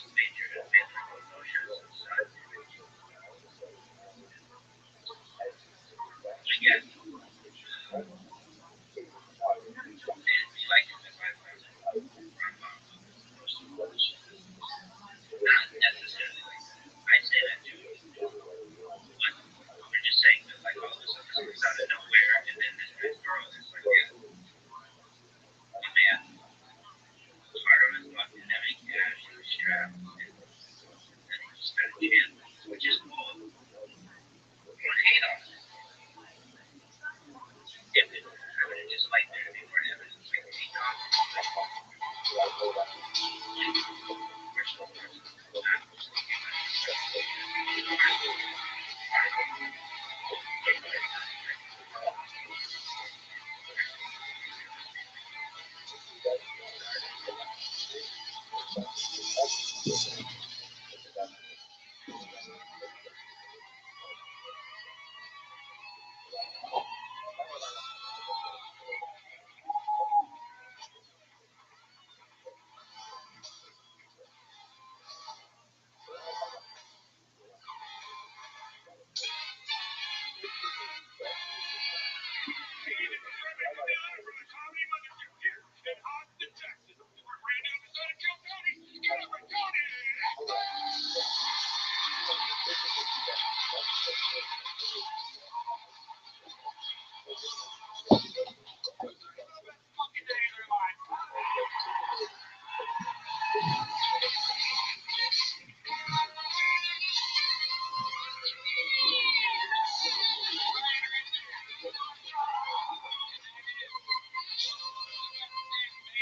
all the land, ladies and gentlemen, make some fucking noise. You are here in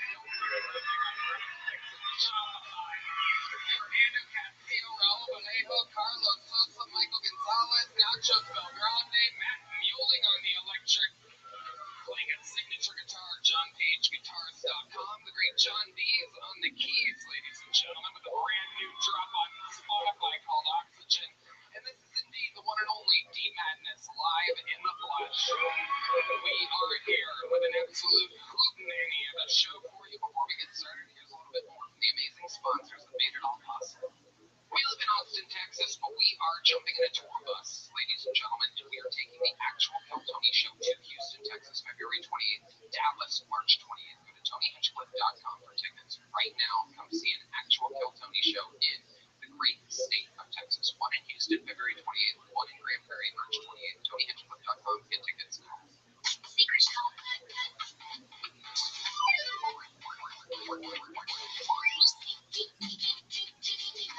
You guys ready to start tonight's fucking show or what? You know, when I book these things, I try to be strategic. You know, sometimes this, sometimes that, sometimes it's just the best comedians in the world, sometimes there's a rapper, sometimes there's this or that. Tonight we have two of the best comedians in the world and one of the greatest athletes of all time. Ladies and gentlemen, three residents of Austin, Texas. I present to you Lance Armstrong, Matt McCusker, and Tim Butterly.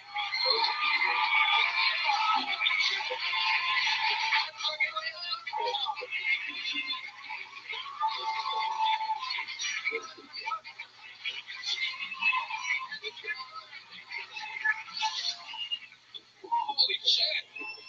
That's a fucking panel if I've ever seen one before. Matt McCusker here has a brand new special on Netflix, Humble Offerings. Tim Butterly has a show with Matt McCusker called The Algonauts, the fourth Tuesday of every month at the Creek in the Cave. And how about a hand for fucking Lance Armstrong joining me today? An amazing human being. And I can say, one of my golf buddies here in Austin. That's how crazy life is. Exactly, it's amazing. We're going to have a lot of fun. Over 200 innocent souls signed up for the opportunity to be pulled out of this bucket and get a minute on stage. It could change their life. They could absolutely automatically go from living in their car or whatever's going on and having 6 roommates that fart a lot to being rich and wildly successful. You know their time is up and hear the sound of a kitten. It's safe to wrap it up there. I'll say bring out the angry West Hollywood Bear. I'm gonna pull the name out of this pocket. I'm not gonna let this fucking pale meth head in the front row do it myself. Oh, you got braces, dude? Holy shit. How old are you? 37, finally getting it together. Look at you. Holy shit. You really are from Ohio. That's amazing. No better time than now, dude. Braces. They give you a discount when you get them when you're almost 40. This is the most your life is over. Braces. The teeth. Finally fixing the teeth. What are you going to do about the fact that your eyes are almost touching? They don't make braces for faces, do they? We're going to have fun. We're going to have fun. This episode brought to you by Brad Beat His Head. I give you them 2 black eyes with 1 punch, just right in the middle. His eyes are right next to each other. This episode is brought to you by Prize Picks and Shopify. While we go wrangle the first bucket full of the night, we have an unbelievable golden ticket winner here for you. Your first performer doing an uninterrupted 60 seconds is one of the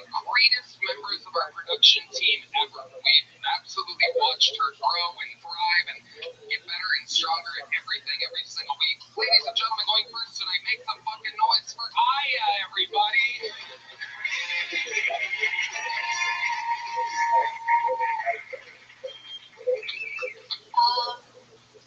When I first graduated college, I was just doing random stuff to make money. I tried selling edibles. You ever get so high you forget you sell drugs and just end up running a non-profit? Kind of what happened. I couldn't afford to go on vacation, so I was just teaching myself how to lucid dream. See Hawaii at night, I guess. I feel like if I had more money, my standards for guys would be a little bit higher. Like a friend of mine, she had a one-night stand with a guy, and he bought her a Plan B. And I don't know what I'd do if that happened to me. Because if a guy bought me a Plan B, I'd be like, damn, you would make an amazing provider. I wouldn't even take the Plan B, I would just keep the box to show my kid. That's how I knew he was the one. Okay, thank you guys. Exactly 1 minute from the green. Aya, everybody. Hi, Aya. Hey, Tony. How's it going? Good, how's it going with you? Fantastic. That was a great set. Thanks for asking how I'm doing. Nobody ever does that. Yeah. It's a thankless job. My first time, probably. Yeah, absolutely. Aya, tell these people about your life. My life, I recently cut my hair. I think I was thinking I was like, oh, and trying to be attractive to women, but then I really thought about being lesbian, and I heard that like vaginas are a little bit acidic, and I have too many paper cuts to dig in there. But I want to fall in love. I want to fall in love with someone like preferably Indian, because I don't know, when you fall in love with someone, you really get to know how their mind works. And Indian people always seem to have a really, really good song stuck in their head.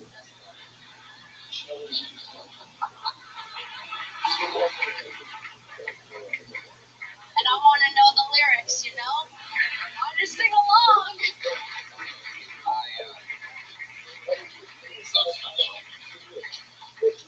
So when you say you cut your hair, did you cut your hair?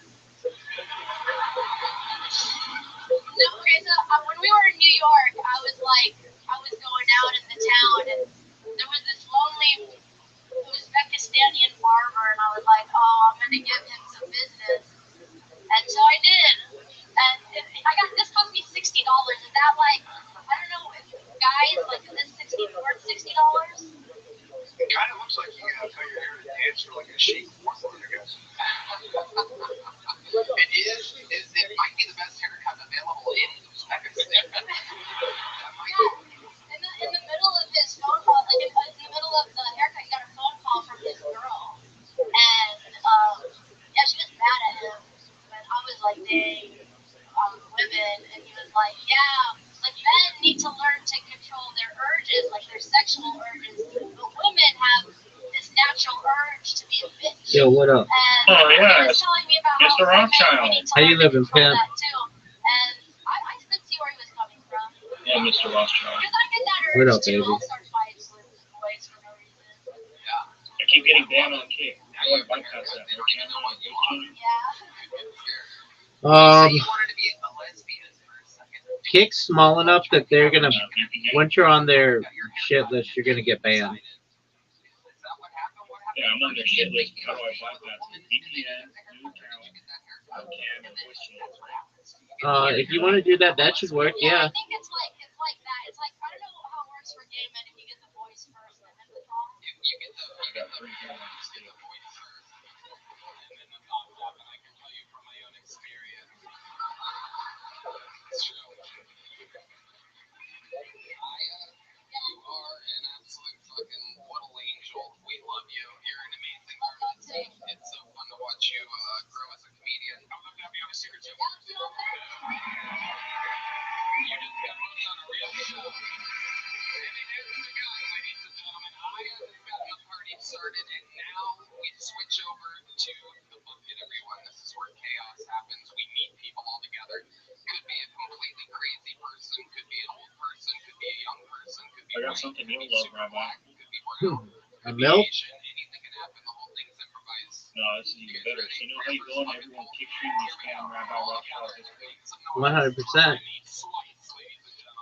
I have a tool that does that automatically. Okay, so do I, though. Oh, you have a tool that does that? Oh, Oh, it's Retro Raid. Retro Raid. I wasn't even paying attention to the fuck you were. Yeah, look. So this tool. Hold on. How'd you get banned on Kick?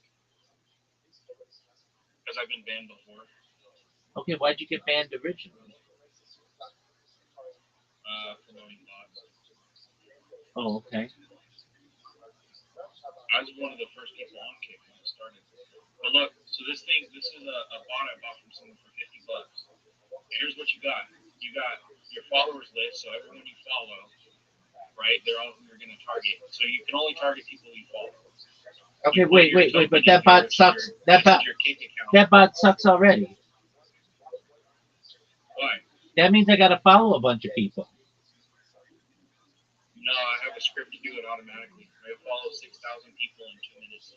Okay, So now I do you're that.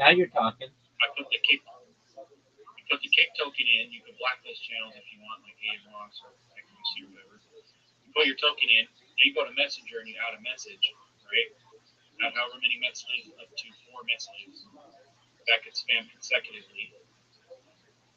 And then you just click start, and then it basically all it does is it starts sending messages to everyone's chat.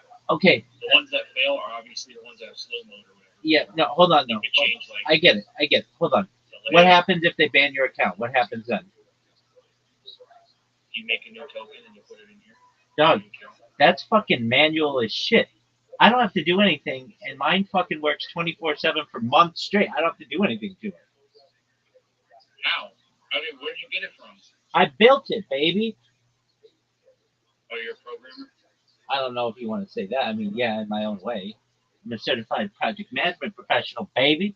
But yeah, what this bad boy does is I created a Excel sheet that has like 100,000 names on it, so it's always a random username, and then it goes to temporary email service, puts the email in, puts the random username in, picks a birth date, picks a password, it creates the account, and then I use a random Kick website, random Kick channel website that just goes to any random ass channel, and then it goes there. It creates a clip on the person and puts my, join my Discord in it. It follows them, it spams them, and then if the account gets banned, it knows that it got banned because this message comes up when you got a banned account on Kick, and it recognizes that it has image recognition, and then it starts it all over. Word, dog. That's kind of neat. Yeah. How do you make that? Like, what does it make? Or is it like an auto clicker thing, or what? Yeah, it's an auto clicker thing, and I did it for free. I'll teach you how to make it if you want.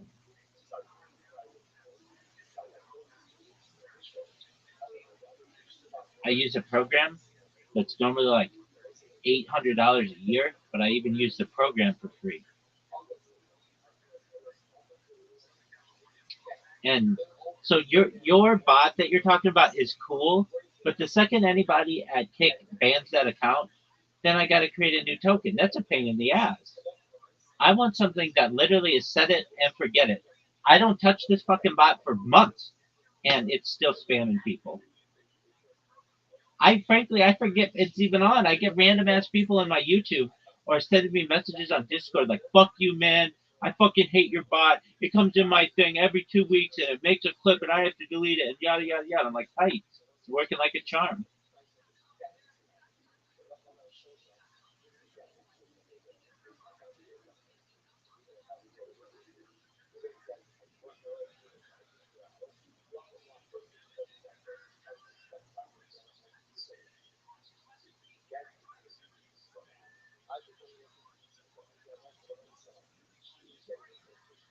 Your bot is really cool, but it gets banned like immediately.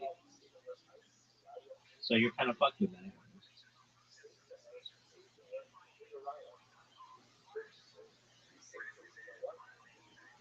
Are you still there? You're like frozen.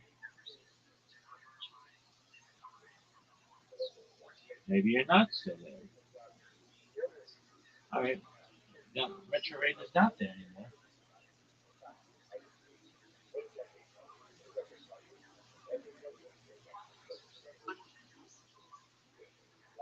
That means I look at the workplace to me rather than 10 steps behind everywhere we go.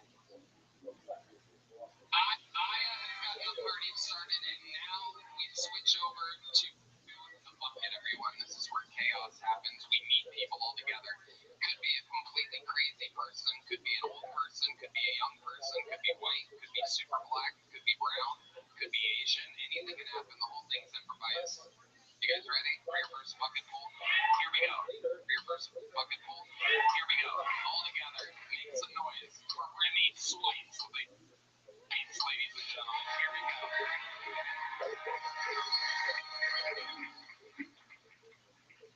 How's it going? My name is Rabbi Slice.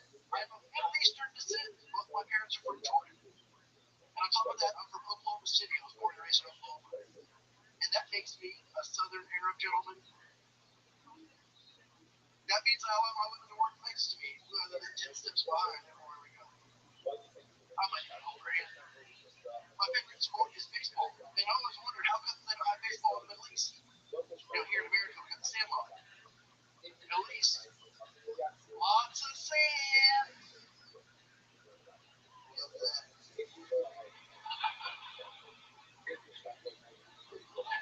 So I'm Arabic, right? I'm Arabic.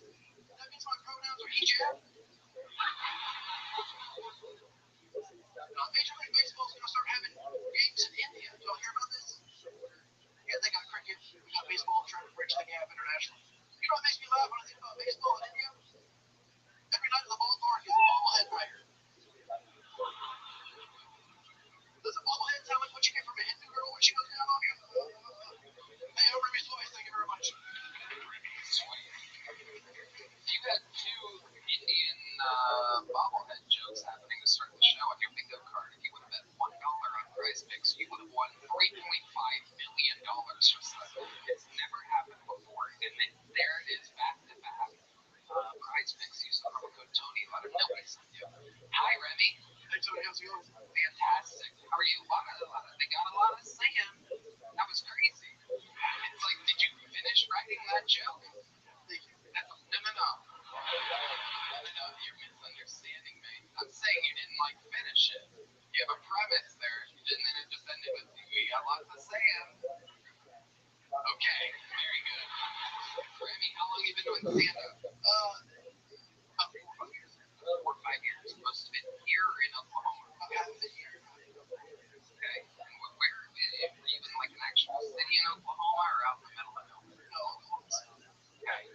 What was that like being a brown guy in Oklahoma City? It was all right. You know, back in the turn of the century, I had to act Spanish. But, yeah, it's like, what would you do to act Spanish? Give us an example. You know, wear beanies low to my eye and, a button-up shirt with the 2 buttons at the top and everything. What do you do for work, Remy? Right now, we're in new comedy, actually. I get paid to do comedy now. Who's paying you to do comedy? Who is this person? Where are you getting booked at? I'm getting booked at the Creek. I got booked in New York a couple times, and I got booked in Orlando. Booked at the Creek, but it looks like it lives in a cave. Am I right? The Creek in the Cave is the full name of the comedy club. The guys that know are laughing really hard right now because he does look like he lives in a cave. Okay. Joining a terrorist organization. Sort of my own. Okay. What would that look like to you? What would be the first thing what would be the first attack that you would do? Jeez. Probably my 3rd grade teacher's house. Great. You had a real answer there. Check in with Matt McCusker. Yeah, I'd like to talk more about this Middle Eastern Sandlot. I think you're onto something. Sandlot in the Middle East, they can hit them all over the walls. Instead, it's just hit Israel. You gotta go over the wall and face killing me souls as a different meaning with a suicide.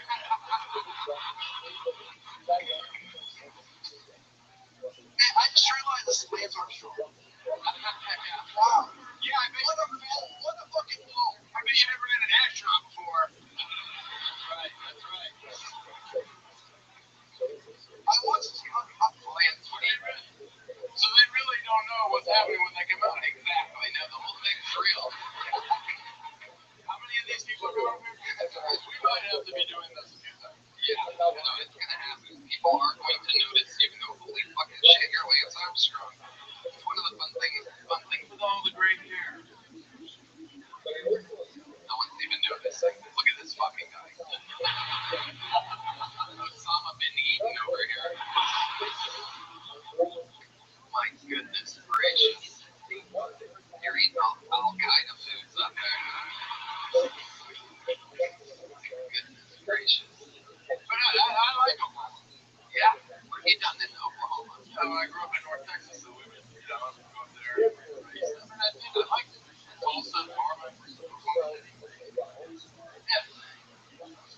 Fuck you. Fuck you. Anything else crazy about your life? The one who's nice up here.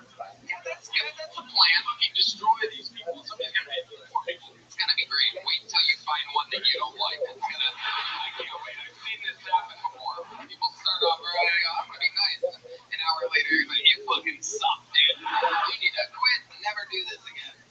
I run the biggest Milli Vanilli fan club page on Facebook. Milli Vanilli. In 2014, I hashtagged. Does everybody know who Milli Vanilli is? Young people, they're like, oh. They were my favorite band growing up. I say band, but then they got shit. But yeah, 2014, I hashtagged Milli Vanilli and it came up. Wow. How's that going? Did you feel it? Over 7,000 people. 7,000 people. It's the biggest one in the world. No big deal. Just out of curiosity, how many followers will be second biggest Milli Vanilli? I think like 1,000, maybe. Fucking losers. Alright, so the guy that killed himself, his sister joined the group. And and then she like tried to run it. And I was like, get the fuck out of here. And then someone else reached out on behalf, and I was like, if you're friendly, the Classic Facebook mod band. This is the ground up. Like, start your own. That's exactly what I said. I was like, they were my favorite band. Anyways. And so someone reached out for her on her behalf to me, and I was like, if she wants to pay just $5,000 cash, American. And yeah, I'll sign it over to you. If you want your dead brother's band's Facebook page, if you want me to stop posting my stand-up clips on your dead brother's band,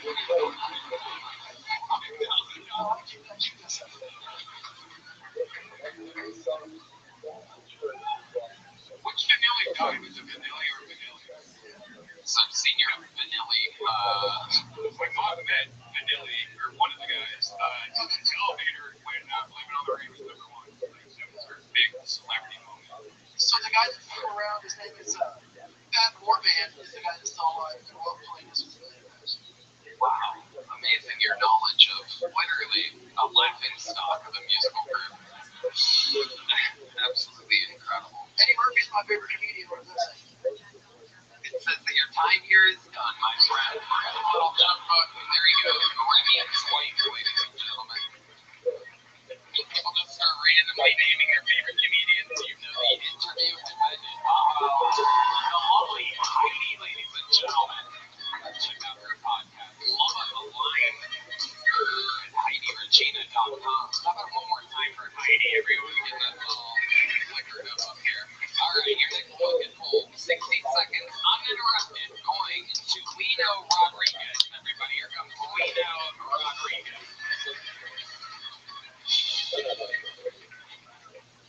I'm sort of stressed out, guys. The other day I got flashed by a homeless guy with the biggest, blackest cock I'd ever seen. In person. Shout out Mia Khalifa. He had a cock that was so big. I thought myself, how is this guy homeless? How is this guy homeless? I got what I got. I got a place. This guy should have a mansion. And before I knew it, he started a helicopter dick at me. And it was so big I could hear the sound. The motherfucker's powering the Midwest by himself. And before I knew it, he took flight. And then, as if God was calling him to heaven, he started to terrorize all of 6th Street. You got $1. Are you gonna finish that cigarette? Lino, going all the way to the mayor there. Hi, Lino. How's it going? Good. That was okay. That was good. That was like the best you've ever done on the show, right? You think so? I think so too. You've been on many times. What have we learned about you? What are the big fun facts about Lino? Remind me. I'm a 12-foot Puerto Rican from Mississippi. Okay. Yeah, that makes sense. Puerto Rican from Mississippi, Jordanians from Oklahoma. It's a real melting pot we have here tonight. So how clumped is that foot exactly? What does that mean? That your toes are like webbed? Is it there? What it mean? When I was born, they were upside down. Your toes were upside down. Shaped like a golf club. Wow. Yeah, I could bite my own ass with my fetus. Okay. What do you do for work, Lino? I work at the Vulcan Gas Company, and I also work in a smoke shop selling weed on the bus. Okay. How's that going? We got robbed. How did that happen? Middle of the night, or? Yeah, it was late night. They busted in the back of the bus and took all of our weed mushrooms. Very cool. Yeah, they busted in through the back door. Were you in there? Oh no, I was partying somewhere else. But it was open. The band, they were selling stuff. No, it was closed. They broke in. They knew what they wanted. They wanted our weed. They wanted our mushrooms. They wanted our vapes. Right. What else could they possibly want from a band that sells weed, mushrooms, and vapes? So much of that. They're definitely not looking for your joke book. That's for sure. Lino, how long have you been on stand-up? Around 4 or 5 years now.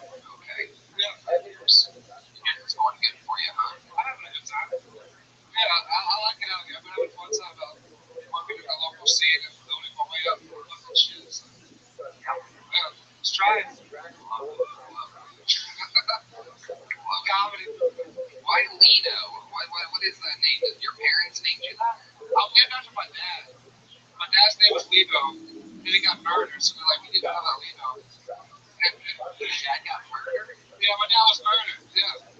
Tell us about that. Vape shop robbery? No, the motherfucker got murdered with a baseball bat. Oh, that's right, yeah. Oh, coming back to me now. And he's not even a baseball.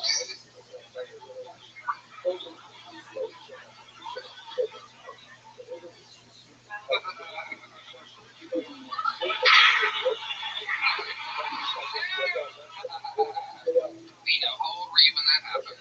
How was it? I'll say, how is this isn't adding up. I wasn't born and needed another one of you, and you was murdered. Yes. Maybe you've never done it. Your mom loved me, right? My mom, not big of a, no, my dad, he was murdered while I was at the pool, when I was at the top. Yeah. It's just such a crazy speech impediment to hear about a dead dad with. Because for a second I thought you were in the room when they murdered him. I was in the same room as he was. Could have been you.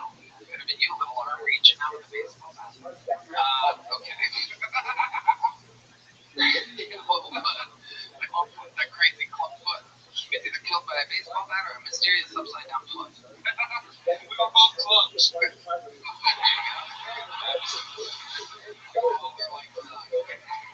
apple doesn't fall far from the Louisville slugger.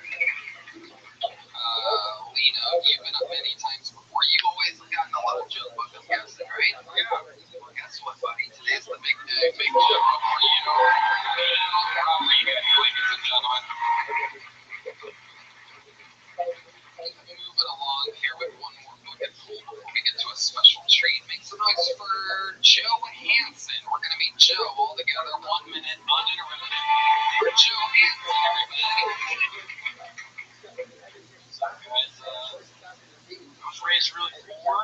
Just I don't do that. My parents would always try to hide it from us though.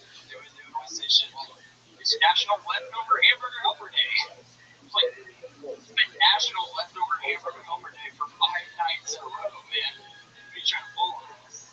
I figured it out though. I did figure out before it came time to put down on Family Dog. It cost $45. My dad was just like, nah, I'll shoot it. When I was 7 years old, man, I took that at face value. I was like, oh, I cannot get sick. We are not a minute clinic family at all. Dad, I have a headache. Die, bitch! That's cool, though. That's cool. Austin's fun. I was walking down 6th, and this girl goes, I'm having hot girl tummy issues. She lifted up her shirt, and she just had a colostomy bag. That's not a hot girl tummy issues. That's just a bag of shit straps. Thank you. Thank you. Hell yeah. Joe Hansen, welcome. Is this your first time on the show? Yeah. Nice. Welcome. How long have you been doing stand-up? Like probably 2 years. 2 years. All of it here in Austin? No, I'm actually from Kansas City. Okay. Now you live here? No. Actually, I just moved out to Clearwater, Florida. Okay. What made you move to Clearwater, Florida? My wife is doing her residency now. Internal medicine. Okay. 5 years retirement. I'm fucking out of a job in 5 years. You little gold digger. What do you do for work? I just work like bullshit IT. Alright. Okay, let me, if they see this, it's cool IT. And I love it so much. Okay. What kind of money are you making? Not enough to really be saying how much I love it, but right. I know that I don't want to lose it. What are the hours like? It's just not more shit. Okay. What are you doing? Help desk, server admin? Help desk, bitch. Yeah. Rockstar, man. Really? Yeah, they really treat you like a fucking loser. And then you work your way up to full-time comedians. Yeah,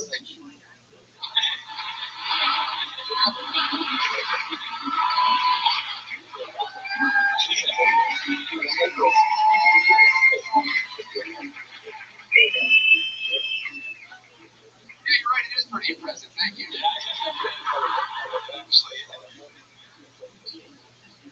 Joe, what's your plan to work yourself up to being a big-time comedian? It's Clearwater, Florida.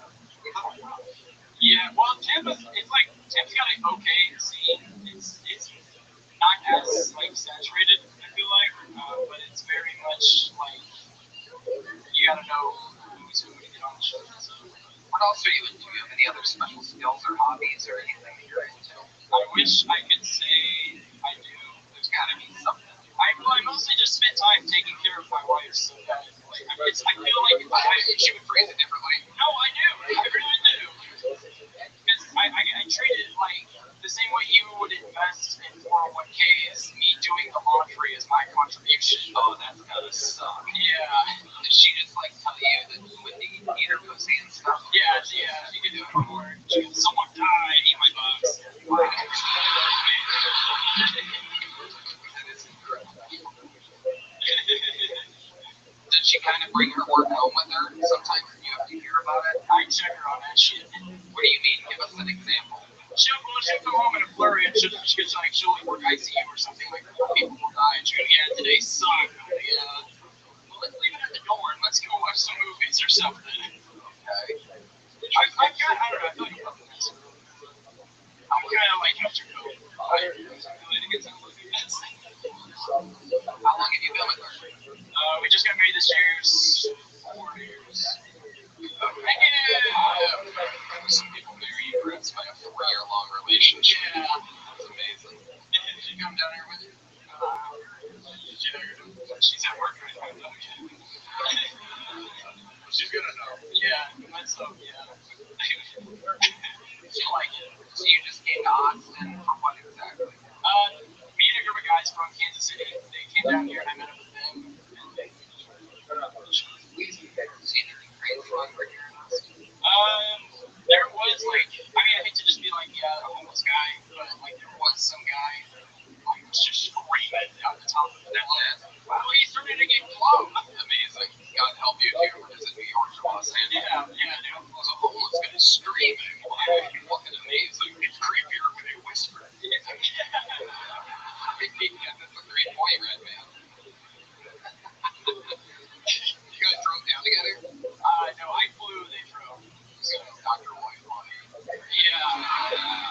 Yeah, you guys have 9 hours. They're sitting in the fucking farted up van driving back. You're the one that got on the fucking show. So yeah, he was in class. He was in a helicopter, right? Well,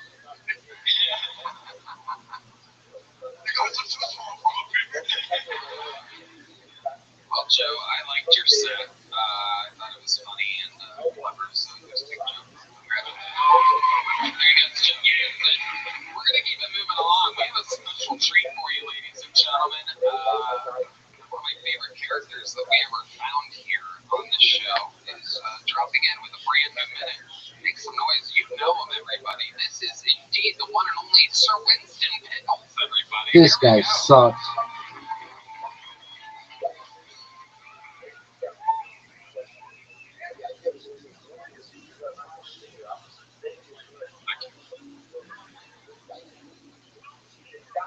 I was driving last night and I had said it's a deer. A deer on Lindsay.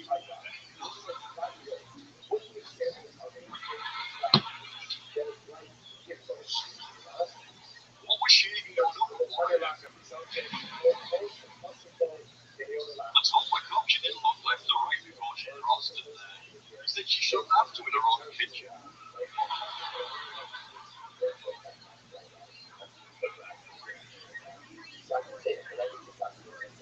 It's that time of year where I've got to decide whether to hang my Christmas lights or myself.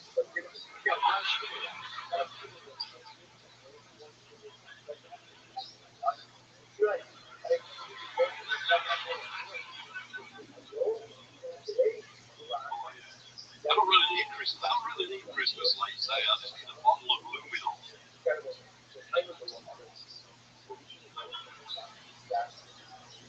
I was in a drag race earlier today and I got disqualified for wearing sneakers instead of high heels.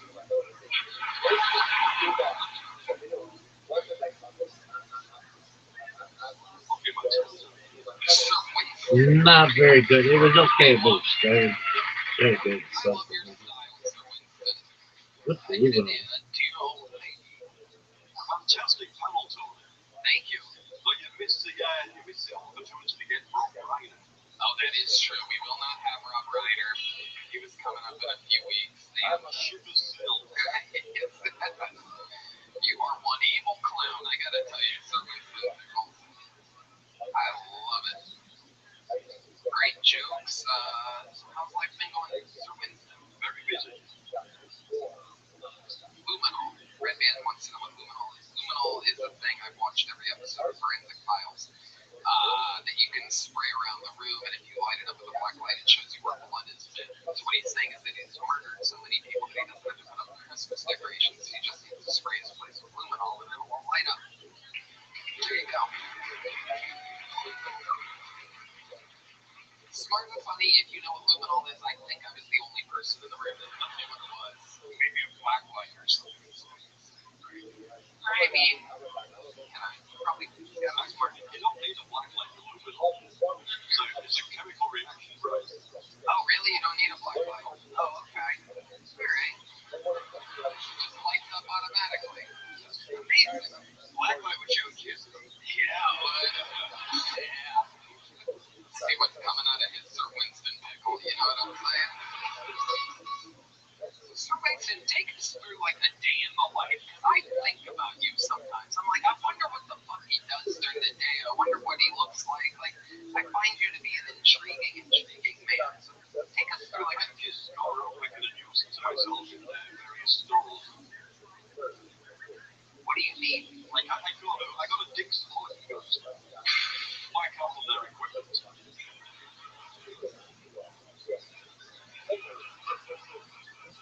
Actually, I've just bought a rowing machine. Yeah. Got a great price on it, but I didn't know any room everybody. It's supposed to be a fortune. Thank you.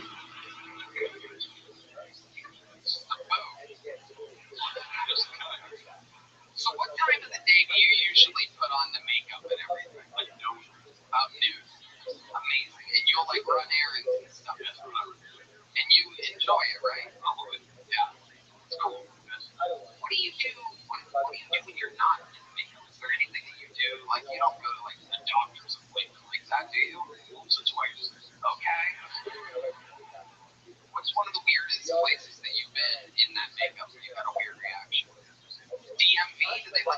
driver's license? No, they don't let you do. Driving license picture is totally different. Okay. Any other weird times where you're serving pickles? Well, when I used to build a house, I didn't try it twice. Oh my god.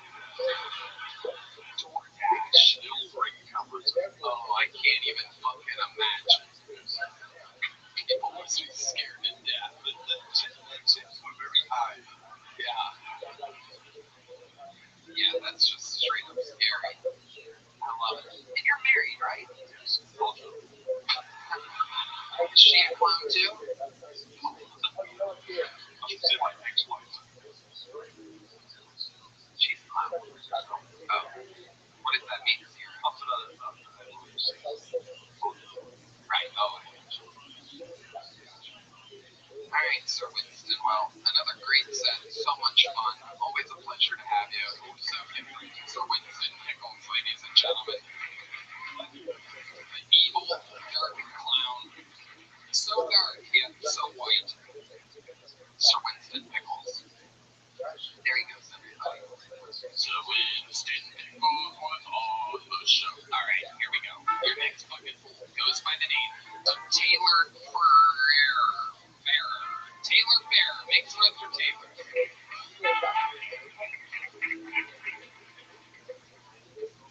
I'm still mad at Obama for not using once you go black, you never go back for the re-election slogan. That's right. It would have opened up the door for Trump to use words to be black. I think Obama could have kept it going with words glad I'm not Biden. And then in a few years, RFK could run on the slogan, orange juice is getting better. It would open up the door for Trump to use words to be black. I think Obama could have kept it going with words glad I'm not Biden. And then in a few years, RFK could run on the slogan, orange juice is giving liver cancer to children. You know, and I Google a lot of stuff. Like the other day, I Googled whether cum goes when you get a vasectomy. I didn't know. Those of you who don't know, when you get a vasectomy, they cut the tube that connects the balls to the outside. And you can't just plug it, right? You can't just put like a little cord in it and keep making kids and back up. Your balls will explode. I don't know, that's why it goes. It turns out they don't plug it. They just leave it open. So you just continue making jizz. It's out the open tube. And your body just absorbs it. That's gay, dude. You mean to tell me that every time you orgasm, you're just coming all up inside yourself? Not in God's country. There you go. Taylor Clear. Welcome to the show, Taylor. Got funny there at the end. I don't know if you're quite the political comedian that you think you are. You seem like a guy that would talk about jizz being backed up into your own balls. You really found your voice there towards the end. I love it. How long have you been doing stand-up, Taylor? It's like my 10th time. Oh, wow. So you're new. How long now for 10 times? Yeah. Absolutely great. How long ago was the first time? So I started actually like right before the pandemic because I was in PA school and I was thought it was kind of fun. PA school? Like position system. Okay. So Zoot! Wait, this is who that guy's wife is going to school with? Yeah, I think so. Hey, Rabbi. What up, baby? I just realized something. What did you realize, my man? The more we're talking to you on the internet, the more dangerous you look. The kid going viral. Okay. I don't know who invented the internet, but I know who Bunny Blue is. All right, But baby.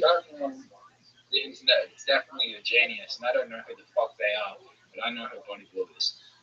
Most people don't know who invented the internet, but most people on the internet don't know who Bunny Blue is. Do you think most? There's more people. There's more people on the internet that know who Bunny Blue is than there are people that know who invented the internet. Do you know who took credit for inventing the internet? Who? Al Gore. Who invented the internet? I did. What? I did.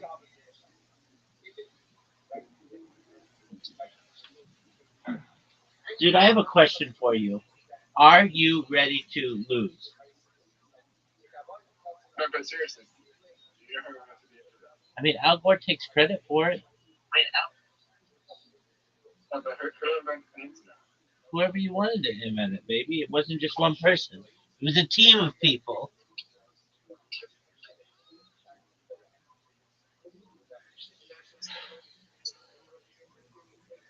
Now, Zoo, do you want to lose? Zoo, you want to hear something really interesting about Kill Tony? All right. So every Monday night for the last 12 years or so, at 6 p.m. Pacific, they have been uploading Kill Tony or airing it live, but it always comes on at the same time. But this week, they accidentally uploaded the wrong file. And so it was last week's episode. And the internet got pissed off. And for like 35 minutes, the YouTube chat was just shitting on them. And Reddit had exploded. And Twitter exploded. And then they were able to fix it and get the correct episode on. You know who Lance Armstrong is? He's he's on this week. On Kill Tony? Yeah.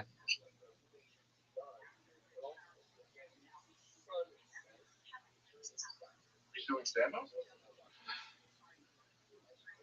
He's just guest starring.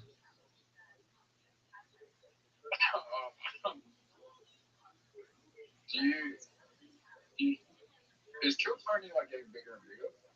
Yep. Is Kill Tony like one of the biggest like YouTube channels right now? It is the largest live podcast in the world, and its premieres are regularly the number one premiere on YouTube every month. It's bigger. Okay. It competes. To give you an idea of how big it is, it's about as big as Joe Rogan Experience, except it airs once a week, and Joe Rogan puts out 3 episodes a week. Does that make sense to you? Who has once a week? Well, yeah, it just airs on Monday nights.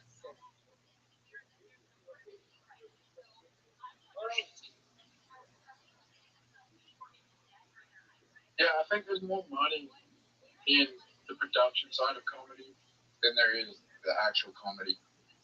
Incorrect. Incorrect? Yeah, dog. What money is there in the production side of comedy? Like Kill Tony, like the guy who owns Kill Tony, the guy who runs it, he would be making millions. Well, that's Tony Hinchcliffe and Brian Redband, and they More than most comedians. yeah, they make more than most comedians, but they don't tour. Since they have to do this show, I mean, they do a little bit of touring, but not really. So, like, How much is the ticket to get to Kill Tony? Like, how much do you have to pay to get in? it's like What's the entry? $75. $75. Yeah, but you have to understand. People show up for night.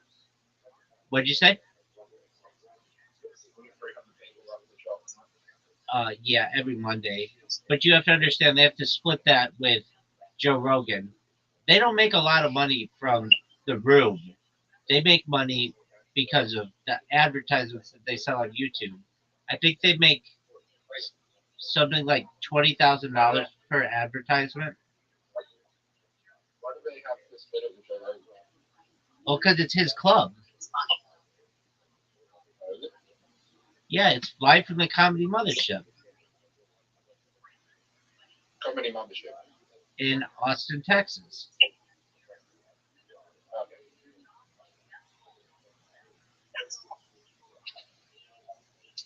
So it's like, That's what I mean. He does money. Rogan's not the best comedian, but he owns the club. Yeah, but the And club more money from owning it. the club just barely breaks even. He doesn't make a lot of money on the club because he gives the money back to the comedians and the staff.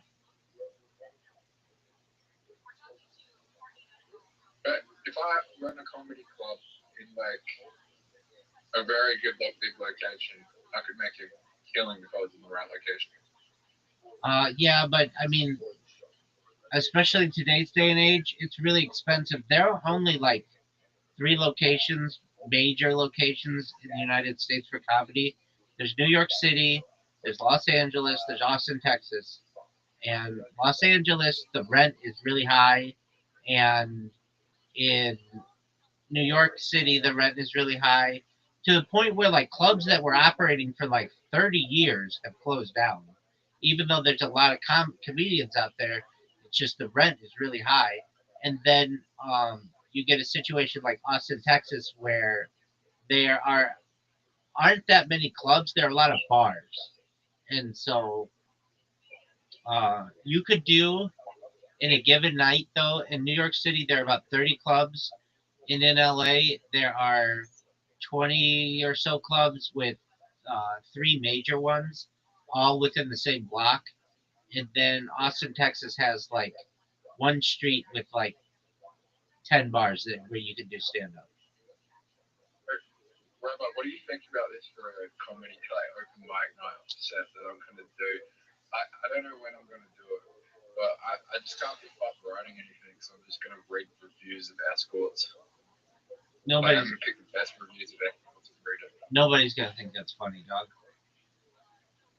Why wouldn't they think that's funny? Because it's not creative. How is that not creative? They do that on Kill Tony. They read the negative reviews on Yelp, and people have done that with escorts as well. I used to do that with the people on Harry Potter Obama Sonic 10 Inu. I used to share my screen on my phone, and we would go to different escort websites and read the reviews. Really? Yeah, dog. I used to do it every day. I used to get like 30. I used to get it like. Someone do it, Kill Tony? They have a segment on Kill Tony. Whenever anybody mentions a business, they go to the business and they go to all the 1-star reviews and just read how people hate the place. But it has changed the lives of some businesses. There's this hookah bar in San Diego, and they have had their entire business transformed. They used to not get anybody to come in, and then they went on Kill, and then the guy who does stand up went on Kill Tony, and now it's one of the hottest hookah bars in San Diego. They did the same thing with a ramen. They did the same thing with a ramen restaurant in Toronto, and it was just this like really quiet. Nobody would go to this ramen restaurant, and now it's become a tourist attraction. Is San Diego a good place? San Diego's wonderful, man. What's the state of Orange County or San Diego? I mean, they're basically the same. The only difference is Orange County is north and San Diego is south, and there's a big military base in the middle. So there's Camp Pendleton in the middle, but San Diego County and Orange County, we have basically the same weather. Arguably, San Diego might have a few days of like sunnier skies, maybe like 2 or 3 days a year. But 2 days ago, I saw the guy that punched me. oh, what happened? I just got the security guard and said, "Yo, that guy punched me on the other night. Can you just like keep an eye on him?" Okay, why didn't you call the police? So today I got a phone call from the police saying, "We're gonna call you later today." Okay, so that guy's still in the same area. Yeah. Okay. Well, that's good. I can do anything in the same area, man. There's nothing I can do about that. I mean, you have video evidence against him. They're gonna get this guy.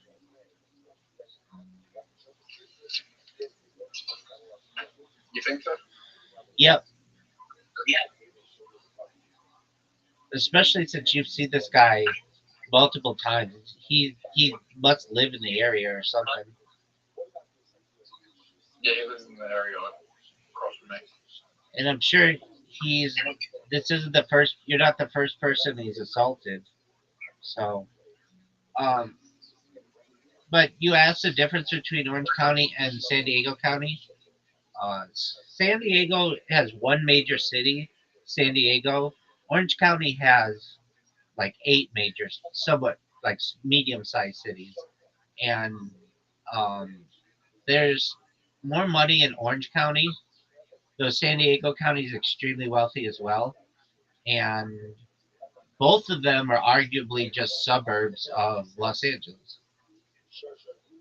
The only reason why San Diego kind of is a little seemingly like on its own is because there's a giant military base between Orange County and San Diego County. It takes like 45 minutes to drive past this military base, and nobody's allowed to live there, and nobody's it's like a military base. They do training for the Marines. It's a Marine Corps base. It's called Camp Pendleton. But if they if they ever close down Camp Pendleton, that real estate would be like the most valuable real estate in the United States, and it would make one city from San Diego to Los Angeles. Like kind of like how Australia has the Gold Coast, there would be like a whole coast just like that along all of Southern California. Gold Coast is fine. All right, well, this would not be tiny. It would be like uh, 200 miles of just extreme wealth. Gold Coast is now wealthy. It never used to be, but now it's a very wealthy city. All right. Well, The billionaires live in Gold Coast now. well, it's the same as Orange County and San Diego County, and of course Los Angeles. East Coast has like East Coast. The East Coast is like more dominant than South Coast. South Coast. I'm South. Okay, very well. I Hey, Rabbi, what up, Zoot? have you ever got AI to rate your penis? Have you ever been bored and just got an AI to rate your penis? No, What? No. I don't use AI for that kind of stuff. I don't use AI for generally like sexual things. Um, Have you ever got bored and got an AI to rate your penis? yeah, I don't do that. I don't ask AI to make pictures of hot chicks or anything. Um, I I use AI for like scientific reasons or for like history or whatever it is you want me to find out. Um, but that's a kind of a funny stand-up bit that you could maybe use. You could say, "Has anyone here ever used AI to rate their penis?" Well, I have, and this is what the results were. And you could just give like a funny answer.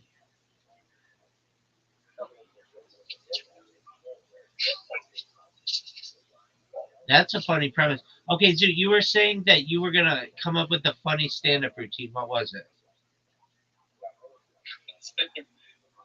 I stop being retarded. What is that? What do you mean? I just think I'm retarded. No, you're not. You want to be everything, Zoot. Don't forget super autism. You want to be everything. We were talking about frontal lobe dementia, and you're like, I think I've got that. Retarded is just a slur. It doesn't actually exist. It's not something that actually exists. Oh, It's just a slur of it. It's a slur of an outdated diagnostic term. It doesn't actually exist. It's an outdated diagnostic term, so it doesn't actually exist. Most of these diagnostic terms that we have today in 100 years they won't exist. You know, it's just a slur. Okay. Okay.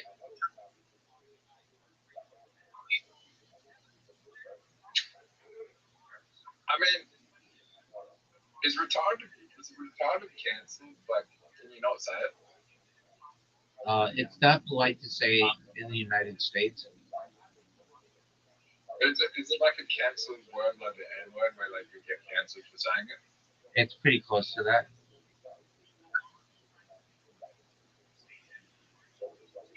They say I'm just only once. Yeah, they do. But that's why I said they say the N word on Kill Tony all the time, though.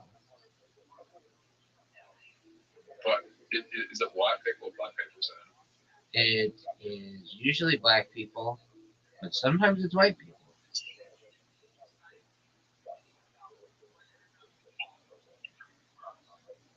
Or sometimes it's uh, people who maybe they don't say it, but they talk about it. Like in this last week's Kill Tony, they had somebody who was talking about saying it, but they said they chickened out at the end. Um, the words in 2008 or so, words that I recall like becoming no-nos were uh, Gay. You couldn't say, "Oh, that's Gay" to mean stupid.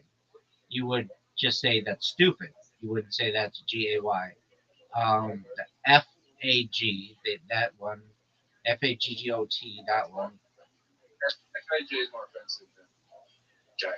Oh, totally, totally. No one's doubting that. Some other ones were the R word, um, and uh, what else would be offensive that um, like it depends how it's used with the term queer. Like there was an NFL player who used the term queer yesterday on TV, and I think they might fine him for it. They might not because he apologized right away.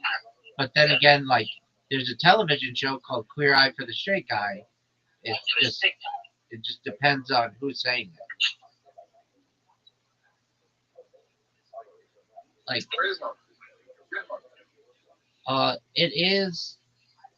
There are certain like phrases in American English. If you use it, it's offensive. Is it does queer just mean like bi curious?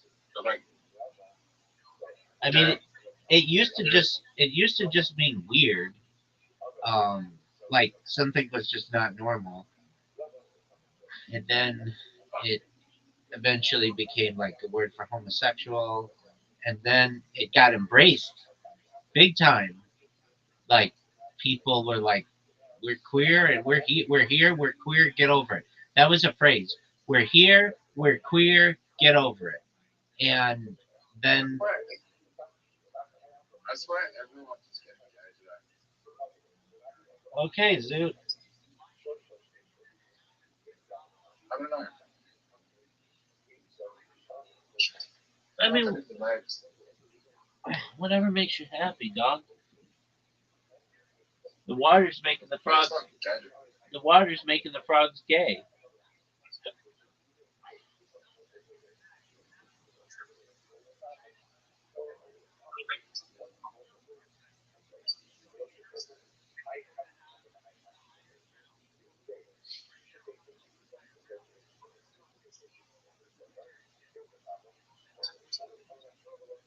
I just never found a man attractive. So. Okay. I'm not saying that you should.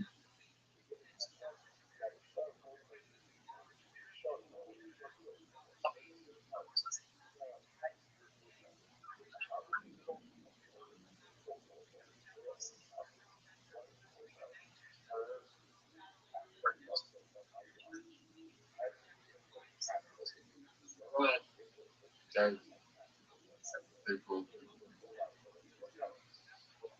Zoot, I don't know what you're saying.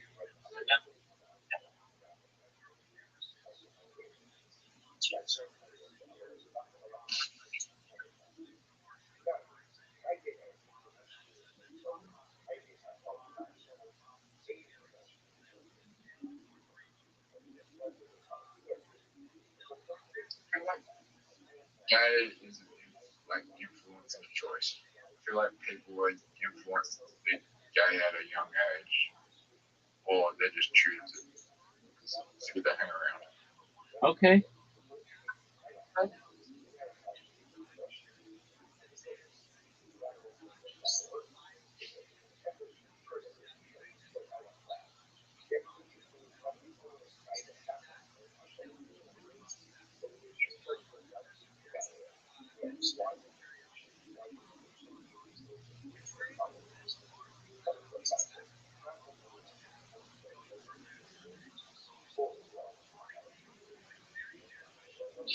So are you ready to lose?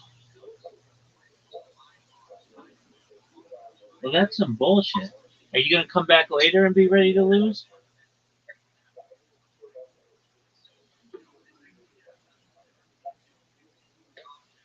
Are you gonna perform in 2 weeks at stand up?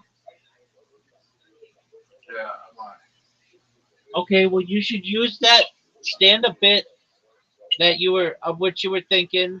That was like, uh, have you ever put your penis had AI rate your penis? That's a funny premise.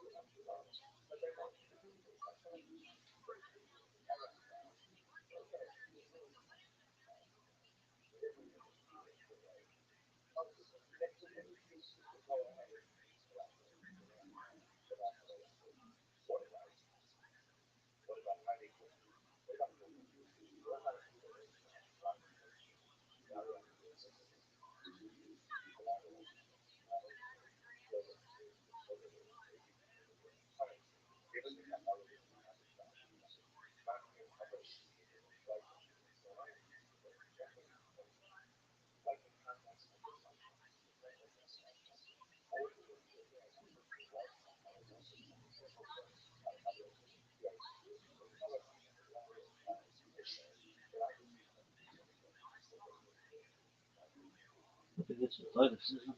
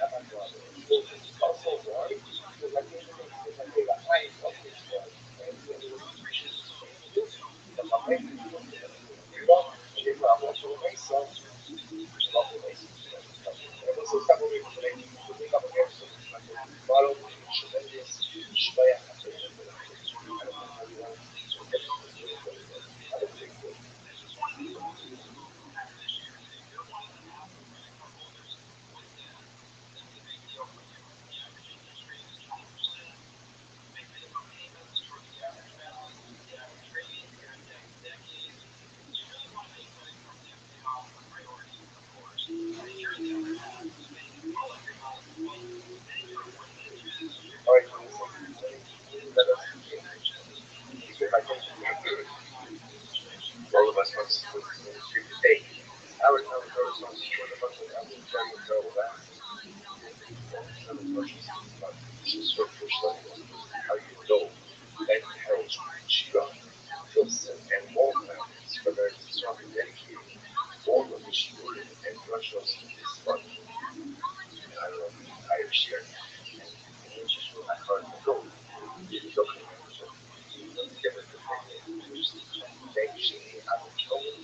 Dedicating all the Russia's this month. They narrative method of love and heritage discourse of all those who they are the sponsors, writer social contact, creation of the other of freedom contact, the level of Emerald, and those that know the early operation of the other his father, Gilbert Berger, was the other his father, Emerald, the other advertising, Charles Michael Duff, and families. Those are the guys who let us do this part.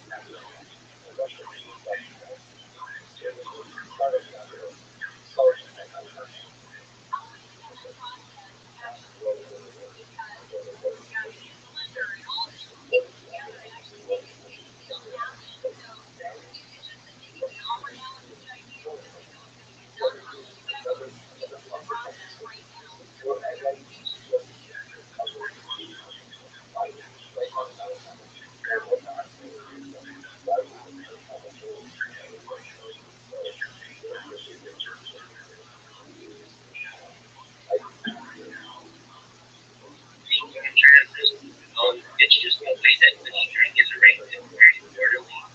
And I mean, yarn sometimes is arranged like this, but sometimes yarn is just kind of like just a mess. But some people's messes up organizations don't ever forget that. Anyway, there's this like beautiful pattern though. How the string is arranged.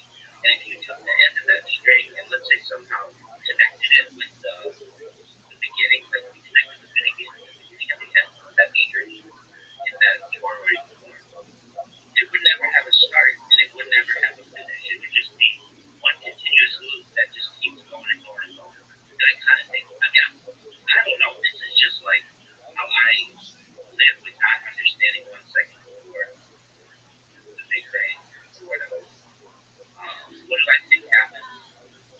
I've never heard anybody say this. They don't, and maybe they do. I just have never heard anybody say this. That we cannot perceive, we cannot understand because, and maybe at a higher intelligence somehow we could, perhaps with more knowledge, but like, nobody knows. And anybody who tells you that they know, it's a big red flag for any of this shit. Anyone who, and I mean this for my Chabadniks, I mean this for my press lovers, I love your reviews. And all of criticism and just all of orthodoxy. I love the rabbis. I do. Most of them are pieces of absolute shit. But for the most part, and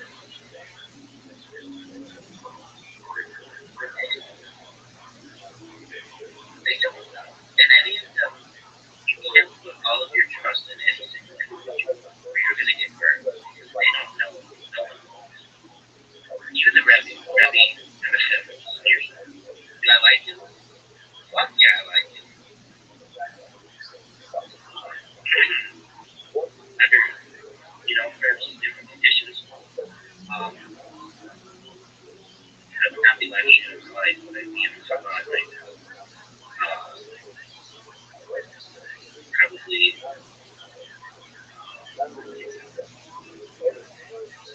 living my life as a woman. Not that I don't.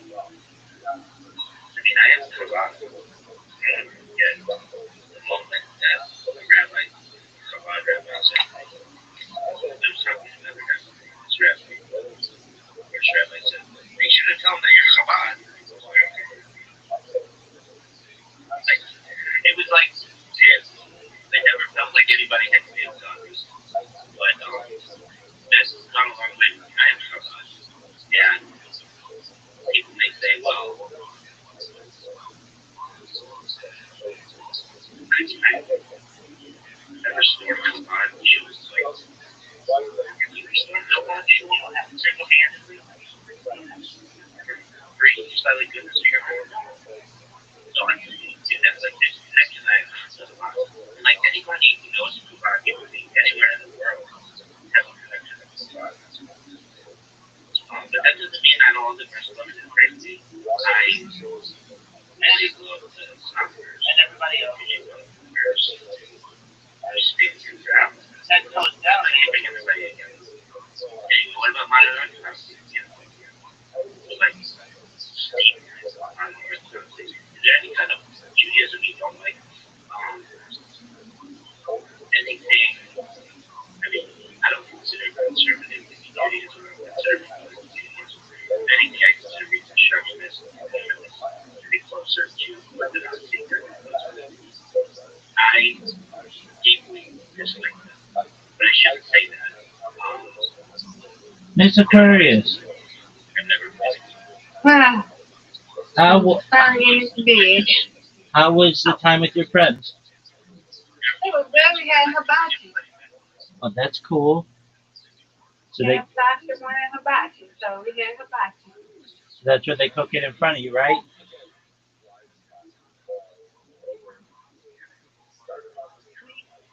Have you ever? I've had similar things like where they have a grill in front of you. All right, Mr. Parrish, you ready for me? Yeah, I'm ready. So I can go to bed. I'm ready. I'm ready. I'm ready. Alrighty. So did you have fun with Sasha? Yeah, Sasha and Adrian, yep, I did. Excellent. We went to go see the lights. It was cold. Excellent. Like in a Changed the radio station. You change the radio station to the station, and then you listen to the music, and the music it plays the what's it called? I took some videos. It's fun. It's fun. and you drive through a neighborhood?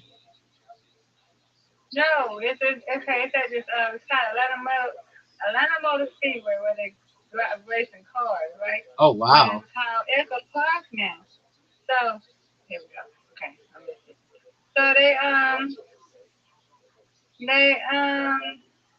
they give you have to pay $27 per car. So we all split it like $9, $10 a piece.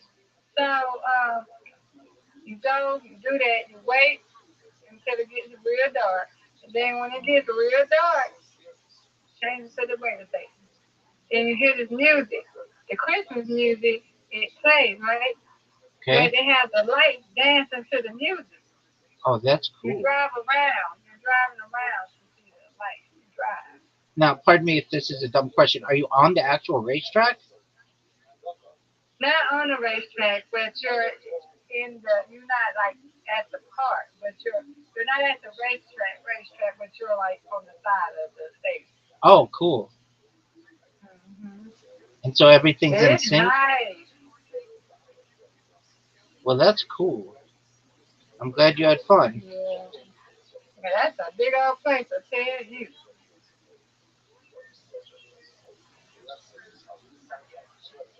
I need to have a gas ice skating rink over there. They got a hotel there. It's real cool. I don't think I want to go to the race because they say it's loud. Have you been? Have you ever been somewhere? I've heard them. Yeah. They're loud. I heard they're loud. I'm like, oh, you have to have earplugs in your ear.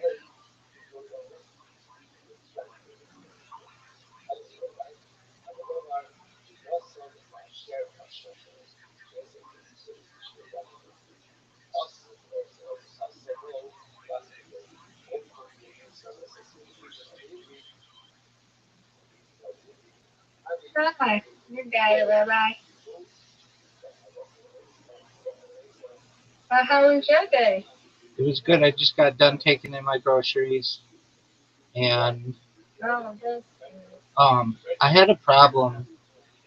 Um, so there's this thing in Judaism that's known as Kabbalah. It's Jewish mysticism, and it's really, really complicated. And good. I'm at the point in my life where I want to study it, but I wasn't supposed to study it until I became older. But I'm older now. And so I've been studying it a little bit every day and making videos of my commentary on it. And the videos that I've been making have been just, they've been very good. Oh, that was bad. They've been very good videos. Nice job, Mr. First. But Thanks, God. I'm at 180. Yay! you're getting a 200. We won. Yes, ma'am. But the videos that I've been making, I've been having trouble uploading because Instagram Mm-hmm. stinks. So I was struggling with that for like 5 hours. It just upload like a 20-minute video. And I finally got it to work. I get it Uh-huh. as best as I could. But that took me a lot of the day. And I was able to pitch Uh-huh. myself, and Zoot came in and we caught up. And Oh my I had goodness. another friend, a friend of mine from Northern California. Oh, you saw, he has the tree house. That's wild. Oh yeah, yeah, yeah. And Did it. he's a director, so he's directed some pretty big movies with like Bruce Willis and John Goodman and Rose McGowan, and he's going to be a really big director, right? And he was telling me, nice strike. He was telling me everything that he was doing in his house, and um, he's a nice guy. He and I have become closer. And oh, get it. Ooh, that was close. And what else did I do? Um, I just like some troubleshooting on my devices, which takes time. Okay. But yeah, and then I've been up really late recently, just the past few days, and so my hours are kind of messed up. There you go. Okay. So I'm contemplating staying up really late or just trying to adjust my hours naturally. So we'll figure it out. There we go. That's a strike. Oh, best That's what I'm talking friend. about. Yay. That's what I'm talking about. Oh. Okay. Well, Get this. what do you want to do? It's okay. What do you want to do, Rabbi? Do you want to get the best time, your sleep, Yeah, just because. get the sleep plan?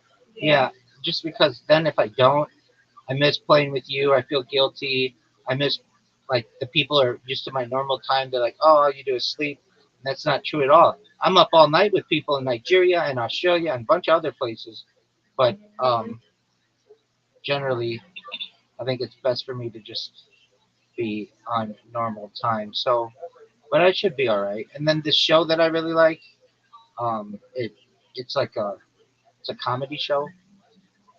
Ooh, it always Monday night for the last 12 years. It always uploads at a certain time. And this week they uploaded the wrong version of it. And the fact that they uploaded the wrong version of it, the internet was up in arms. They were really upset that it didn't come out when it normally is supposed to come out. Do you know who Lance Armstrong is, the bicyclist? I heard of him, yeah. So he's on the show this week. There we go, Miss Aquarius. Good job. You win, I win, you win, you win, I win. Undefeated in bowling, undefeated in friendship, and it's a countdown for you. You've got 20 wins to go, Miss Aquarius. Yeah. Excellent. So you had a friend, and apology, I missed her name. I don't want to say the wrong friend. I think I know who it is. Who was the one who had to go to like the clinic? Oh, who had to go to the doctor? They was sick. That was Adrian. Okay, is she better? Yeah, she still got that little cough that she's congested. It ain't nothing but that weather, because my throat is getting better. My throat is sore. My throat is getting better now, but I believe it's getting cold out there. It's cold out there. So, I'm afraid that my throat gonna get bad again. But it's nothing but that weather. I believe it's the weather. She said that she believes, because she works at the elementary school. So she believes maybe with kids, she's working with them babies and stuff like that. And Sasha sneezing like 100 times. I'm like, y'all, my God. She doesn't take nothing, and Ada don't take nothing, but Ada takes them. Ada hadn't taken the medicine that they gave her. She's taking medicine, but she's not taking the medicine they gave her. And I said, well, did they tell you what you got? No, they didn't tell her what you got, but they testing her for every going thing. So what I wanted to know what the medicine was for, but I didn't want to ask her. That ain't my business. But I'm just like, what is this medicine for then? If you're not gonna take it. That makes sense. And some people just don't take medicine. Some people do natural remedies, just like Sasha do. So I told Sasha, I Googled some, I said, you need to find you some natural remedy for that sneezing you got, so you can get that together. So ain't nobody trying to get no sick. I sure ain't. That's right. So when they would come up with I Googled the to see what I could do for it. It told me to stay off the acid and certain foods. So that's what I've been doing. So I'm trying to just do right, Rabbi. I said, this fall and winter about to come. Winter about to come. I'm gonna just start doing right for right now. I'm gonna have to just not eat as much sweet. I'm gonna have to not have a lot of sodas, a lot of juice. I'm just gonna have water and fluid and drink a lot of tea every other day or every day because I can't. I just can't. I've been to the, I've been not too long sick. 2 months ago I had an upper respiratory. And 5, 6 months ago, before that, I had COVID. So, I can't afford to do all that. Right. No, I don't want you to get my birthday's coming up. There you go. We need you as healthy as possible. Yes, I need to help me so I can make sure I drink water and just eat right. I need to just say, I know I can't do right, but I can just want to right now to after work. I gotta do right. I cannot. Okay. Mm-mm.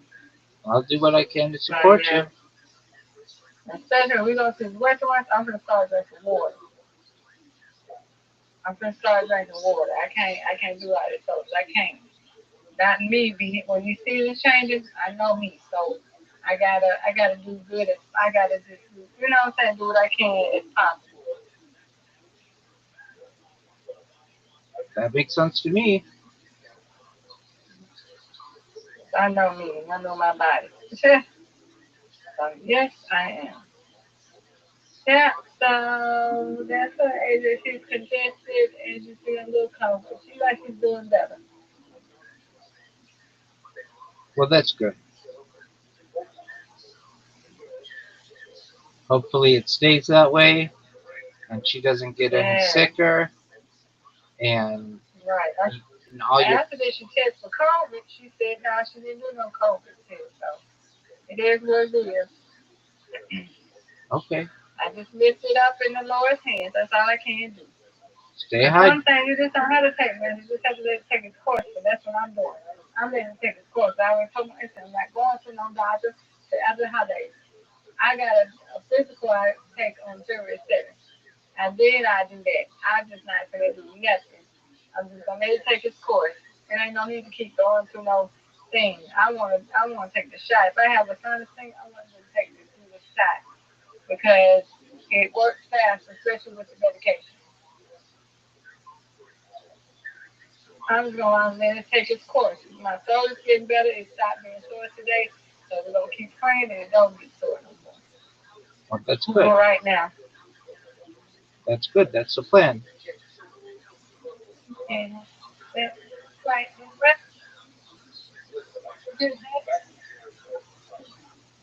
What did you say, Miss So Aquarius? huh? What did you say? I said I'm about to hit the bed, and I appreciate you, and I'm glad that you had a good day. Thank you so much. Well, I will Welcome. hope that you have sweet dreams, God willing. And Yes, God willing. And also, we're going Wednesday.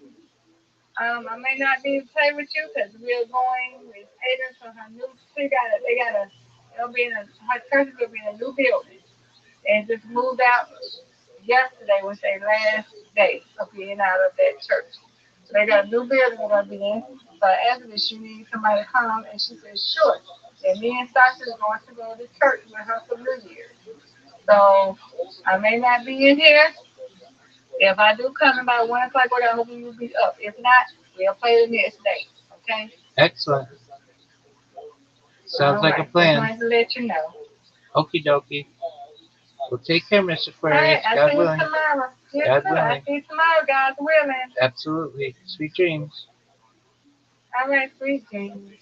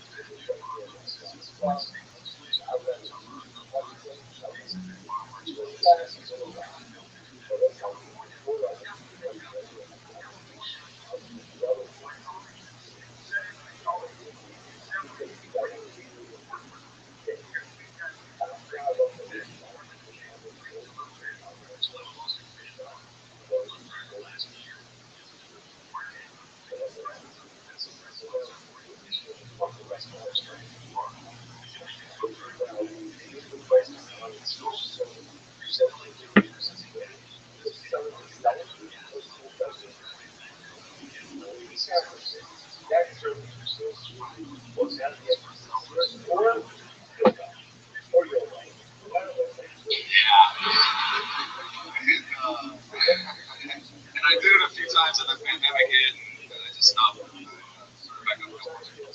Nice. What made you want to start back up a couple months ago? I just always wanted to do it. Where do you live? Miami. Okay. That's right. So what exactly do you do for work in Miami? I work in ER. You work in an ER as a regular, right? And so what's some crazy stuff you've seen? I have been super crazy. Yeah, Miami emergency room. I can't even fucking imagine. Not long ago, this older, like 84-year-old lady came in. She was a UX guy, and so we were picking her out for that. And she, that wing just lost your medical license.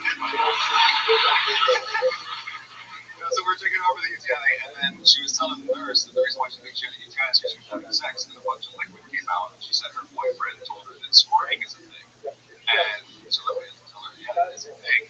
And she did not have a UTI. So she just came to the ER to tell us that she squirted for the first time. And she was, wow, holy shit. What's her Instagram? What a brag. Great man. Great man. You can't just say things like that. That's a real human being. Do you know what her Instagram is? Alright. So that's pretty amazing. She came to you because she came. Yeah. Impressive. If you don't mind, Lance wanted me to ask, is squirt fish? That's a great question. Alright, and so, yes and no. There's fish in it. But you have a question, but that wasn't my question. Don't put this on me, Lance. I'm saying it's an important question. You're going to like my question. You're going to get mine for it. I really am. No, I want to hear the other one too. Save that question. Let's find out your breakdown of what do you think the piss do? What is the special liquid that comes out? So there is urine in it. They've done studies where they show like imaging. You see the bladder does get empty or not degrees, but it's not all. It's totally true. That is correct. I used to argue with Red Man. We would get into vicious arguments, and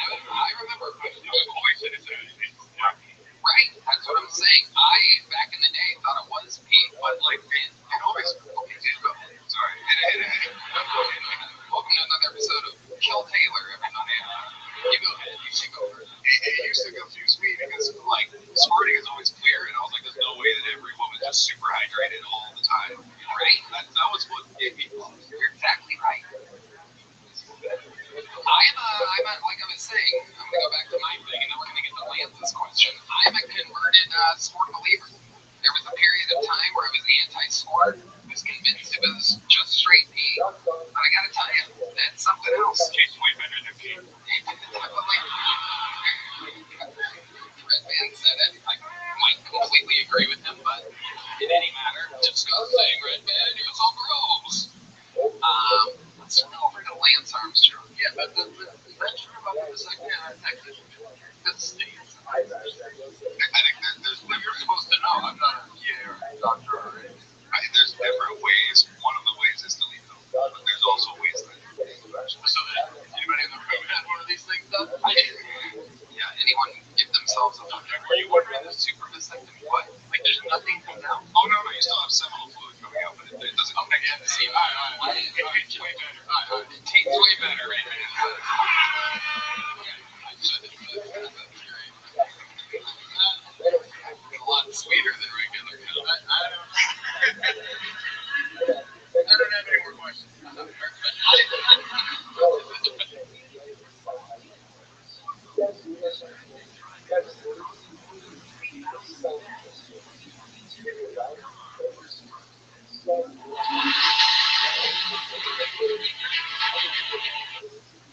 going all the way to the bear there.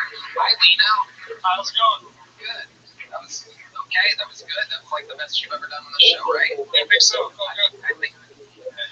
I hope he's qualified for one reason. That she scored it for the first time. Hill Taylor, everybody. You go ahead. You take over. It used to confuse me because, like, squirting is always clear, and I was like, there's no way that every woman's just super hydrated all the time. Right? That was what made me fun. You're exactly right. I'm like I was saying, I'm going to go back to my thing, and then we're going to get to Lance's question. I'm a converted sport believer. There was a period of time where I was anti-sport, was convinced it was just straight P. But I got to tell you, that's something else. Tastes way better than P. Red Man said it. I might completely agree with him, but in any matter, disgusting, Red Man, you're so gross. Let's go over to Lance Armstrong. Yeah, but is that true about the vasectomy? I can't. The states. I think that you're supposed to know. I'm not a PA or a doctor or anything. There's different ways. One of the ways is to leave them, but there's also ways that they go back. So that anybody in the room had one of these things done? I did. Yeah, anyone give themselves a doctor. Were you wondering the super vasectomy? What? Like there's nothing comes out? Oh, no, you still have seminal fluid coming out, but it doesn't come back in to see. All right. It tastes way better. It tastes way better, right? I should have said that. That's great. A lot sweeter than regular milk. I don't have any more questions. The defense rests. I'm still on the squirt, so okay, some of it's pee. Some of it's pee. What is the other stuff? Is it just like leftover jizz from the guy before you, or like lots of stuff? That's usually it. Hey, I'm asking a doctor, guys. It's confidential. A bunch of magical stuff. It's kind of like lady sweat, but inside of the thing called a vaginal sponge or something like that. A bladder sponge. It's like a thing. Top shelf. To it. I might know more than you. I looked into this. I watched a whole 30-minute YouTube tutorial. It's a system. Taylor, what's your love life like? You seem like a good-looking guy. You're in Miami. You're married. Wow. We met on Facebook. Okay. All right. And is she also working in the ER? No, she works in the studies. Okay. We'll talk to her in a second. So. Okay. Wow. And you know kids? No. How does that happen? What are you doing? What's your method? Wow. Just regular old pulling out. Right in time. Just in time. You have a favorite place where you shoot your load? Good question, Tony. Thanks, Tony. Jeez, you people are with your drones. Depends on the position.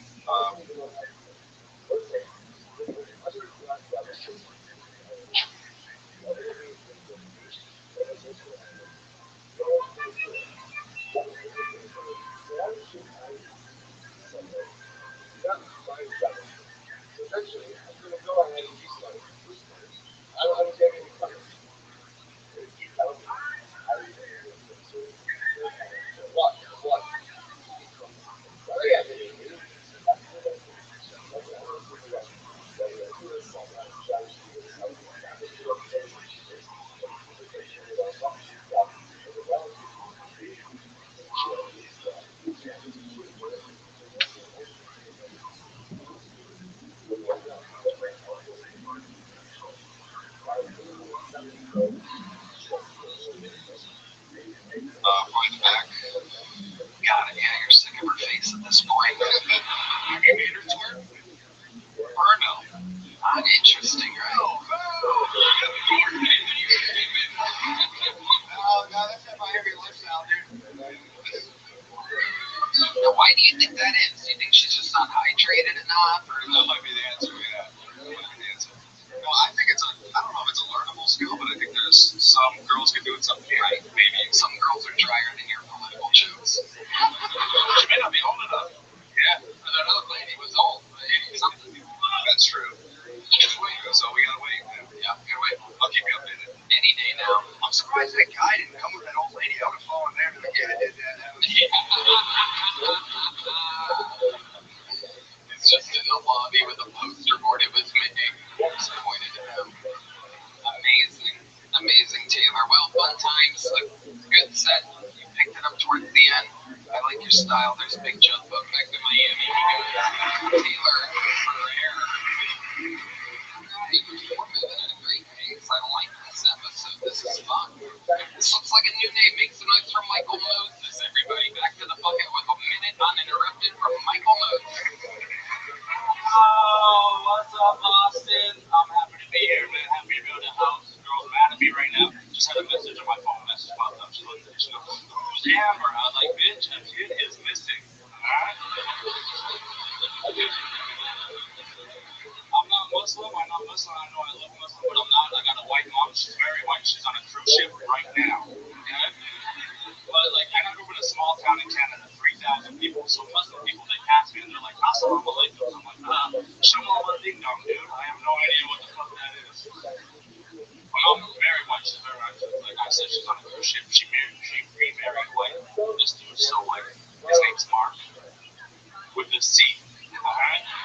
Mark wears jean shorts. Alright? Every time he gets started, he's like, "Oh, jeepers." White. Mark's the way he jumps in the water like this. Okay? Floods his nose. He's a grown man. I go, "Mark, jump into the water, let the water go, you know, snarl up and push it towards another family like a man."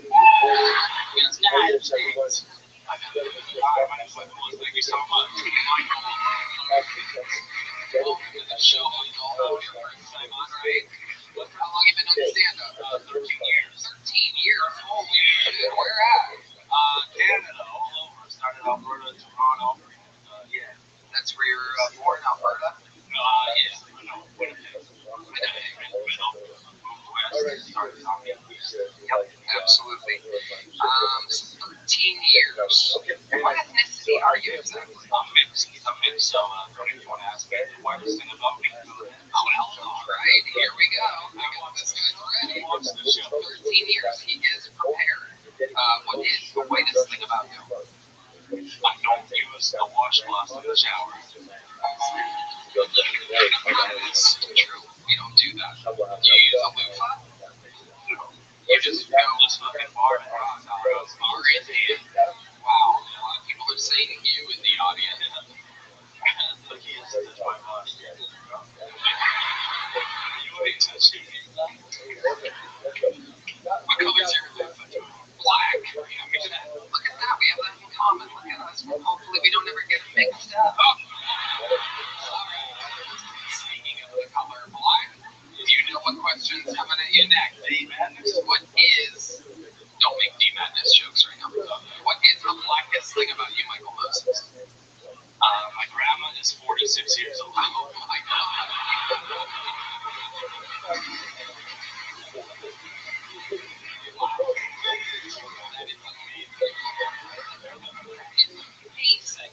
So, which parent is that? That's your mom? Oh, yeah, my dad's the last one. See, how old's your dad? R.I.P. He was 37 when he was 37? He did die, but that is probably the real honest thing about me. That happens in Canada? Yeah. Wow. I thought you guys had it all figured out. 37, he was killed by a gun. What exactly went down there? D-Madness is going to find the killer, right? Yeah, pretty much. It is not like black men being killed. He's very aggressive about it. He solved exactly 0 murders, by the way. They call him a private eye. Whose eyes can't find, so they can do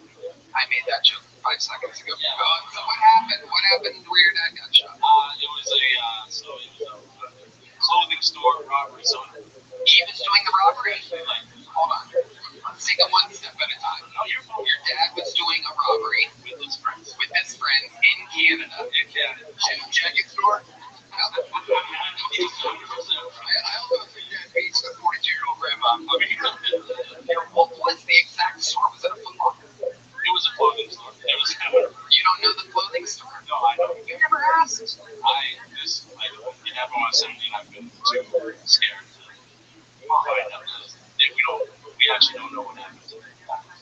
So what do you do? Fucking that guy doesn't want to touch me. What do you know about what happened? So yeah, long story. He went in with some friends that around the place. They knew the person who told it, right? And then there were people, like, customers, and they tied them up. And then this is what I've heard from my uncle, who kind of went up there and like, look, mom said some things we want to believe. Your 18-year-old uncle. Yeah. Right? Yeah, exactly. So the thing with, like, my dad had that moment of, this ain't right, and then, tussle back and forth, gun goes off, oh, shit. Wow. It's really fresh to death.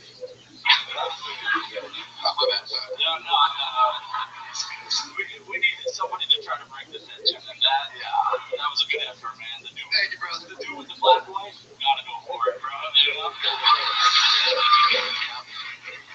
appreciate that coming from him. You're exactly right. Incredible. So what's Mom up to? She's alive? Yeah, remarried white. She went white. The Mark thing's real. Yeah, 100%. Amazing. 100%. Yeah, they love cruise ships. They own a big camper. They go camping all summer. She golfs and she works and she not bad at all. So she's still in Winnipeg? No, like Southern Alberta. Like Katie Lane. Never mind. You gotta try. You all know that song. Big Bone Girl from Southern Alberta. You try the fresh to death one. Southern Alberta. That was a bad theme for Dad dying. Another dude's dad got hit with a baseball bat. Yeah. We did it. We didn't get through that. We didn't even find out. Oh, damn. Amazing. Okay, so Mom's back out on cruise ships. How do you make money? I do this comedy, and then I have a social media channel. So it's a stupid concept, but the concept is I go into a restaurant every day. At the same time, I order the exact same thing. I see how long it takes for them to ask me if I want the usual. And I know what I'm getting 50 million views on video tonight. The concept is that, but then what happens is it's wholesome shit. I get to know somebody, a stranger, turn them into a stranger, and then at the end of the week, we just raise money for them. Got people with $2,000. Actually helped the Korean lady, and now she will ship her son off to university in Australia. Wow, money so like that. So then social media money like that. Very cool. So, has there been one where it hasn't happened yet? You're still there like for 2 years or something? 100%, bro. I'm doing Sandy's hamburgers here in Austin, Texas. Day 22. These motherfucking Mexicans do not think to me.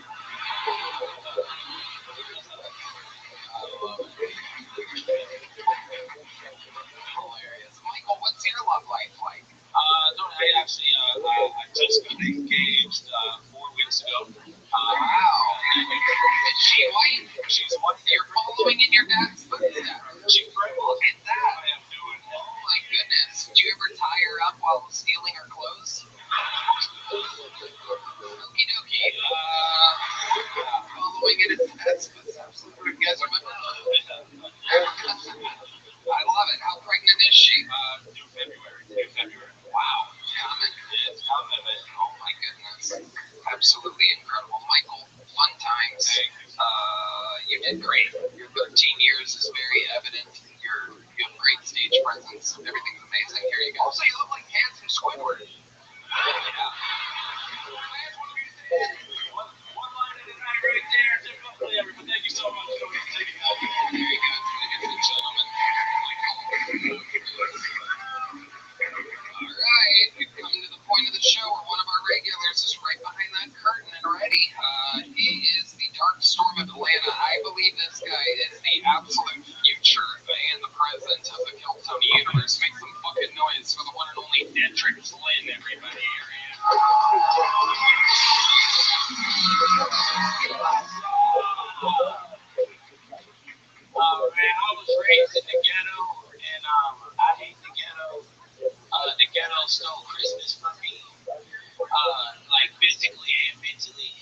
same time, about a week before Christmas, they came and took everything, like even our decorations, and then my whole family was downstairs and they were crying. But then I looked at my cousin Nelly, and because we were both like 6 years old, we had like a childlike innocence.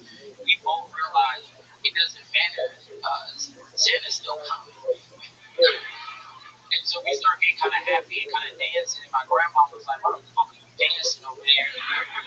And I was like, "Grandma, Santa's coming. Don't worry. We all can rejoice." And she said, "Nigga, Santa ain't real." And that kind of took the Christmas love out of my heart. But it was placed back there shortly after because my uncle Chris, and you can't spell Christmas without Chris. He came in and he was like, he looked at my dad and he was like, "Yo, why we got no decorations and presents for the kids?" And we told him what happened. He said that won't do. And then he came back into the house a couple hours later, like a fully decorated tree of presents from somebody else's house. So we just started opening them and seeing, you know what I'm saying? I got a Green Ranger and a Bobby Playhouse. We re-Christified the neighborhood that day. That's my time, yeah.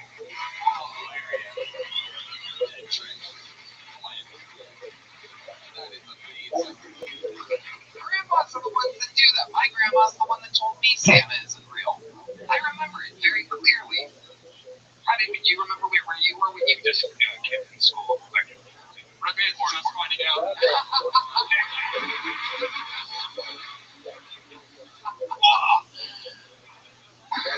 For a man that eats milk and cookies every night, that's very surprising. Oh, very jolly. There he is. Hey, madness, ladies and gentlemen. I've said Santa Claus 3 times. He pops up out of nowhere for some reason. I love it. Wow, that story sounds so authentic. That's real, huh? Yeah, that's a verbal photograph that I gave you right there. Like, that's exactly what it is. I mean, the ghetto of Atlanta, it just seems like an absolute treasure trove of material. Yeah. You saw it in Casey, right? Alright, that's what happens when you have a white boy that grew up around the same environment as me. Yeah. And a nigga that pull a harmonica out for no reason at all.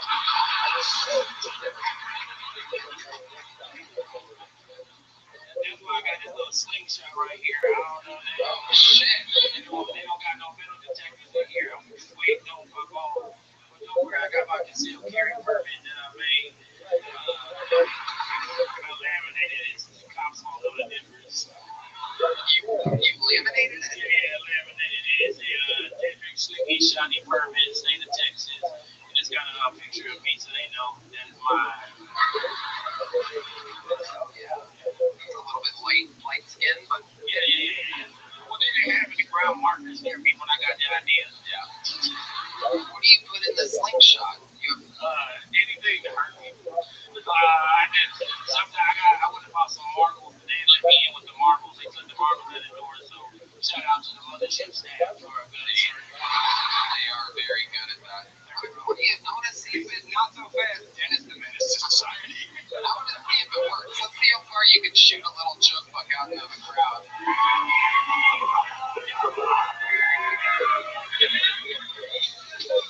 Oh my God! That's incredible distance.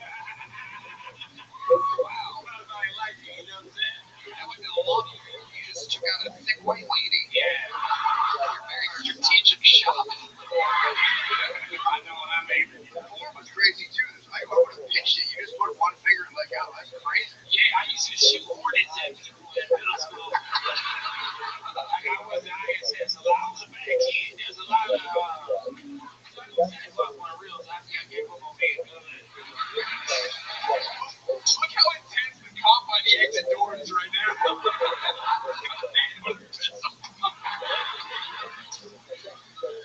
I love it. Were you really a bad kid growing up? And I was just so smart that would be doing my work early, and then I can't just sit down. You know what I mean? I gotta pass notes. You know, I gotta play my Game Boy. I gotta be a distraction. I was really good at popcorn reading. Some niggas love me. Popcorn reading. What is that? I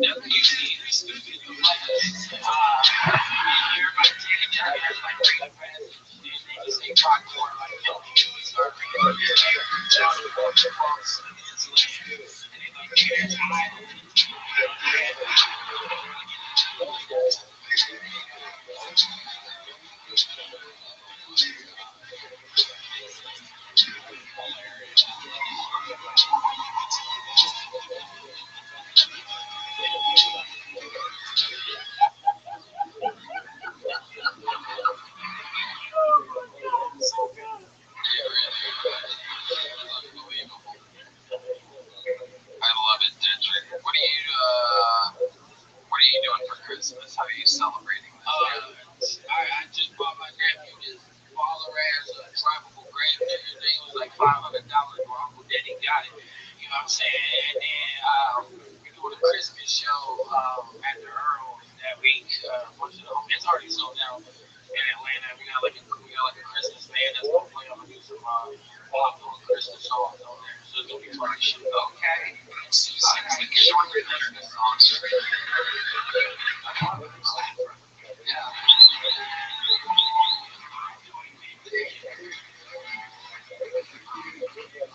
Dedrick, you're the fucking man. Hey, I love y'all. Thank y'all so much. Dedrick Quinn, ladies and gentlemen. There you go.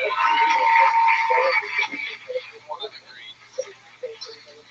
And it goes on and on. We found Dedrick out of the bucket just 5 or 6 weeks ago or so. Anything can happen here. Your next bucket full goes by the name of Lorenzo Tyree, everybody. Here we go. Here comes Lorenzo.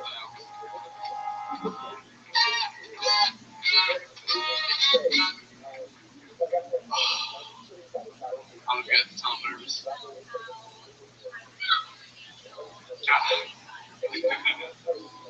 I gotta let someone watch this for real. I don't know any of the thrift stores, I'm gonna be honest. It's not that I don't want to, it's that I can't. I'm poor. Growing up, I grew up in a small town. I think I want to see my neighbor 2 freaking streets down rocking my hand-me-down better than me. Fuck that. I grew up poor. I was also raised with my grandma. So I'm basically Persian County, man. No, the Persian County, no, I can't. Fuck you. I grew up poor with my grandma. She'd always have me using grocery store bags, like tiny trash can bags. You ever do that, guys? Yeah, right? How bad? But, hey. Alright, well, we'll leave it there, y'all. Yes, you will. Lorenzo Tyree. We were waiting. We've waited for a bum like you all night, Lorenzo. Even the people that have done bad before were doing good here tonight, and then you came out, our first female comedian of the night. Look at you. Come on, goodness gracious. Look at you. Oh, okay. Oh, all right, very good. You really got me there, Lorenzo. Amazing. So, let's talk about it. How long have you been attempting stand-up comedy? I've been doing it for 2 years now. Where at?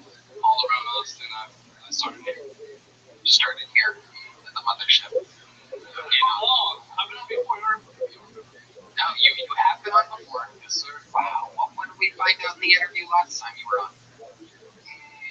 My dad's fucking. Please tell me that your dad got murdered. Wow.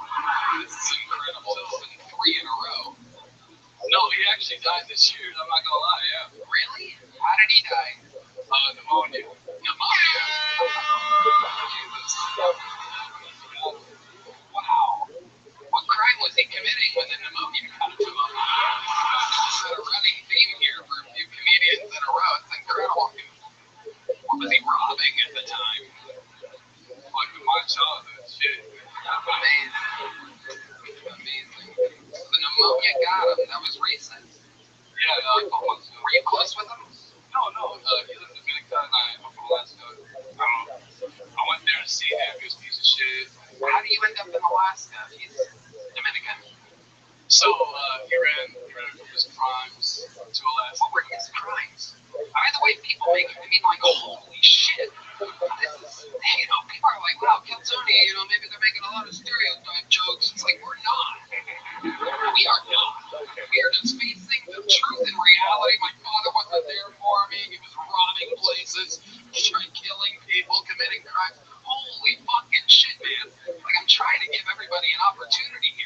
And holy shit, it's like if Asian people were coming out like, hi, he got in a car accident. This is crazy. What's happening here?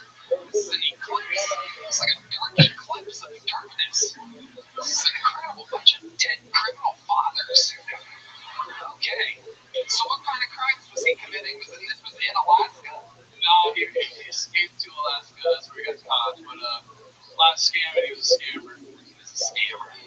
Okay. And what kind of scams was he doing? Do you know exactly? Shit. I think calls like it was set up. I don't know too much about him. Yeah. All good. Yeah. All good. Okay. So he got caught in Alaska committing crimes and fled to the Dominican Republic. Deported. Wow. What year was this? Who was president at the time? Like 2001. 2001. Okay. Wow. He must have really committed crimes for Biden to the Florida. It's amazing. Hopefully he would just keep those people here and tell them to get out and vote. Anyway, so Tyree, so what's Mom up to? Mom? Just like last time, she's still on drugs. Still on drugs. What kind of drugs is Mom on? Zero deal time. Wow. Damn. So you're out there on your own. Just doing it. How old are you, Lauren? She got a band now? Well, I'm sorry. Lance wanted me to ask that.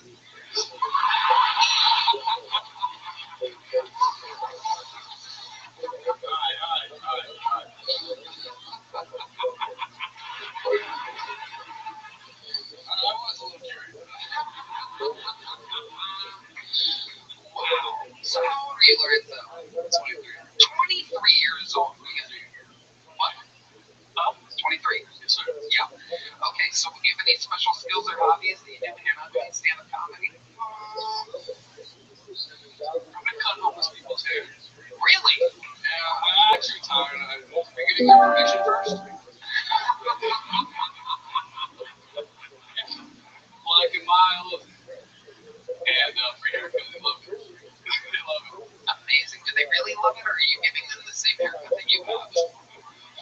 Well, I was a couple because I couldn't work with it. They had nothing up here, just straight sunburn. So, yeah, I just. How many homeless people do you think you've given haircuts? It's so interesting. Being on camera. Oh, you're making money off of it. Oh, you're absolutely doing it for your own personal gain. Wow. Incredible. Your parents would be so disappointed if they knew this was happening. Okie dokie. Nobody liked his ad. I guess I'm the asshole on that one. Alright. 23, been doing comedy for 2 years. What else about you? How do you make money? Or got a little smoke shop? Okay. Another thing. Yeah. Second one. There's a running theme here. You ever get robbed there? Not yet. Okay. When you say it's a what shop? Yeah. Hemp shop. Okay. How long have you been working there? About a year and a half. Alright. Yeah, I like it. What's your love life like? So I wasn't moved up when I last got here, but I have a girlfriend. Okay. Where'd you meet her at? Hinge. Yeah. And then right after I got off, I was like, Joe Tony might be regular. Okay. Post all the photos of me. You tried to scam her. The apple doesn't fall far from the tree. I'm sorry. Was I hallucinating, or did you come out and do like a titty dance? Oh wow, no, that's real. Yeah, that happened? That's crazy. I've never seen puberty stop at the dick before. That's nuts. Your head is completely untouched by testosterone. It's true. I use minoxidil trying to get it weird, and that shit is kind of weird. Oh man, it takes time sometimes. Lorenzo, let's talk about it. When you met this girl on Hinge, where's the first place you went on a date? We went to Red Farm, Asian cuisine. Asian cuisine. How did that go? Pretty good. Anything weird happen? Okay. And then you took her back where? To your place, her place? Shit, Alaska. We went on a long ass walk.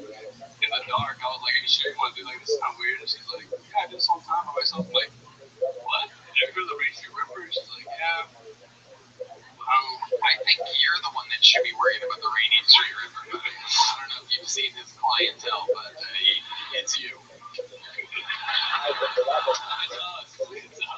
It is us, I know, but I put that one on you. We already had about 5 gay jokes on me this episode.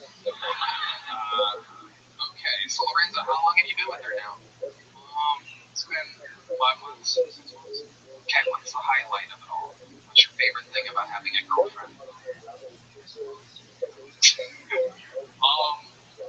She's really funny, honestly. She's really funny. I'm not gonna lie. Nice. Well, next time you should have her sign up. Oh my god. No, Lorenzo, you're doing fine, buddy. You're just beginning. You're so young. You love swinging, right?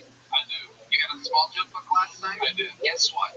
Tonight you're getting a medium. Oh my goodness, we're warming up. We're warming up. Let's go. Ladies and gentlemen, there he goes. Lorenzo Tyree. There you go.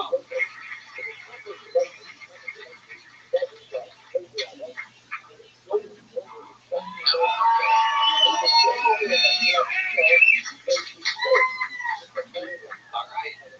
Up again for Heidi, everybody. All right. We're going to keep it moving along here. Make some noise for your next bucket full. Buffy, everyone. Buffy.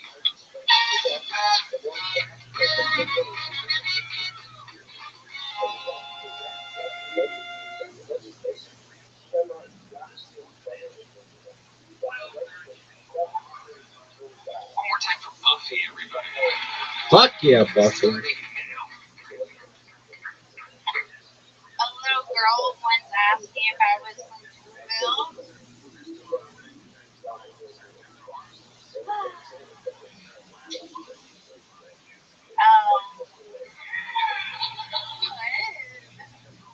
Okay. This is the worst. What? What is happening? Are y'all having bowel movements? Oh, this girl is drunk.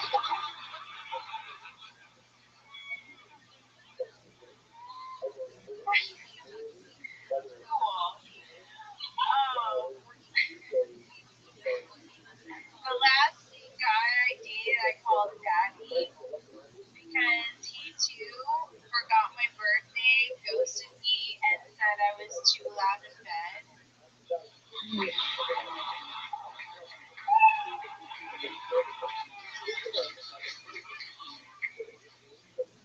When I'm finally dating somebody that's not after just one thing, he's after 2. Well, 3 if you count my mouth.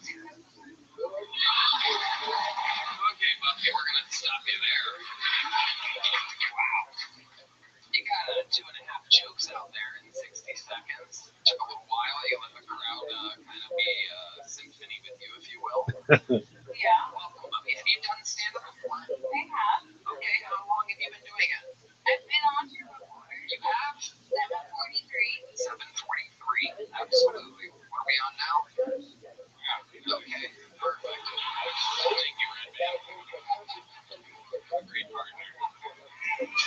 Okay. Did it go better last time? Are you under the influence of something right now? No. Nothing at all. No medicine, no alcohol, nothing at all. What is that? What's that noise? What is the answer? You can tell the truth. It's okay. We all know it. We are positive. Shakespeare's. Okay, what did you have at Shakespeare's? Just a picture. Just one pitcher? With a vodka soda pitcher, right? Okay. And the positive Xanax special? Holy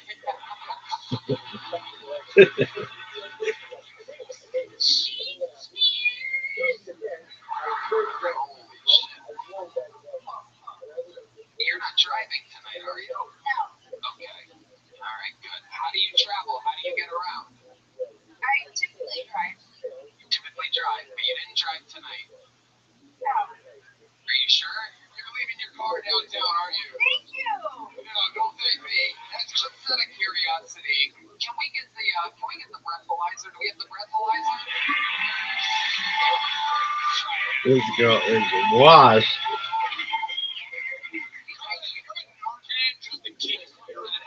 This bitch is wet. We gotta get dust off the old breathalyzer here.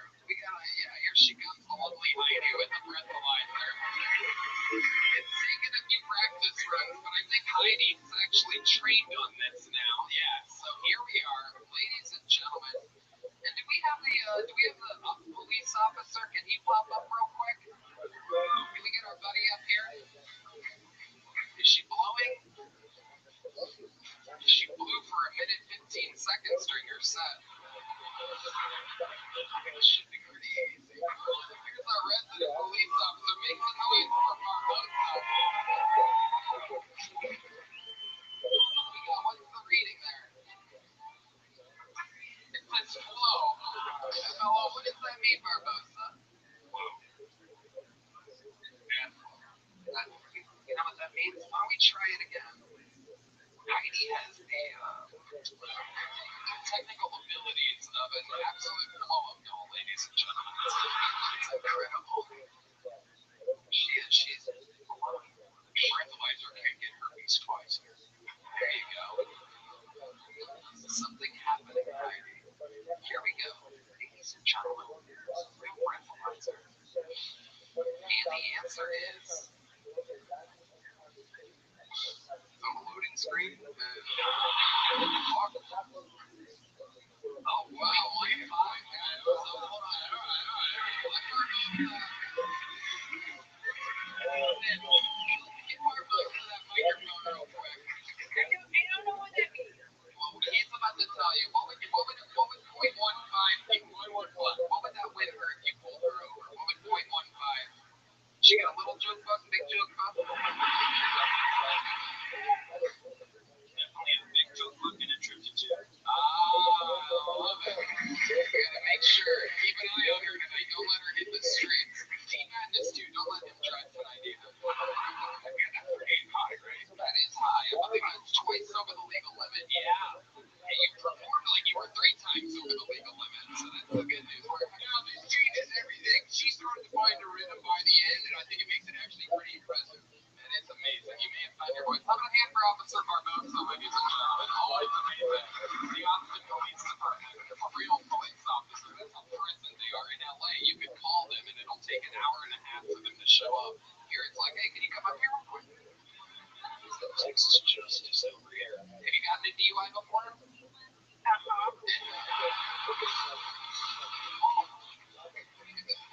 Only one? Only one. Very good. Blow on that one. Good call.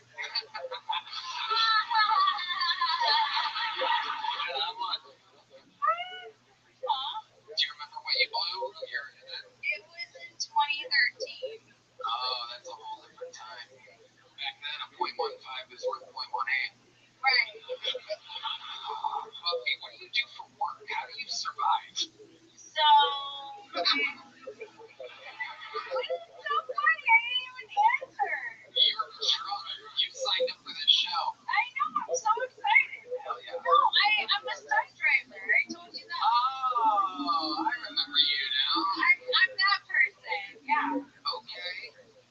Have you been working lately? No, I'm in Austin. Okay. So how do you make money when you're in Austin? Well, I saved up some money to be here. Okay. All right. All driving is stunt driving after you have. She's drifting in other lanes and she like that. Amazing. Buffy, what's your love life like? You're here in Austin, Texas, a bunch of rock stars all around you, musicians all over. It's changed since I've been on the show. I've been offered a lot of trips. Is that a code or something? Yeah. Guys want to do cocaine with you on 6th Street. It's like a ski trip to Shakespeare's. Half-price pictures. I've been jacking off 2 guys. Now, when I was on here, I mentioned about not wanting to date older men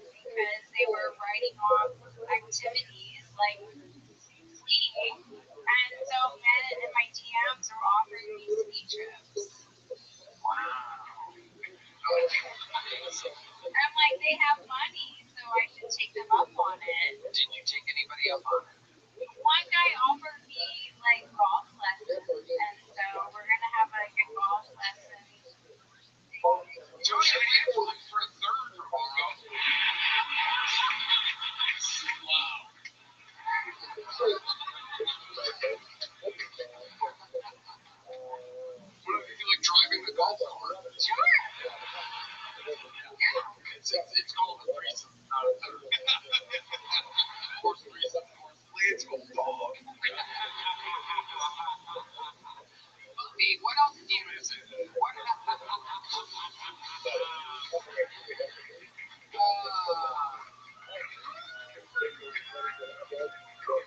Buffy, what else do you do for fun? What else makes Buffy Buffy other than the stunt driving and the attempted comedy? What else? Oh, no.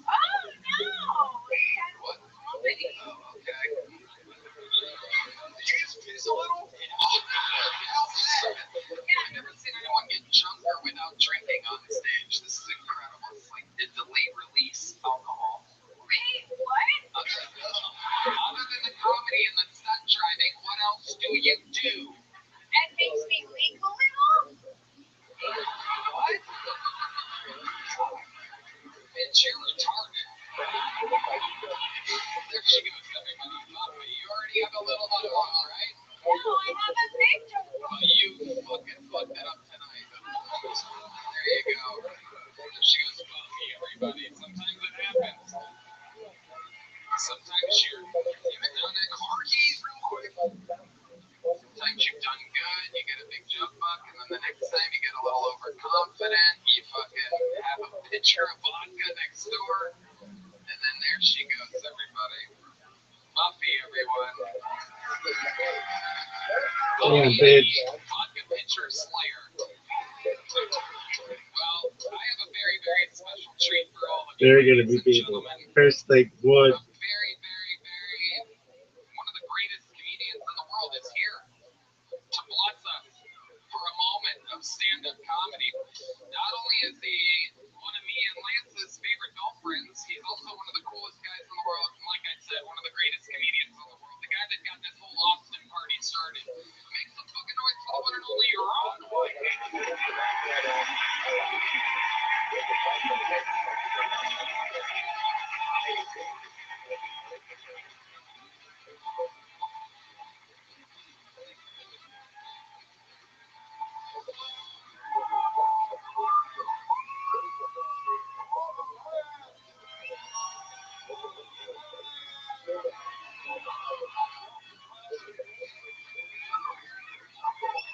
So it's kind of funny. I can't wait.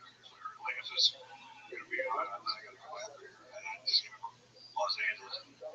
My favorite thing about Los Angeles, Tony, is that the people out there. I've always been kind of from California. It was not always a popular thing, But the people out there are just so goddamn pretty.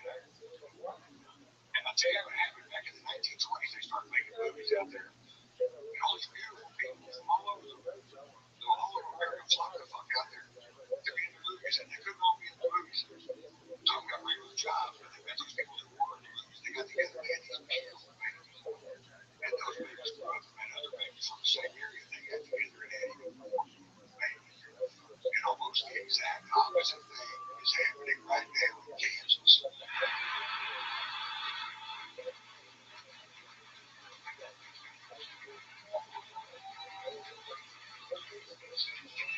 Kansas is full of ugly quitters. Have you ever been there? It's true. Those people who live on the West Coast, their forefathers got on the Oregon Trail. They fought hardships through that country while with their starvation and weather crossing the Rocky Mountains.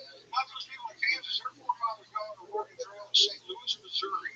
They got to Kansas and fuck it, I'm staying here. And I'm gonna fuck that fat girl right over there.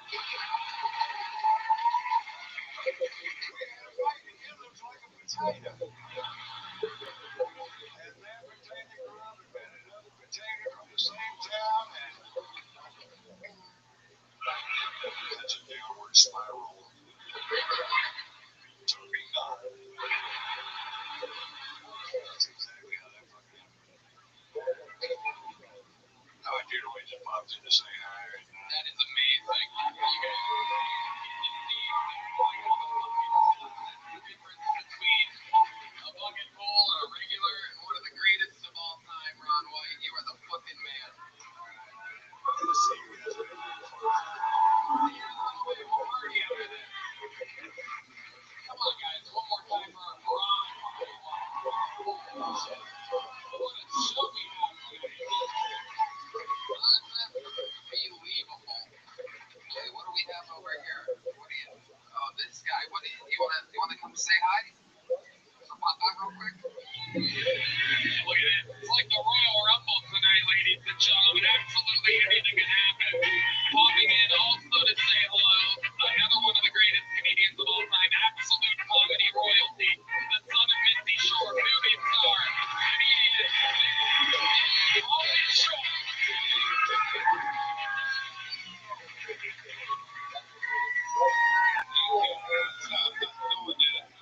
Thank you. So I did acid recently. Anyone else do acid?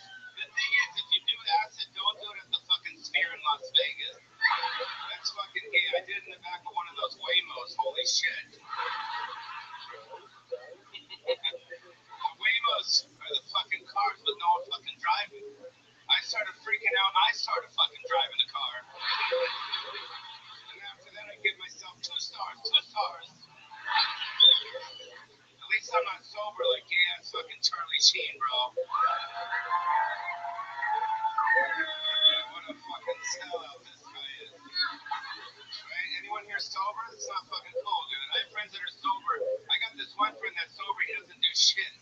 I'm like, you can't have a glass of red wine with your fucking dinner, bro? He's like, if I do that, then I'm gonna snort an 8-ball. I'm like, how the fuck do you go from wine to a fucking 8-ball? He goes, I don't know. You fucking tell me, dude. And I have another friend of mine who smokes pot every day. You guys have these friends? He's throwing the marijuana he puts in his food. Went to his house the other day, had some chicken pot pie.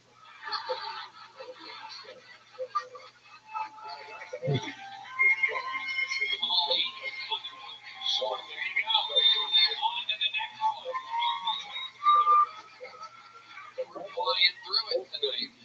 Thank you for having me on your program. Make some fucking noise. The goddamn party. Thank you for having me on your program. Unbelievable. Unbelievable. Now make some fucking noise for Shane Gillen.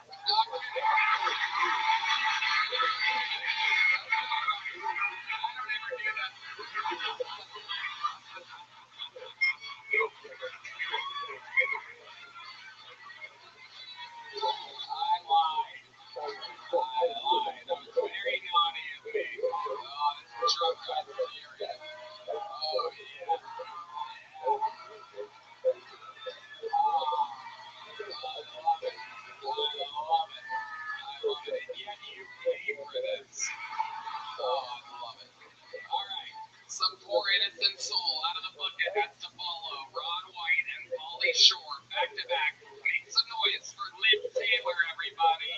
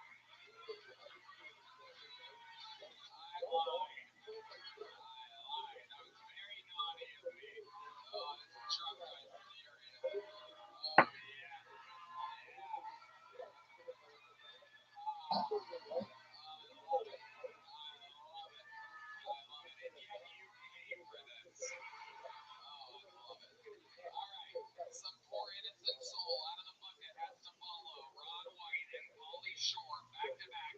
Make some noise for Liv Taylor, everybody.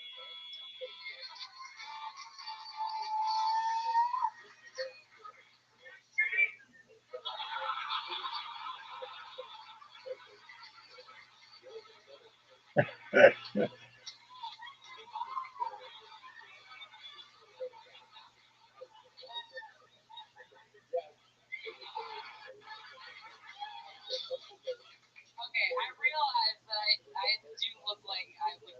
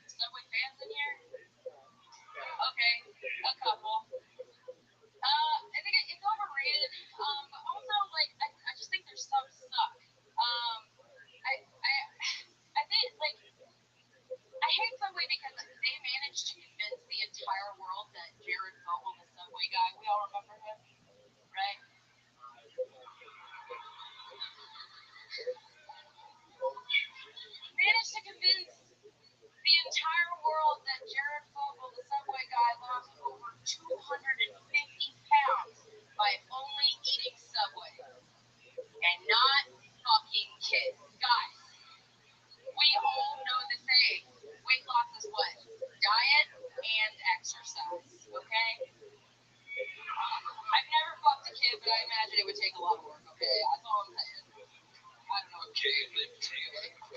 The tough fight you were in. That was so risky. It was back. You said Shane, and I'm like, where the fuck is he? Yeah. Stop. I know. You had to sweat it out back there, literally and metaphorically. Yeah. Liv, welcome back to the show. You've been on before. Yes. What did we find out about you, Liv? Remind us. A lot of sad shit. It's okay though. I'm an orphan. Mom, dad is alive. Mom's dead.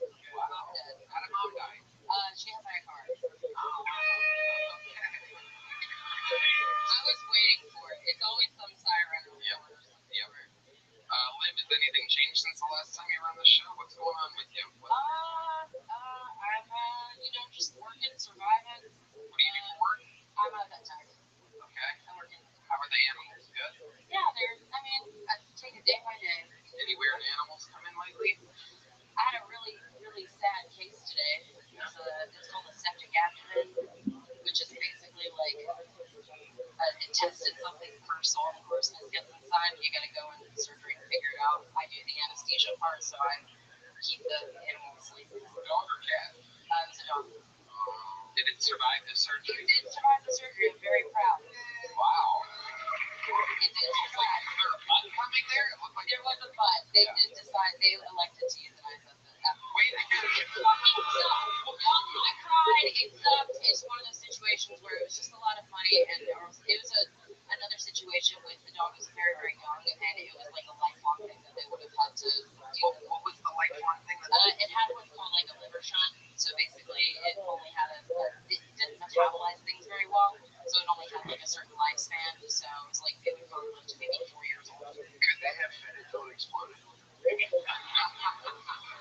If it obstructed, for sure, yeah. Is it true veterinarians have like a higher suicide rate than any other profession? It is the number one for suicide rate, 100%. Explain to us why that is. They're fucking chokers.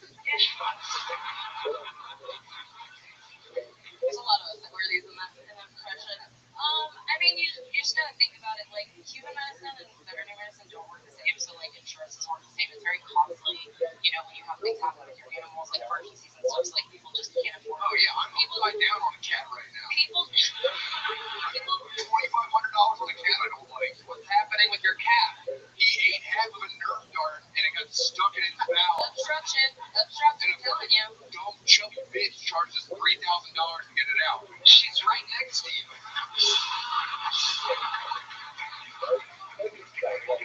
I saved your fucking cat.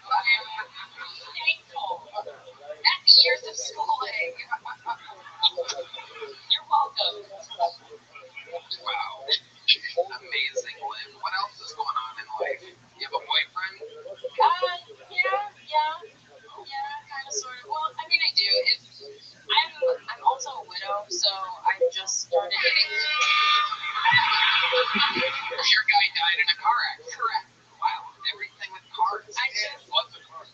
Yeah. It's wild. Yeah. You're a widow. Believe it or not, I'm a woman, but I'm an excellent driver. You can ask for anybody. I don't care what anybody. I'm actually a woman. Anyways, that's why I'm still alive. Okay. Anyways. You're a good driver and you do euthanasia.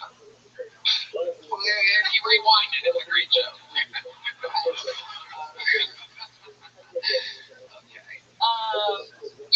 So I'm still I started seeing somebody when I first got here, and we were to see each other for a while, and I kind of just got into this panic mode, I think, where I didn't exactly know what I wanted, and I kind of just wanted to be by myself, but I think it's more so just I want to figure out who I am as a person, outside of being with somebody else.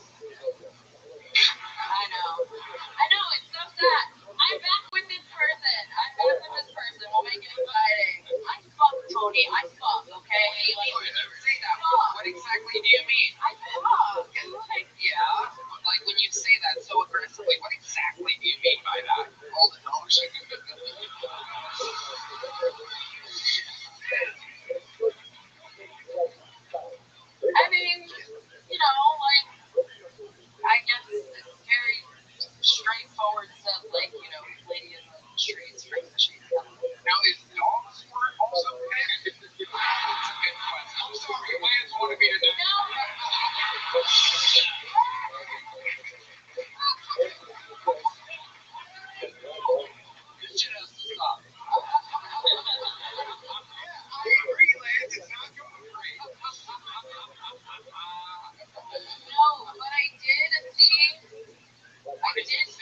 dog clitoris for the first time a couple weeks ago. Tell us about it. They're evolving. This is good news for Red Band. I mean, basically the dog came in because the owner saw like a mass on the vulva, which for men that's the outside of the vagina, just so you know, that's what it's called. There you go. How much pressure do you gotta put on them? Are you supposed to be inspecting your pet's vulva and I don't know that? I mean, it's kind of there for you to see. You know, you can see if the dog's a male or female just by looking at it. For sure, but I mean, they were looking pretty close, but it was just like right there. It was like they said it was like a fleshy mass, and then just looking at it. That's how most guys would describe a clitoris in this room. Like, what is that? I don't even know what that is. What's that fleshy mass on the outside there? She's like, I don't know. I think it's clitoris. So was it a big clit? It wasn't. It was just not. It's not. That's not normally where. Like, What kind of dog was it? What kind of food? it was like a doodle thing. It was a doodle thing with a. Did it have Probably mix everything with poodles. They call them doodles. Like. Do you know his Instagram?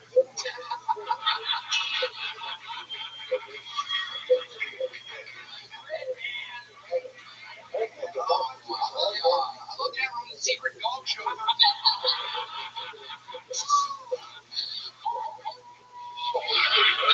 You're getting a little blown. how much would it cost to get my dog's vulva bigger? And like breast implant. A whole different specialty, dog. It was a whole different specialty. Red Man asked him to ask that question. Wow. So, wow. The job's a lot of fun. It can be. The job is fun. Yeah. Wow. And they have clits. Yeah, it's crazy. Your dog has a clit. If you have a female dog, it has a clit. Do dogs squirt? Is that a thing during sex? Is that possible? Just out of curiosity. Expressing No. Expressing Expressing anal glands. That's different. It's different, Red Man. I have seen a male dog, like, you know how you'll see funny videos of dogs just like humping the air? I've actually seen a dog like finish. Wow. It's ew. It's fucking, it was weird, but I mean. Did it pull out? Like, how did it? No, it was just in the air. Like, he. Whoa, she does fuck. Hold on, don't leave me hanging, dog. Don't leave me hanging, dog. Hell yeah. Amazing. What size joke book did you get last time you I got a big one. Okay, well there you go. Keep filling it up. There goes Lip Taylor, ladies and gentlemen. Alright, let's get one last bucket full up here. Your final bucket full of the night goes by the name of Ian Sharp, everybody. Ian Sharp. Here we go. We're gonna put our little ribbon on him. Damn, bitch. Wow, thank you guys so much. Thank you for having me here. Thank you for welcoming me into this stage of this free speech zone where I can say whatever I want with no repercussions whatsoever. Well, I got no free speech zone. You guys know what I'm talking about, right? Can you believe there's things I can't say today in America? For example,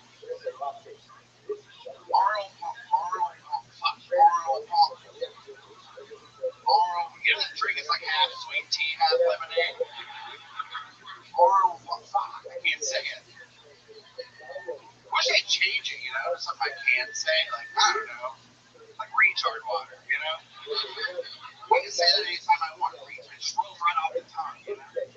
So people get mad at that joke, right? They say it's like it's punching down. When you pay attention, it's not about anybody, right? I'm not calling anybody that. I'm not anti-retard. I'm pro-choice.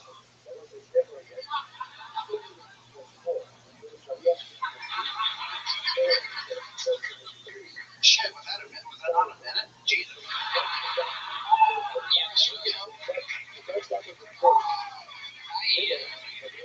Is this your first time on the show? I counted as my first. My first time was on like a turbo round, so I just went up and did my minute, and then you guys got me out of here. Okay, was that a Vulcan?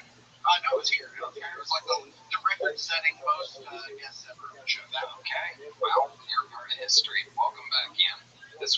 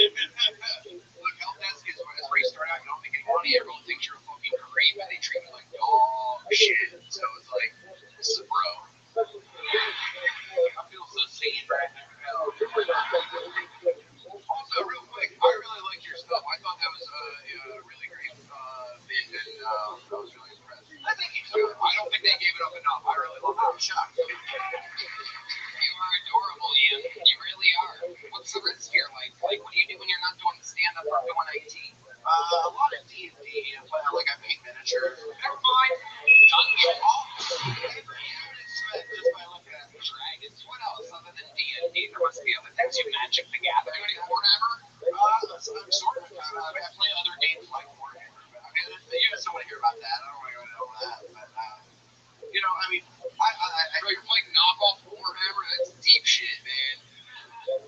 You have a girlfriend? What do you think? Have you ever humped the air and came? Judy is like, there before the grace of God, go I, man. Go bless you, brother. You watch Cornian? What do you think? It's a great interview. You're killing it. That could be every answer to every question. What would we find if we looked at your porn search history? What would we find? Ask me what I think. So you want a real answer? Yeah, I want real answers. Liver shunt. Something gut. I don't want to lie. All right, what would be your honest search history? Give us something good here and honest. I like the older lady. Oh, wow. Have you ever kissed an older lady in Austin, Texas? Have you? Not in Austin. Really? Is there an older lady out there that wants to come up and give this guy a kiss? Sure. We have the best fans in the world. Is there a woman over, we'll say, 40 or 50 out there? Anybody? Still, that guy really wants to get on stage. Really? There's not a, I guess there's not even really an older woman. This lady doesn't want to, you can't suggest people, sir. They have to want to do it. Come on, there's got to be someone out there. What about this lady sitting with the male mermaid? Man, I'm not looking at you yet. That's your husband. Holy shit. Where's the lady that blew 0.18?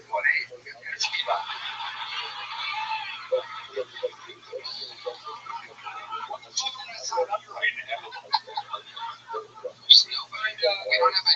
We don't have a hero out there. There's no older ladies. People are still pointing. That's a man, everybody. There's some guys that are so drunk that they're still pointing at the same guy. Nobody? All right, well. Someone run out the second real quick and find one?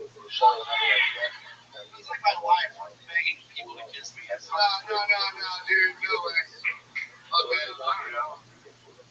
Well, like a regular age lady or something. Yeah. We do like a glory hole kiss, maybe? Yeah. I'll be on the other side. So, Ian, have you gotten no sexual partners whatsoever? You're not interested? What? I mean, I wouldn't say that. I've done pretty well. I thought, what? How dare you, Tony? I do alright. I do okay enough to not be sad about it. That's cool, man. Yeah, you seem happy. I like you, Ian. I like you.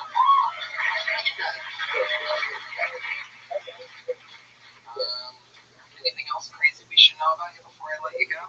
I mean, I don't know. I used to kind of be in a marginally successful metal band when I was younger. Oh, wow. What was the name of the metal band? Ooh, this is where it's rough. We were called With Faith or Flames. We were a Christian metal band. Wow. What did you play in the band? I was the vocalist. I was really? Can you give us an example? Can you give us a? It's been a while, but I'll try. Are the songs copywritten on YouTube? I don't think so. I mean, like, I think all the rights have gone back to us at this point. It's been that long. Yeah, it'll probably set it off. But yeah. Can you do it slightly out of tune? You just want me to holler? Do you have an original? Yeah, just holler. Zoot, my man, I missed you. Are you ready to lose?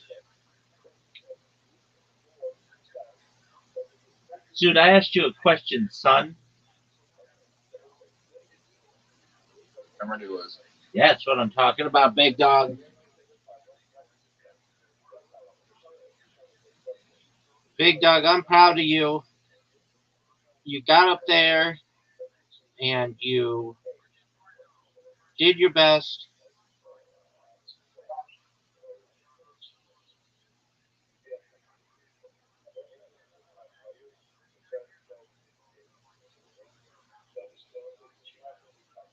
You're up, big dog. Zoot, are you going to go? Are you going to accept my invitation? There you go. I'm going to show you one of the best shots you've ever seen. Do you see how good a shot this is, son?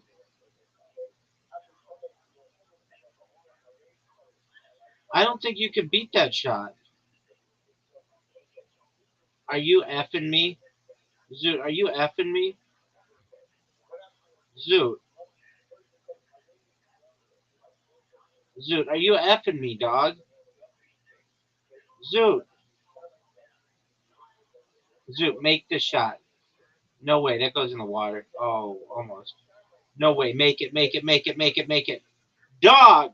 That was the best 2 shots I've ever seen on that hole. Good job, big dog. Dude, that was amazing. Dude, that was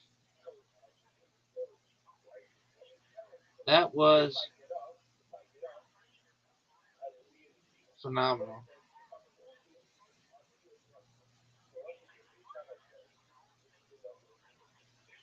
Look at this shot, Zoot.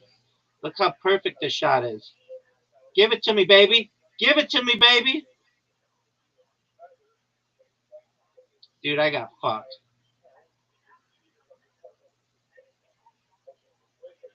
Zoot, you're so quiet. I'm used to you talking about something fucked up. Hey, how's Yoshi? Good. Okay, good. Oh, yeah, What up, baby? Sure. How good was my last shot? Dog, you went first. No, how good was my shot in the first hole? Dude, I've been sucking your dick for the last hole, telling you how good it was. Yeah, my Discord disconnected, but it's nice and amazing shots. Oh, I agree with you. I even said it was the best 2 shots I've ever seen on that hole. Yeah, 100%, man. Dude, Zoot, that was such a good shot. That was the first time we got it to? Was that the first time we saw a 2-shot now? It's not the first time, but it's really rare. And I was talking about how good that shot was, like, for a long time, and you were quiet. And I was like, okay, I understand. But that was Oh my god. the best. Oh my fucking god. What are you gonna do here, son? That's a miss. That's a giant miss. How are you gonna lose this best of 5 when you started out with that first hole? I mean, come on, dude. Get it together. Hey, Rabbi. Yeah, baby. Generally, how long will 10,000 puff bait last? 10,000 puffs? Yeah. Yeah, it'll last 10,000 puffs. How long will that be? Depends how often you puff.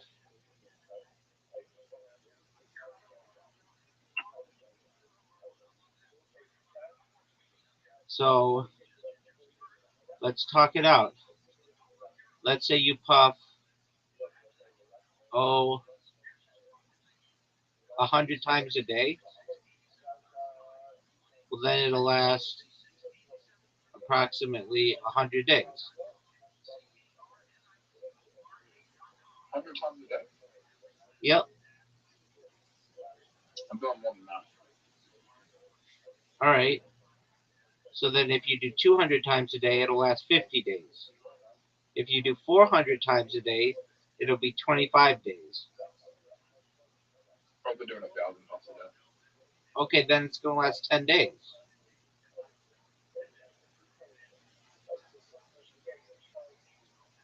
Is that bad? Yeah, dude, that's fucking. That's pretty obsessed with it. 1,000 puffs a day? That's a lot, dude. Yeah. That's a lot. Is it? That's a lot, dog. How much nicotine is in 1,000 puff cart, like 1,000 puff thing? Too much. Yeah, dog. If you're doing 1,000 puffs a day, no way. I don't believe that. That's like, I mean, of your waking hours, That's like,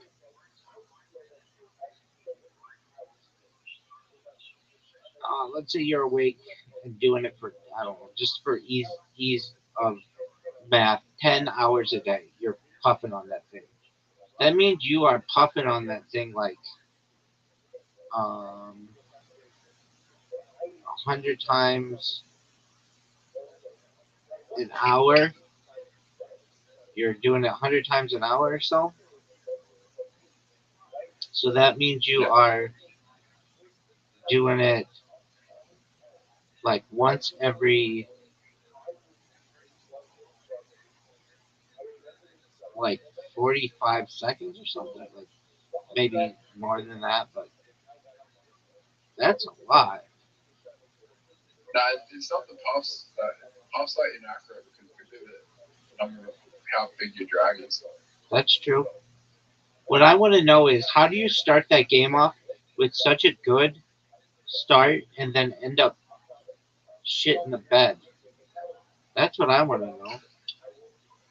Zoot, I'm gonna send you an invitation for pool, and I don't want you to lose. Do you understand me? Is 100 puffs an hour? It's way too much, dude. Is 10 puffs an hour? No, that's better.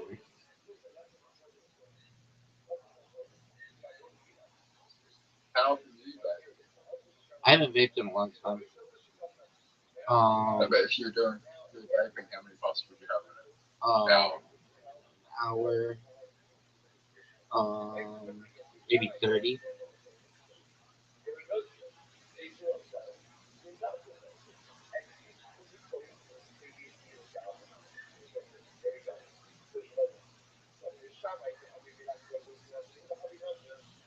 I like it, but Smoking's fun. California outlawed flavored vapes, and so like all the good flavors are gone. You can't even get like mint anymore. Can't you get bootleg? Can't you go what? Can't you get bootleg ones? Bootleg ones? I don't know where you'd get bootleg ones.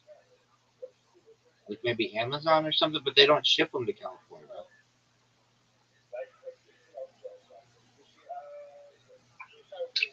Why did they ban vapes? Too many kids were doing them. They became like they became like a currency in schools, and I understand. I mean, I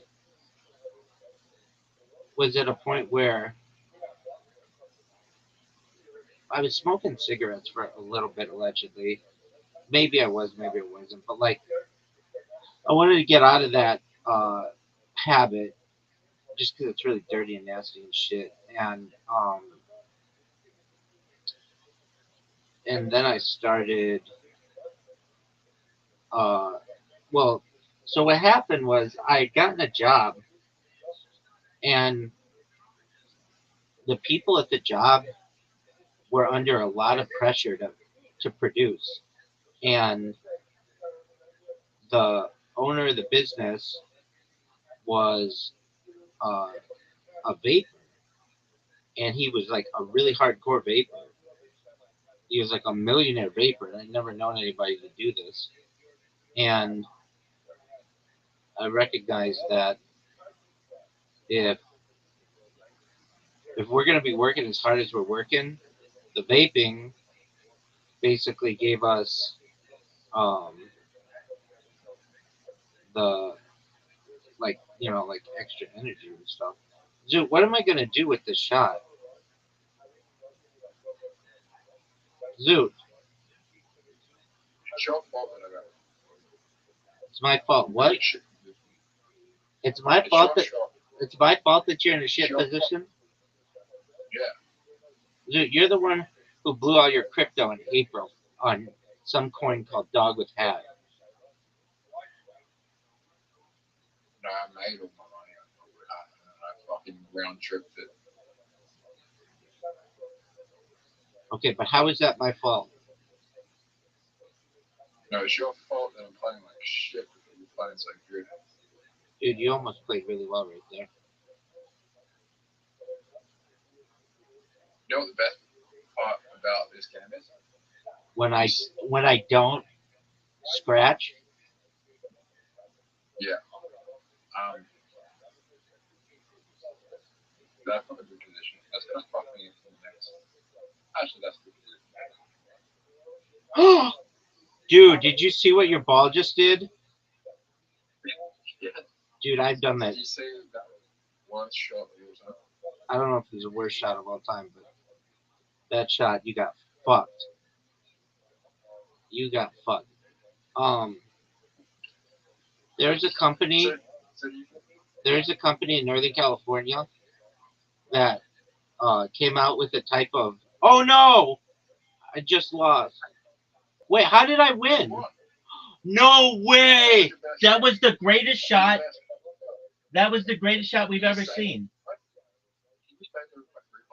That was the greatest shot we've ever seen. Best shot. Yeah, I'm gonna record that. Dog. That was the best shot.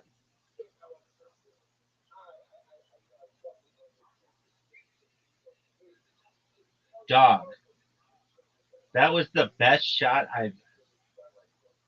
That was.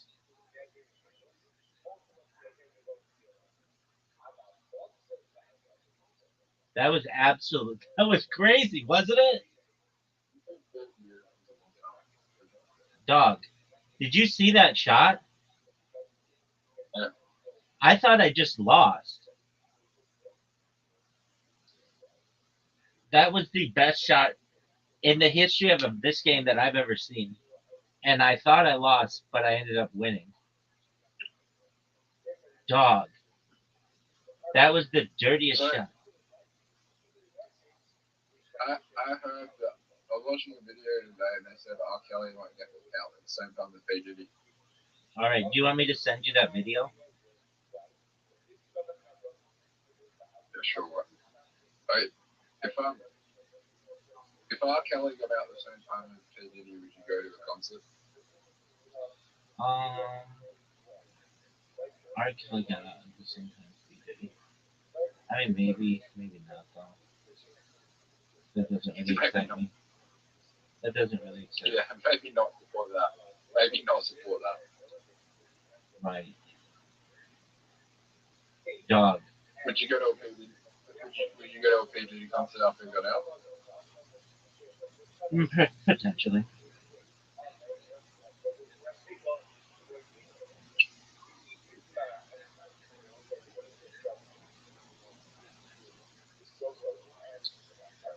Dog, I cannot believe that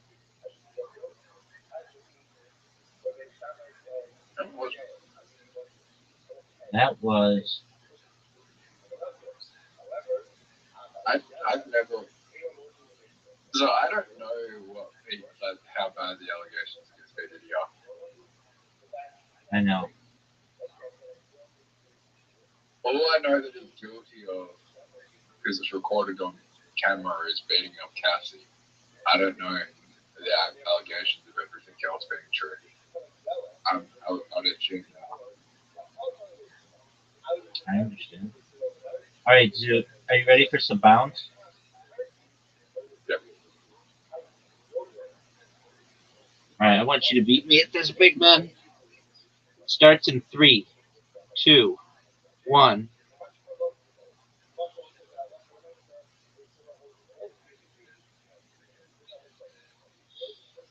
Dude, did I tell you that Kill Tony didn't start on time tonight?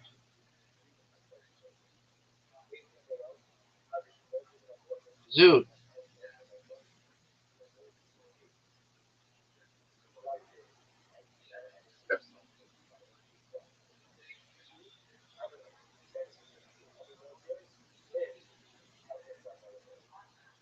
You told me.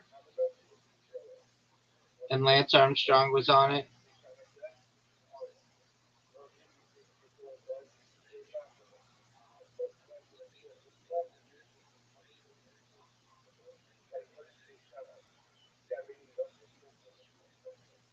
Dude, are you gonna come back? Yep. Are you sure?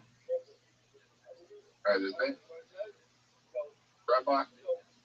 Dude, do you see where I am in comparison to where you are?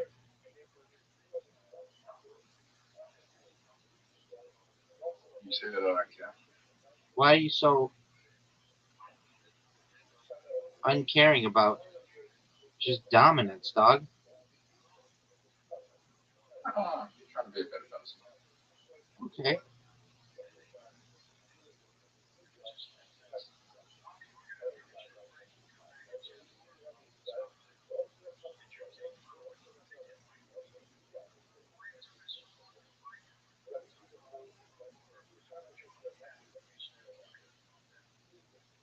Rabbi? Yeah, baby.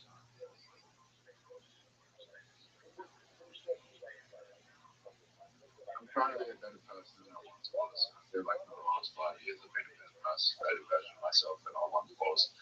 I was a dick once upon a time, and a lot of that was due to me being on antidepressants. Okay. I was very disrespectful to women sometimes in my early 20s, and I regret that. Okay. That's alright, big dog. We can only be better every single day. That's, what you gotta remember. Just do your best to continue to improve. I'm not the same person I am today that I was like 7 or 8 years ago. I'm glad to hear that. Dude, I just swapped 3 tiles, 3 I's, and I got 3 U's. I think that's sticks. I just wish like society would like see that way, like would be more forgiving and have more opportunity for redemption. But in the world we live in, you don't see that. Okay. Oh, dude, are you serious?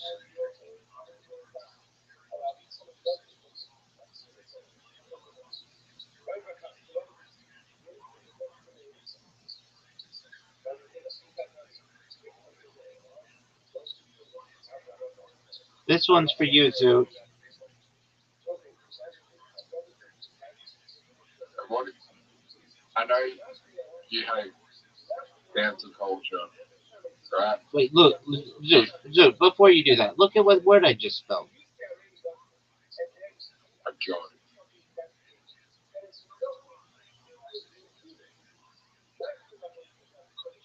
So what about cancel culture, big man? Do you think someone like King Diddy could have a career again after everything he's done? I think he'll be bigger than he ever was.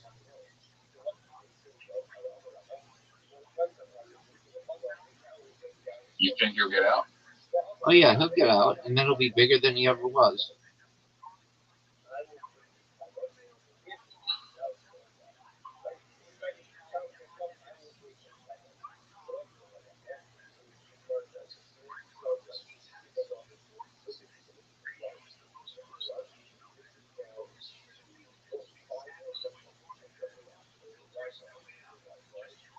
Dude, it's 51-19 right now.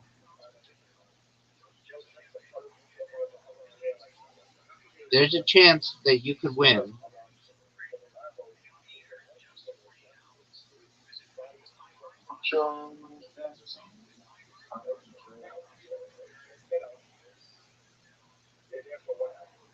Bet.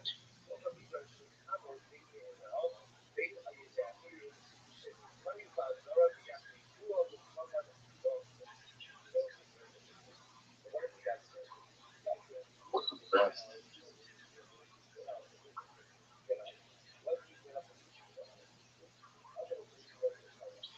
Who's the best Canadian in Australia right now? Well, is James McCann in Australia? James McCann will be in Australia. Yeah, I think he is right now. Okay, then probably James McCann. Was he on No, they had Matt McCusker, who's on Matt and Shane's Secret Podcast with Shane Gillis. They had Ron White. They had Pauly Shore. They had Lance Armstrong and some other guy. Did I tell you one time when I was 21 where I bombed like really hard? No, harder. What I did wrong. I kind of started off with a fucking suicide threat and it didn't go well. What? What?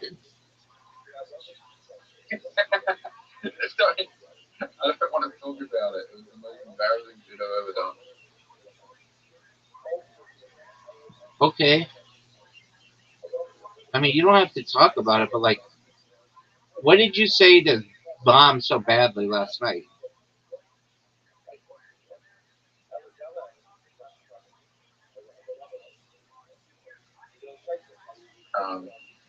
Stuff. Oh, you talked about that? Do you feel like your body just instinctively did that, or did you mean to talk about that? I think I forgot what I was talking about to say, and I just went into a fucking rant. I was just thinking like the last weeks about that traumatic event, and it just got into my head. I tried to make it funny. I couldn't save myself. It just got worse and worse and worse. This happened when you were 2 years old? No, this happened when I was 15. Oh, being abused by some kid in school? Or your brother? Yeah. Kid in school. Yeah. I mean, I don't know what exactly happened, but it was just some guy who grabbed your dick, right? Yeah. Okay, well, that's not cool of him to do, but you you should know that like you're not alone. That happens to a lot of people, especially around that age. It shouldn't happen I mean, guys mess around. They just act like stupidly. There's the phrase, boys. When they grab on your dick as a form of assault because they were trying to get you to start a fight with them, do you think that's appropriate? Anyway, I don't want to talk about it. Okay.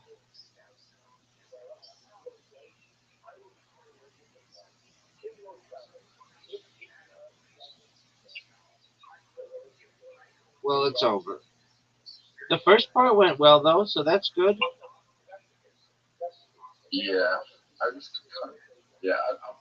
think it was as bad as I thought. It's just like it's just like, why did I say that? It's just like, okay, why did I say that bit? Okay. You can't say these things.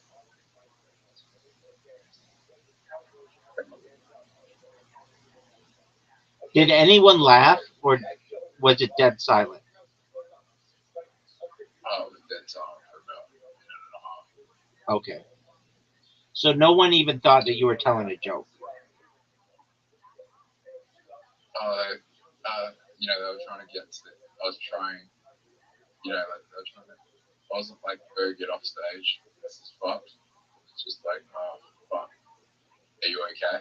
And then the guy running the event came up to me and was like, are you okay? They're like, yeah, I'm fine. Like, he's like, you're probably overthinking. Like, this is why we have like these open mic nights, like, so we can experiment. And I was like, you know what? Like, besides the comedians here, I'm not going to see any in the audience here. There's always a different audience. The chances of me seeing anyone in the audience, they're all just going to forget it. And they're all going to go to their jobs and forget it. And like, okay, tomorrow they've probably forgot it. Tomorrow. They're not there. Even though what makes it worse is I'm the closing act. You're the closer? Yeah. Zoot, I'm gonna pass on this one because I distracted you. I want to give you more time, so I'm passing. So I don't know if I told you, but I've got a permanent spot as the closer. I don't know how the fuck who made that decision, but I'm happy for you. But yeah, I probably lost my spot as the closer. No, they would have told you that. I mean, are the people before you just absolutely not funny at all or something? Oh, that's good. Is anybody really, really funny? Yeah. Is there anybody? His name is Jay Marshall. He opens the bears on. He's fucking hilarious. So why don't they have that guy close? He really comes. Oh, okay. So he's like too big for that show. He's got a small following, but he's like really well known. He's well known in Adelaide, and he's gone. He's performed in LA and stuff as well. Oh wow. Okay. He performed at Laugh Factory. Okay, that's pretty big. And then, what else did you have Canadian? What did you say, Big Dog? Some of the girls like have their girl audience.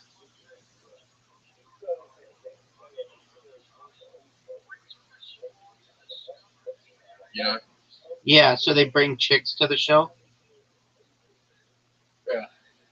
That's cool.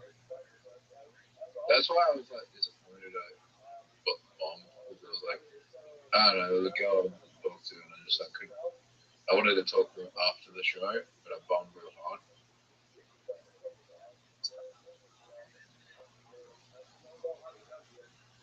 Dude, shout out to the guy who runs that show.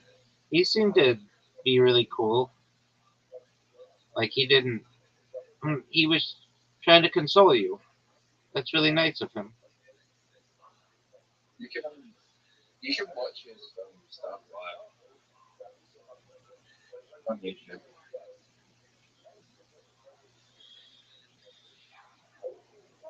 Is there any way you could? I'm not asking you to do this. This is for your own self. Cut out the last part of your stand-up set and save the first part. Is that something that you? I'm not asking you to do this. I don't want you to do this. But is it like something that you could take away and be like, I could, I could, uh, I could use this to help promote myself. So I think that I can keep the Diddy joke. Okay, well that's good. But yeah, like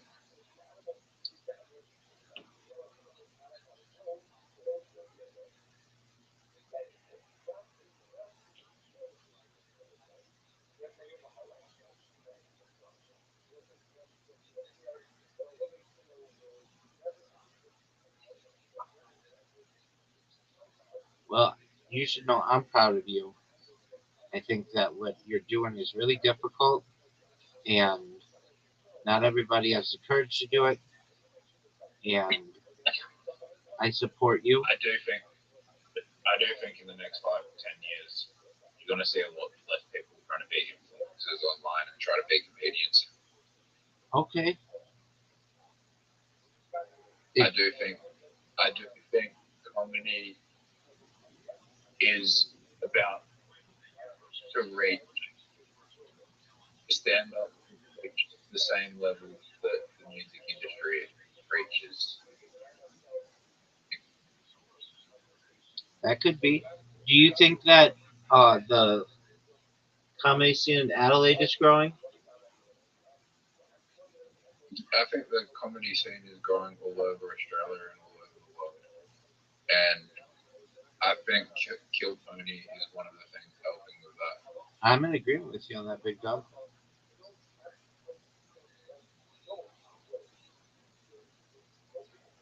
I'm saying in the next 5-10 years, you'll see comedians will be the rock stars of the generation. So, All right, big dog. I'm ready for it.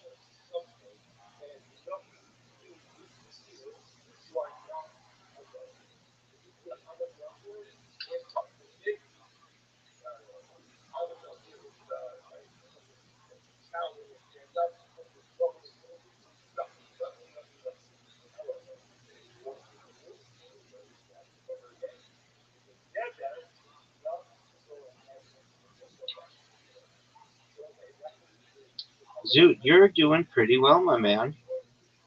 I'm not able to pull away.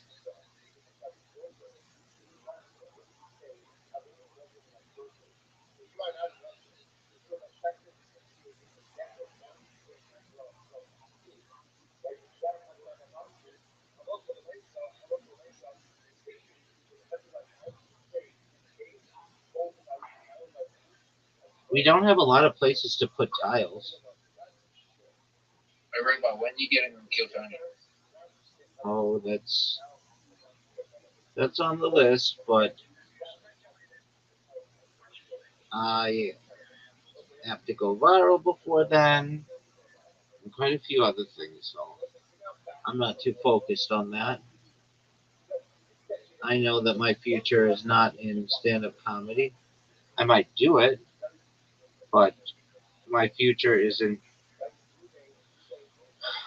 data archiving. Oh, Zoot, that was a really good move. Good on you, dude. Good on you. That was a really good one. Face. For 27 points. Zoot, you're still in this bad boy. I thought I had you put away, but I do not. I think you have. I do think you have.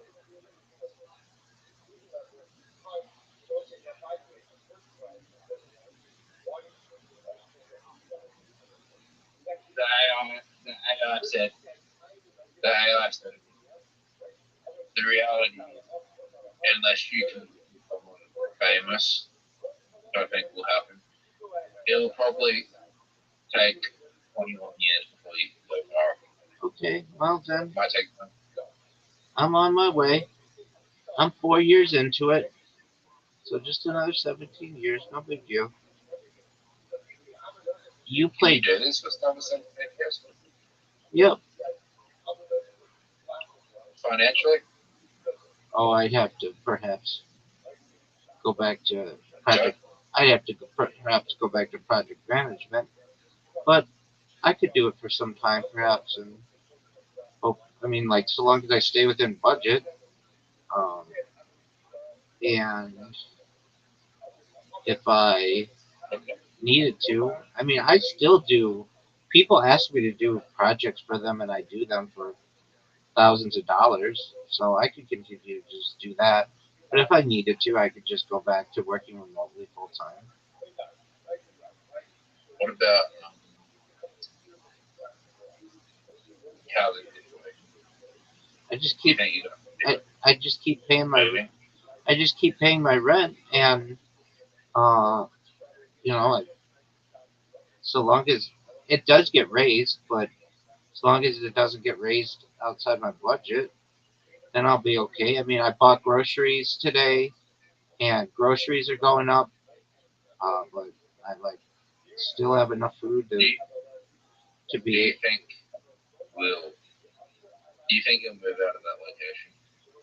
Oh, in the future, yes, certainly. That's definitely my plan.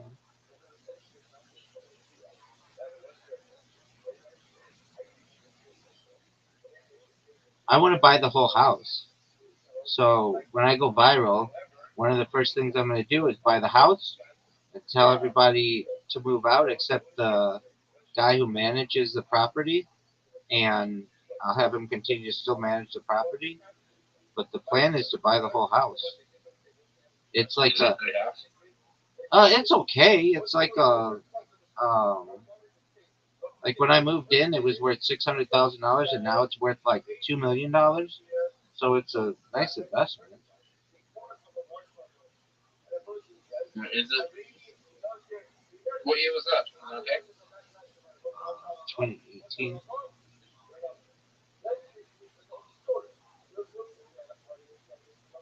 Wow.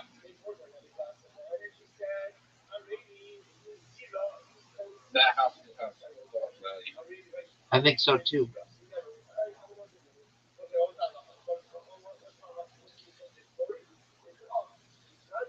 Zoot, if you get a good move here, there's a chance that you could make a comeback. Because I don't have anything that is allowing me to really spread out. We're kind of just stuck. That when you use the word QIS, and that Q is kind of fucked us both. Oh, that's a good one. Oh, come on. It's gonna set up. It's gonna set up something even bigger. You might not play that.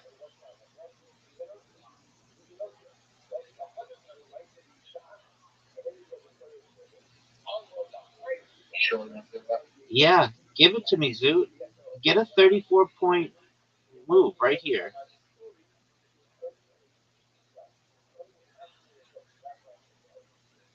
Yeah. That was good. You You might be in trouble. I haven't thought.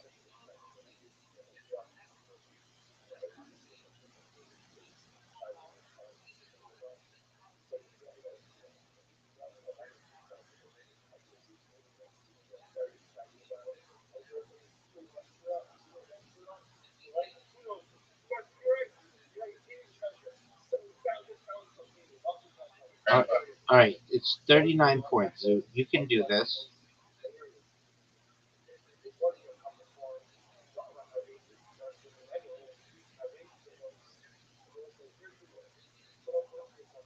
That Q messed up the whole board, and that B and that X.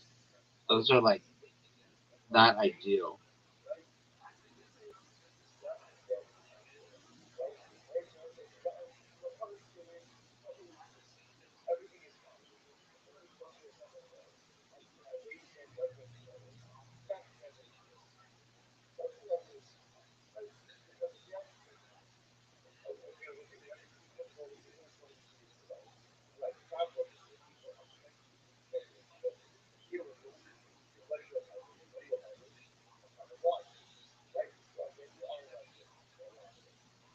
All right, I used a bunch of letters there.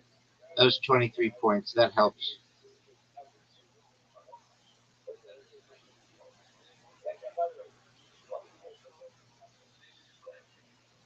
Zoot, when are you going to get into Kill Tony? I know you don't want to be at it because you don't want to use their jokes, but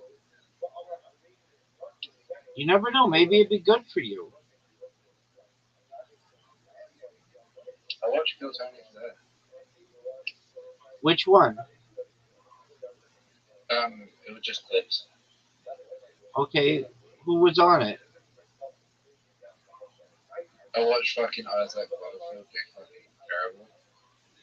Like They had a girl on tonight. She was so drunk, she blew a .16 blood alcohol, which I don't know if you know what that is, but it's like double the legal limit. And she was really, really drunk. She's gonna feel like shit tomorrow.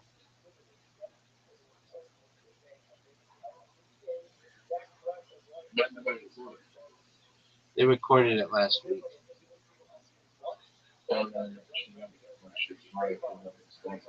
That's it. Well, yeah, but she's gonna feel like shit tomorrow because it aired today, and everybody's gonna know what she did. But you're right. You make a good point. Yeah, that she she would have felt bad like last week or whatever. You're absolutely right on that. That's why I don't. I would like to do Kill Tony, but the issue with that is I don't have access to that content and it's there forever. It's such a big audience. Yeah, I get that. Well, if you did that, oh, what is that word? Uh, we would have to rehearse with you. You'd have to be like on your A game because we would not want anything embarrassing to happen to you. Like, what's the most embarrassing shit you're saying on Kill Tony? This one guy, okay. So how do I explain this? When Kill Tony first started, they had this. Their first regular was a security guard there, and he was this guy. They called him the Iron Patriot, and he would wear this like Iron Man suit, and eventually he made a um, he pissed off Tony Hinchcliffe and Red Band enough by trying to like undermine them. He got too big for himself and tried to make the show about himself and not about the comedians and things. So they kicked him off the show, and he came back on the show uninvited, like a year or two later, and they like had to ban him for life. So that's kind of embarrassing. I've seen somebody who um, I've seen a lot of people who just don't aren't funny, and but a lot of them get back up and then they do better. What's the most embarrassing one that I could think of? This girl who was drunk tonight. That was pretty embarrassing because people kind of started to boo her. Um, 1 minute set. 1 minute is hard. yeah, it is.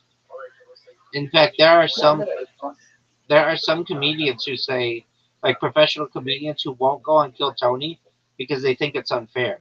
They're like, to be funny in 1 minute is really difficult, but because you can't really tell a story, you just you have to like it has to work or you're done.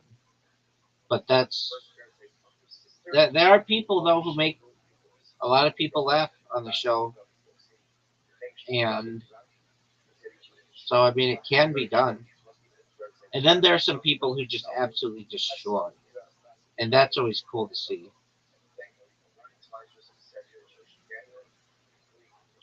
It's really cool. What I love the most about the show. Yeah, it makes me laugh and stuff, but they take people who are generally pretty poor and they can make them into millionaires, and that's a really cool aspect of the show.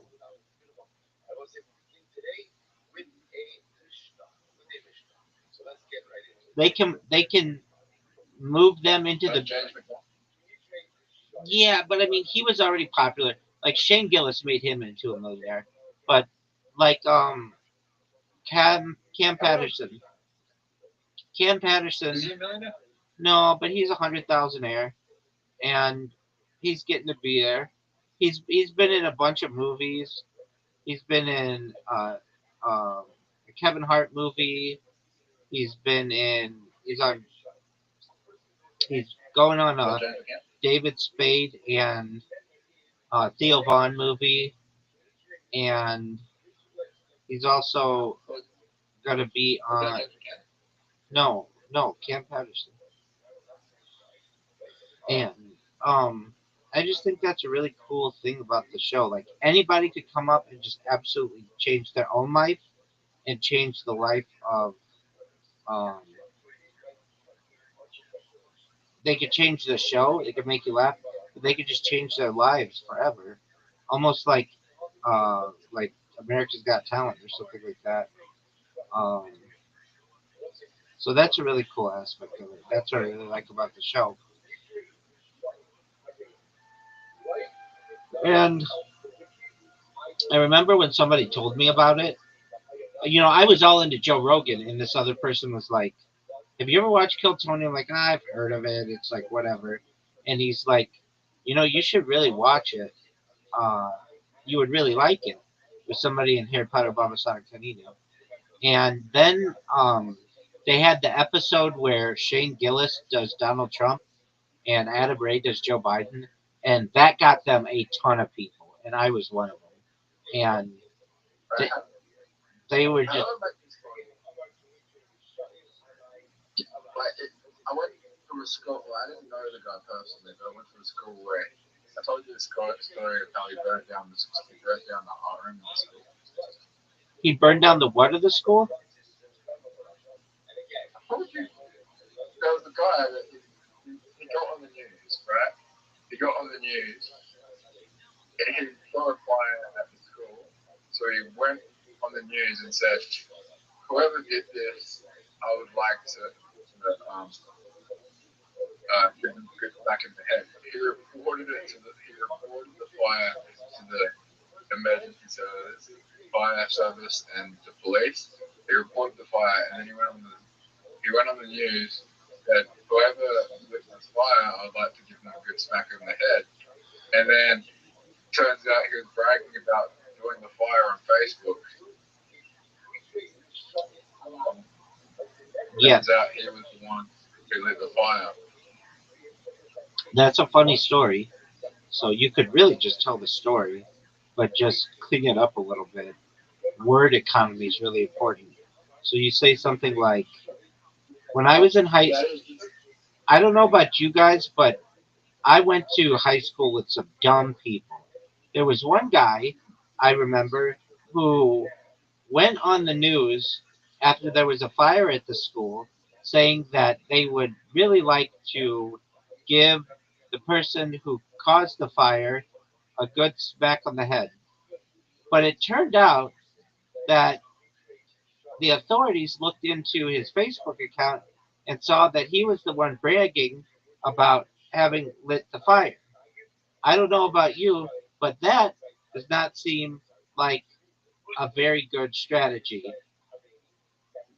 Something like that.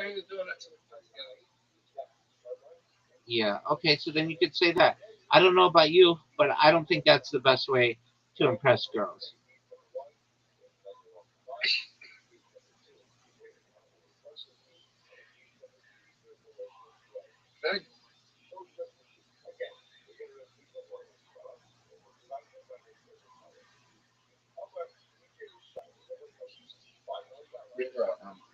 About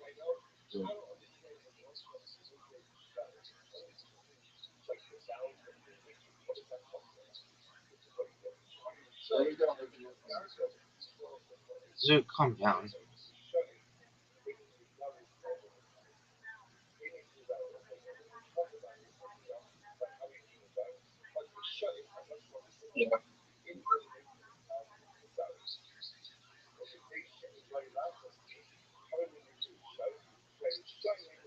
Why haven't you been on X Spaces recently, Zoot?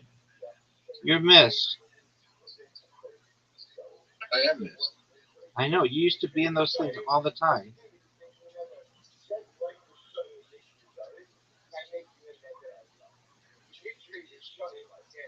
You should get back in X Spaces, dog.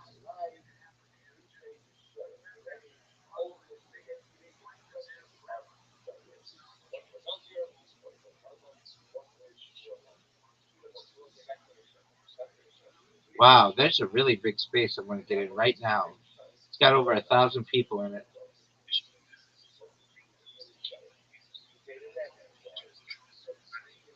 Oh, it's all botted. They're not real people. It has 1.1 thousand people in it, but it's all botted.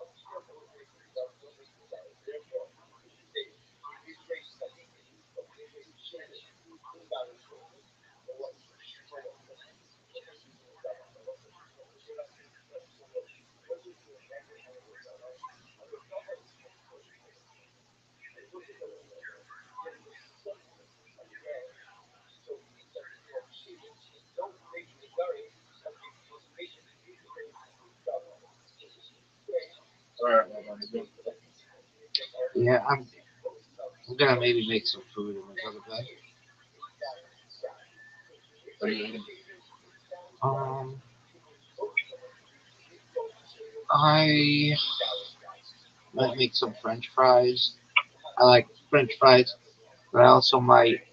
Um, I'm gonna have a salad and Do you have an archive of cigars? yeah, everything I eat's on camera. Okay.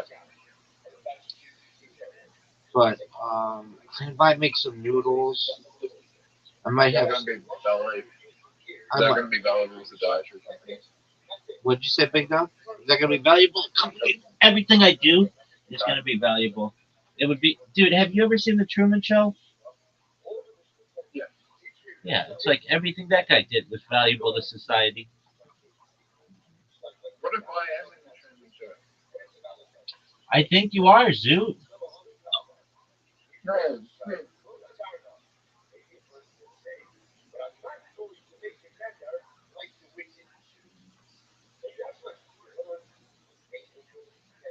Zoo, remember when you talked about live streaming your life? Yeah. Why don't you do it?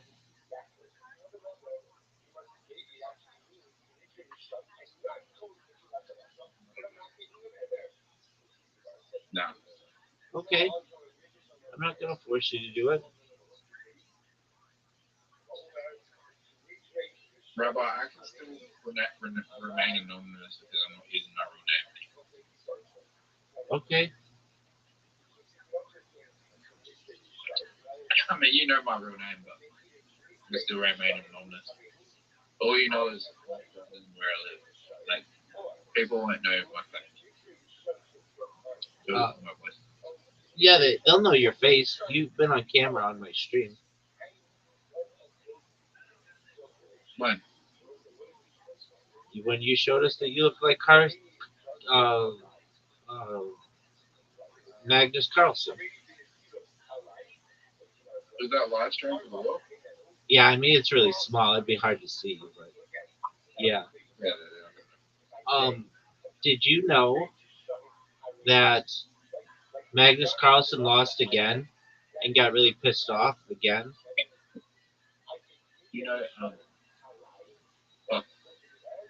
you know, that sucks. I mean, I still think Magnus Carlsen was probably the best chess player to ever live statistically. Okay. You're allowed to feel that way. I don't think there is anyone better statistically than Magnus Carlsen. Okay. I think he's even better than Bobby Fischer. Okay.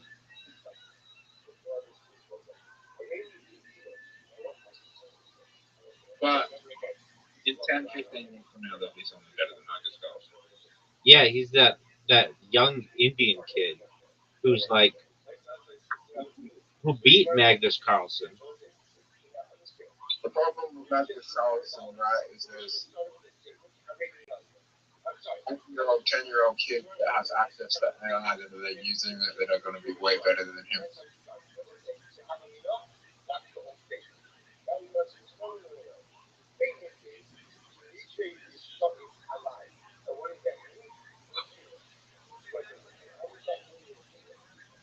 Big Dog, do you know that I watched Die Hard last week? It was baller.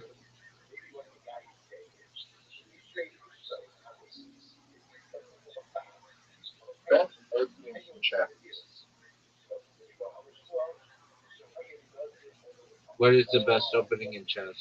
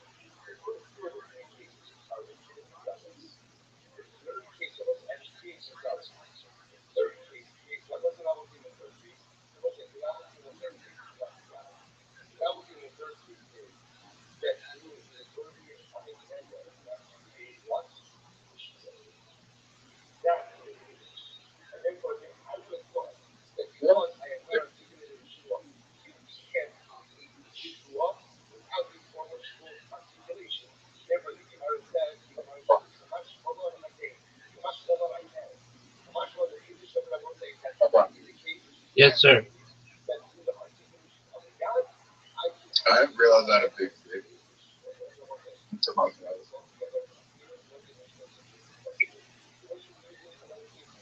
Dude. You're saying that I have a big dick because you said that your dick's as big as my dick, and I can tell you this: we have bigger dicks than more than half of the men on this planet. That's all that matters. Have you measured your dick? Yeah, What's your measurement? giant. It's too big for the yardstick. I've seen your dick on stream. No, it's longer than the average male on Earth. Now, most of those guys are in like China and India, but then I'm also competing with Africa. I'm absolutely average. Just ask LeBron. But I'll take being average. Average is absolutely fine. Ask any chick with whom I've been. It is absolutely perfect. Too big, and that's painful for a chick. Too small, that's embarrassing for the guy. Just right is just right. So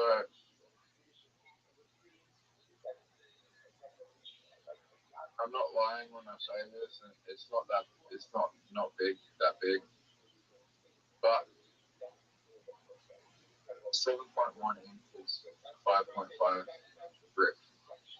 Go, sorry, go. All right.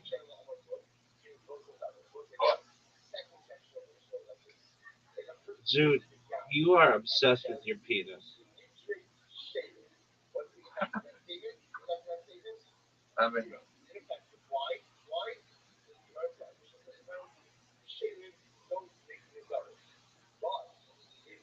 rarely use it.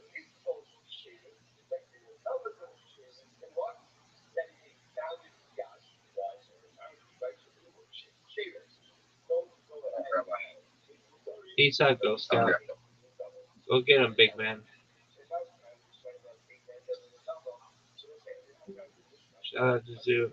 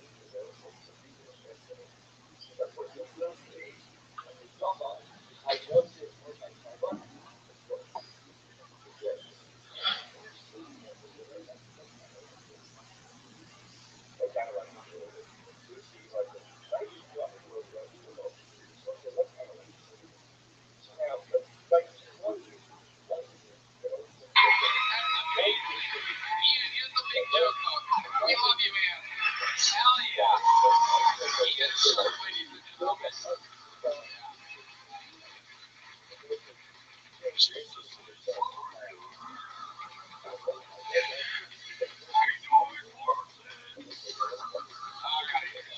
only one way to end an episode like this, and what an episode it's been. We have the great Lance Armstrong, Matt McCusker, Tim Butterly. We've seen so much. I am Sir Winston Pickles, Hendrick, Ron White, Pauly Shore. Ladies and gentlemen, I present to you the record holder for all-time appearances, all-time interviews, a living member of the Kill Tony Hall of Fame, the greatest Kill Tony regular of all time. Ladies and gentlemen, this is the Memphis Strangler, the Manila Gorilla, the Big Red Machine, William Montgomery.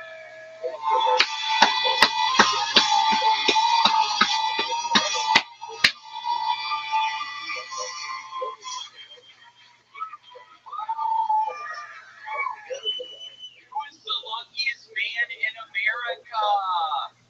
Amy Schumer's husband. She's divorcing him. I was driving through Oklahoma this weekend and noticed signs that said, "Do not pick up hitchhikers. They may be escaped prisoners." What? So there are just so many escaped prisoners in Oklahoma that motorists need to be warned. Here's an idea. Use less steel on the escape prisoner warning signs and more on the jail cell bars. Maybe it's just me, but I feel like Beethoven's Fifth Symphony is when he really sold out. His first EP, though, shit. I wrote a summary of Jesus' Sermon on the Mount, and I think I'm just going to call them Cliff Notes. Okay, that's my time. Exactly 1 minute with a man that's done it. Look at this athleticism. And muscles. That's athleticism. Agility. So nice to see you. I feel you're much better this week. I've been on the row machine, and also Lance. I grew up watching bicycling with my father. And there's a funny story. My mother was in town maybe a year and a half ago, and we see you up in the thing, and my mom is like, "Yeah, William and his dad used to bike a lot. William's dad was pretty fast, not as fast as you, and without missing a beat, you say, yeah, no shit." It was hilarious. It really was.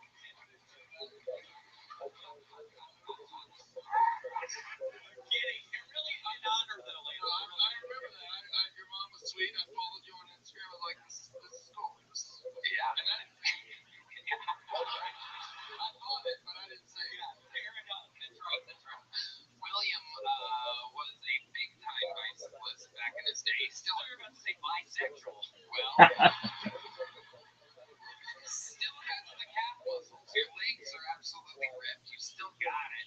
It's amazing. Your legs don't match your head at all. I know. I just continue to lose all my hair, and I look sicker and sicker. I'm starting to look like Rabbi a little bit.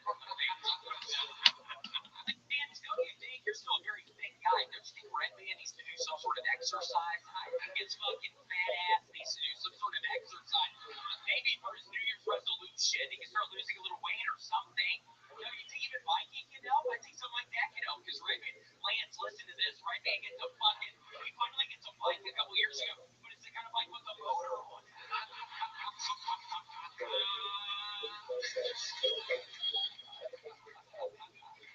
And it is true. You can't even make it up. And to this day, the pedals are just spotless. That thing, straight motor, you got no pedals. Did you have a poster of Lance on your wall growing up? Yes, I had many pictures of bicyclists on my wall. And okay, great, man. I think had a bunch of Miss Piggy posters. Yeah. On his ceiling like a fucking weirdo. Let's check in with Tim Butter. Do your tires still have those little tiny rubber spikes going on? No, he uses the motor. He used the hell out of the motor. He had to change the oil. And he no, I know. It's electric. They're electric. Yeah, two motors. I get my fat ass up the hill. But seriously, do you ever ride that thing? No, I do all the time. Really? In Pflugerville? Yeah, I mean, I don't ride it much downtown because you can't really park it anywhere. But, oh, that's why you don't ride your bicycle. Parking is the problem. It's like a $5,000 bike. Like, maybe fire Rabbi if I let him run on your pegs for a little while. Oh, Lance doesn't use pegs, dumbass. What the fuck? Succulent using Lances. Dude, seriously. He's not a BMX rider, dumbass. He's not using pegs, seriously. William, I got your back, Lance. I mean, can you believe it? William is on fire. By the way, all the poster talk, all that shit, you didn't follow me back.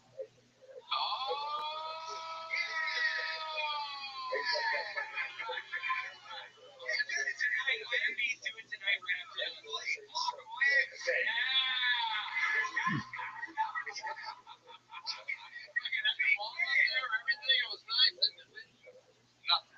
Wow, why is that, William? Why didn't you follow him back? I don't know. I'm weird about it on there. I try to. There's no excuse at all. Oh my gosh, Lance. Let me ask you this. Why do you name my friend Lance's three-big twins? I mean, my personal favorite. What was it? 99 was your first Tour de France win. Was it in 99? That was my favorite, honestly. Against motherfucking John Ulrich. Remember that shit? Fucking Montani.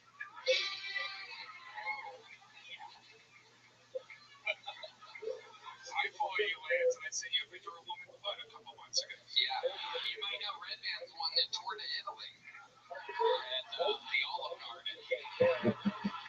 Set the record. Man, I got a hack for you. You want to hear it? It's a tour of Italy, because I like the chicken parmesan. You just get a regular lasagna and a kid's Alfredo, and it's a second side. You're allowed to choose apples or spaghetti. You get the spaghetti, and it makes a better tour. Wow, look at the momentum of the show. Wait till you come to a halt, everybody. You're all laughing there for a while. Redman, be careful. I swear to God, I picture your fucking ass finally having your deadly heart attack. Fucking your face hitting the children's spaghetti.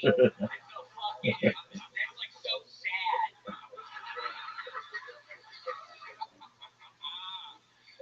William Lights Out Montgomery. We love you. What an appearance to be here. One more time for William, everybody. We did it. Thanks to Brad Kicks and Shopify. Sitting out early at the Algonauts, the fourth Tuesday of every month with Matt Custer, who's got his special humble offerings on Netflix right now. How loud can this place get? He had no reason to join us other than being a cool guy.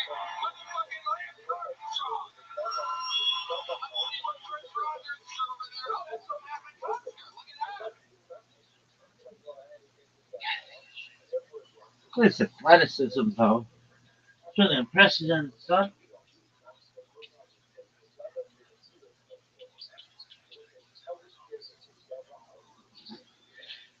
I got some shit.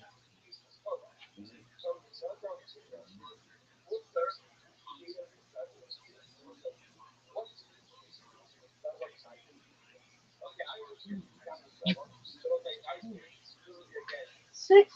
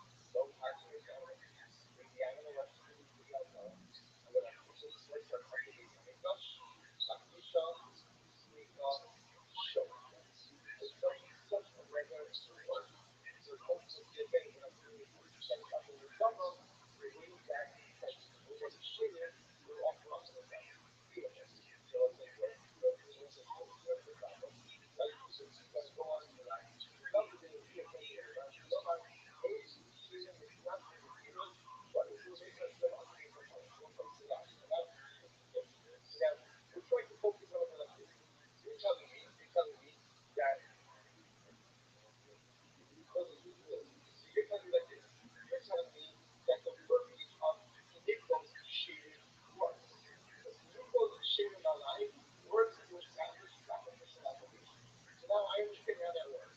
I was really supposed to shave it while I work. I can't take all that stuff being covered in gum. Like cool. And just sit through it, bring it to the Azara, Mafisha, Sweepa, Shmita, beautiful. How does it work for you as a cover artist? Like I say, mid-range, you say mid-range, Shirin, Halai, or Hareem, and now there's another one in the front. How does that work? Is there a couple? How does that work?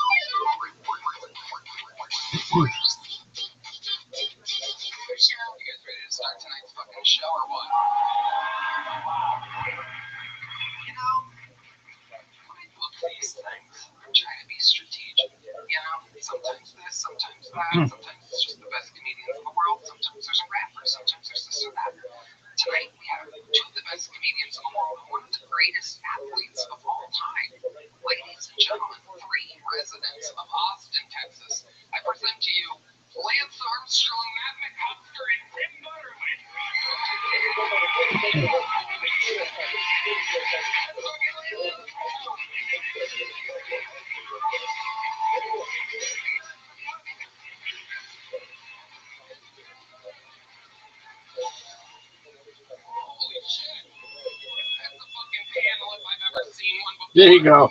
What? That's what I'm talking about. That's the one.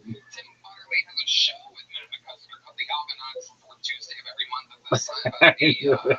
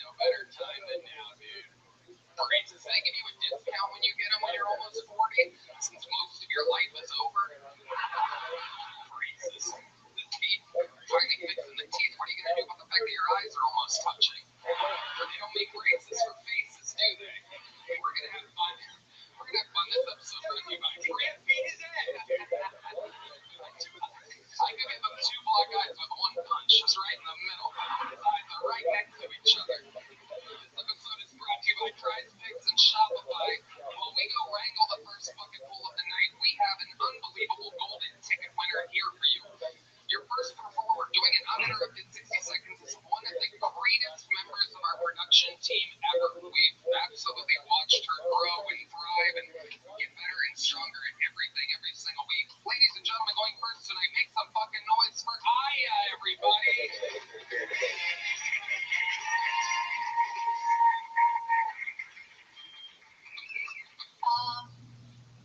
When I first graduated college, I was just doing random stuff to make money. I tried selling edibles. You ever get so high you forget you sell drugs and just end up running a non-profit? It's kind of what happened. I couldn't afford to go on vacation, so I was just teaching myself how to lucid dream. See Hawaii at night, I guess. I feel like if I had more money, my standards for guys would be a little bit higher. Like a friend of mine, she had a one-night stand with a guy, and he bought her a Plan B. And I don't know what I'd do if that happened to me. Because if a guy bought me a Plan B, I'd be like, damn, you would make an amazing provider. I wouldn't even take the Plan B, I would just keep the box to show my kid. That's how I knew he was the one. Okay, thank you guys. Exactly 1 minute from the green Aya, everybody. Hi, Aya. Hey, Tony. How's it going? Good, how's it going with you? Fantastic. That was a great set. Thanks for asking how I'm doing. Nobody ever does that. Yeah. It's a thankless job over My here. first time probably asking you to. Yeah, absolutely. Aya, tell these people about your life. My life, I recently cut my hair. I think I was thinking, I was like, oh, and trying to be attractive to women, but then I really thought about being a lesbian, and I heard that, like, vaginas are a little bit acidic, and I have too many paper cuts to dig in there. But I want to fall in love. I want to fall in love with someone, like preferably Indian, because I don't know, when you fall in love with someone, you really get to know how their mind works. And Indian people always seem to have a really, really good song stuck in their head.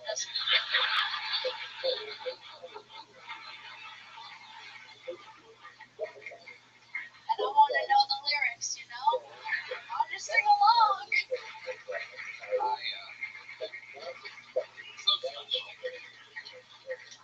So when you say you cut your hair, did you cut your hair? No, okay, so when we were in New York, I was going out in the town, and there was this lonely Uzbekistani barber, and I was like, oh, I'm going to give him some business. And so I did. And I got, this cost me $60. Is that like, I don't know, guys, like, is this worth $60? It kind of looks like you gotta cut your hair to dance for like a chic warlord, I guess. It is. It might be the best haircut available in Uzbekistan. In the middle of his phone call, like in the middle of the haircut, he got a phone call from his girl. And, yeah, she was mad at him. But I was like, dang, women. And he was like, yeah, like men need to learn to control their urges, like their sexual urges. But women have this natural urge to be a bitch. And he was telling me about how women, we need to learn to control that too. And I could see where he was coming from. Yeah. Because I get that urge too. I'll start fights with the boys for no reason. Yeah. I love it. Now you have the haircut. They don't even know what you are. Yeah. When you say you wanted to be a lesbian for a second, was that trying to figure out the chicken or the egg? Because it seems like you got your hair cut and then you decided. Is that what happened? What happened first? Were you thinking about being with a woman and then you got the haircut, or did you get that haircut and then that's what happens? You get a weird haircut and become a lesbian? Yeah, I think it's like that. It's like, I don't know how it works for gay men if you get the voice first and then the song. You get the So what up, Kelly? How you living, fam?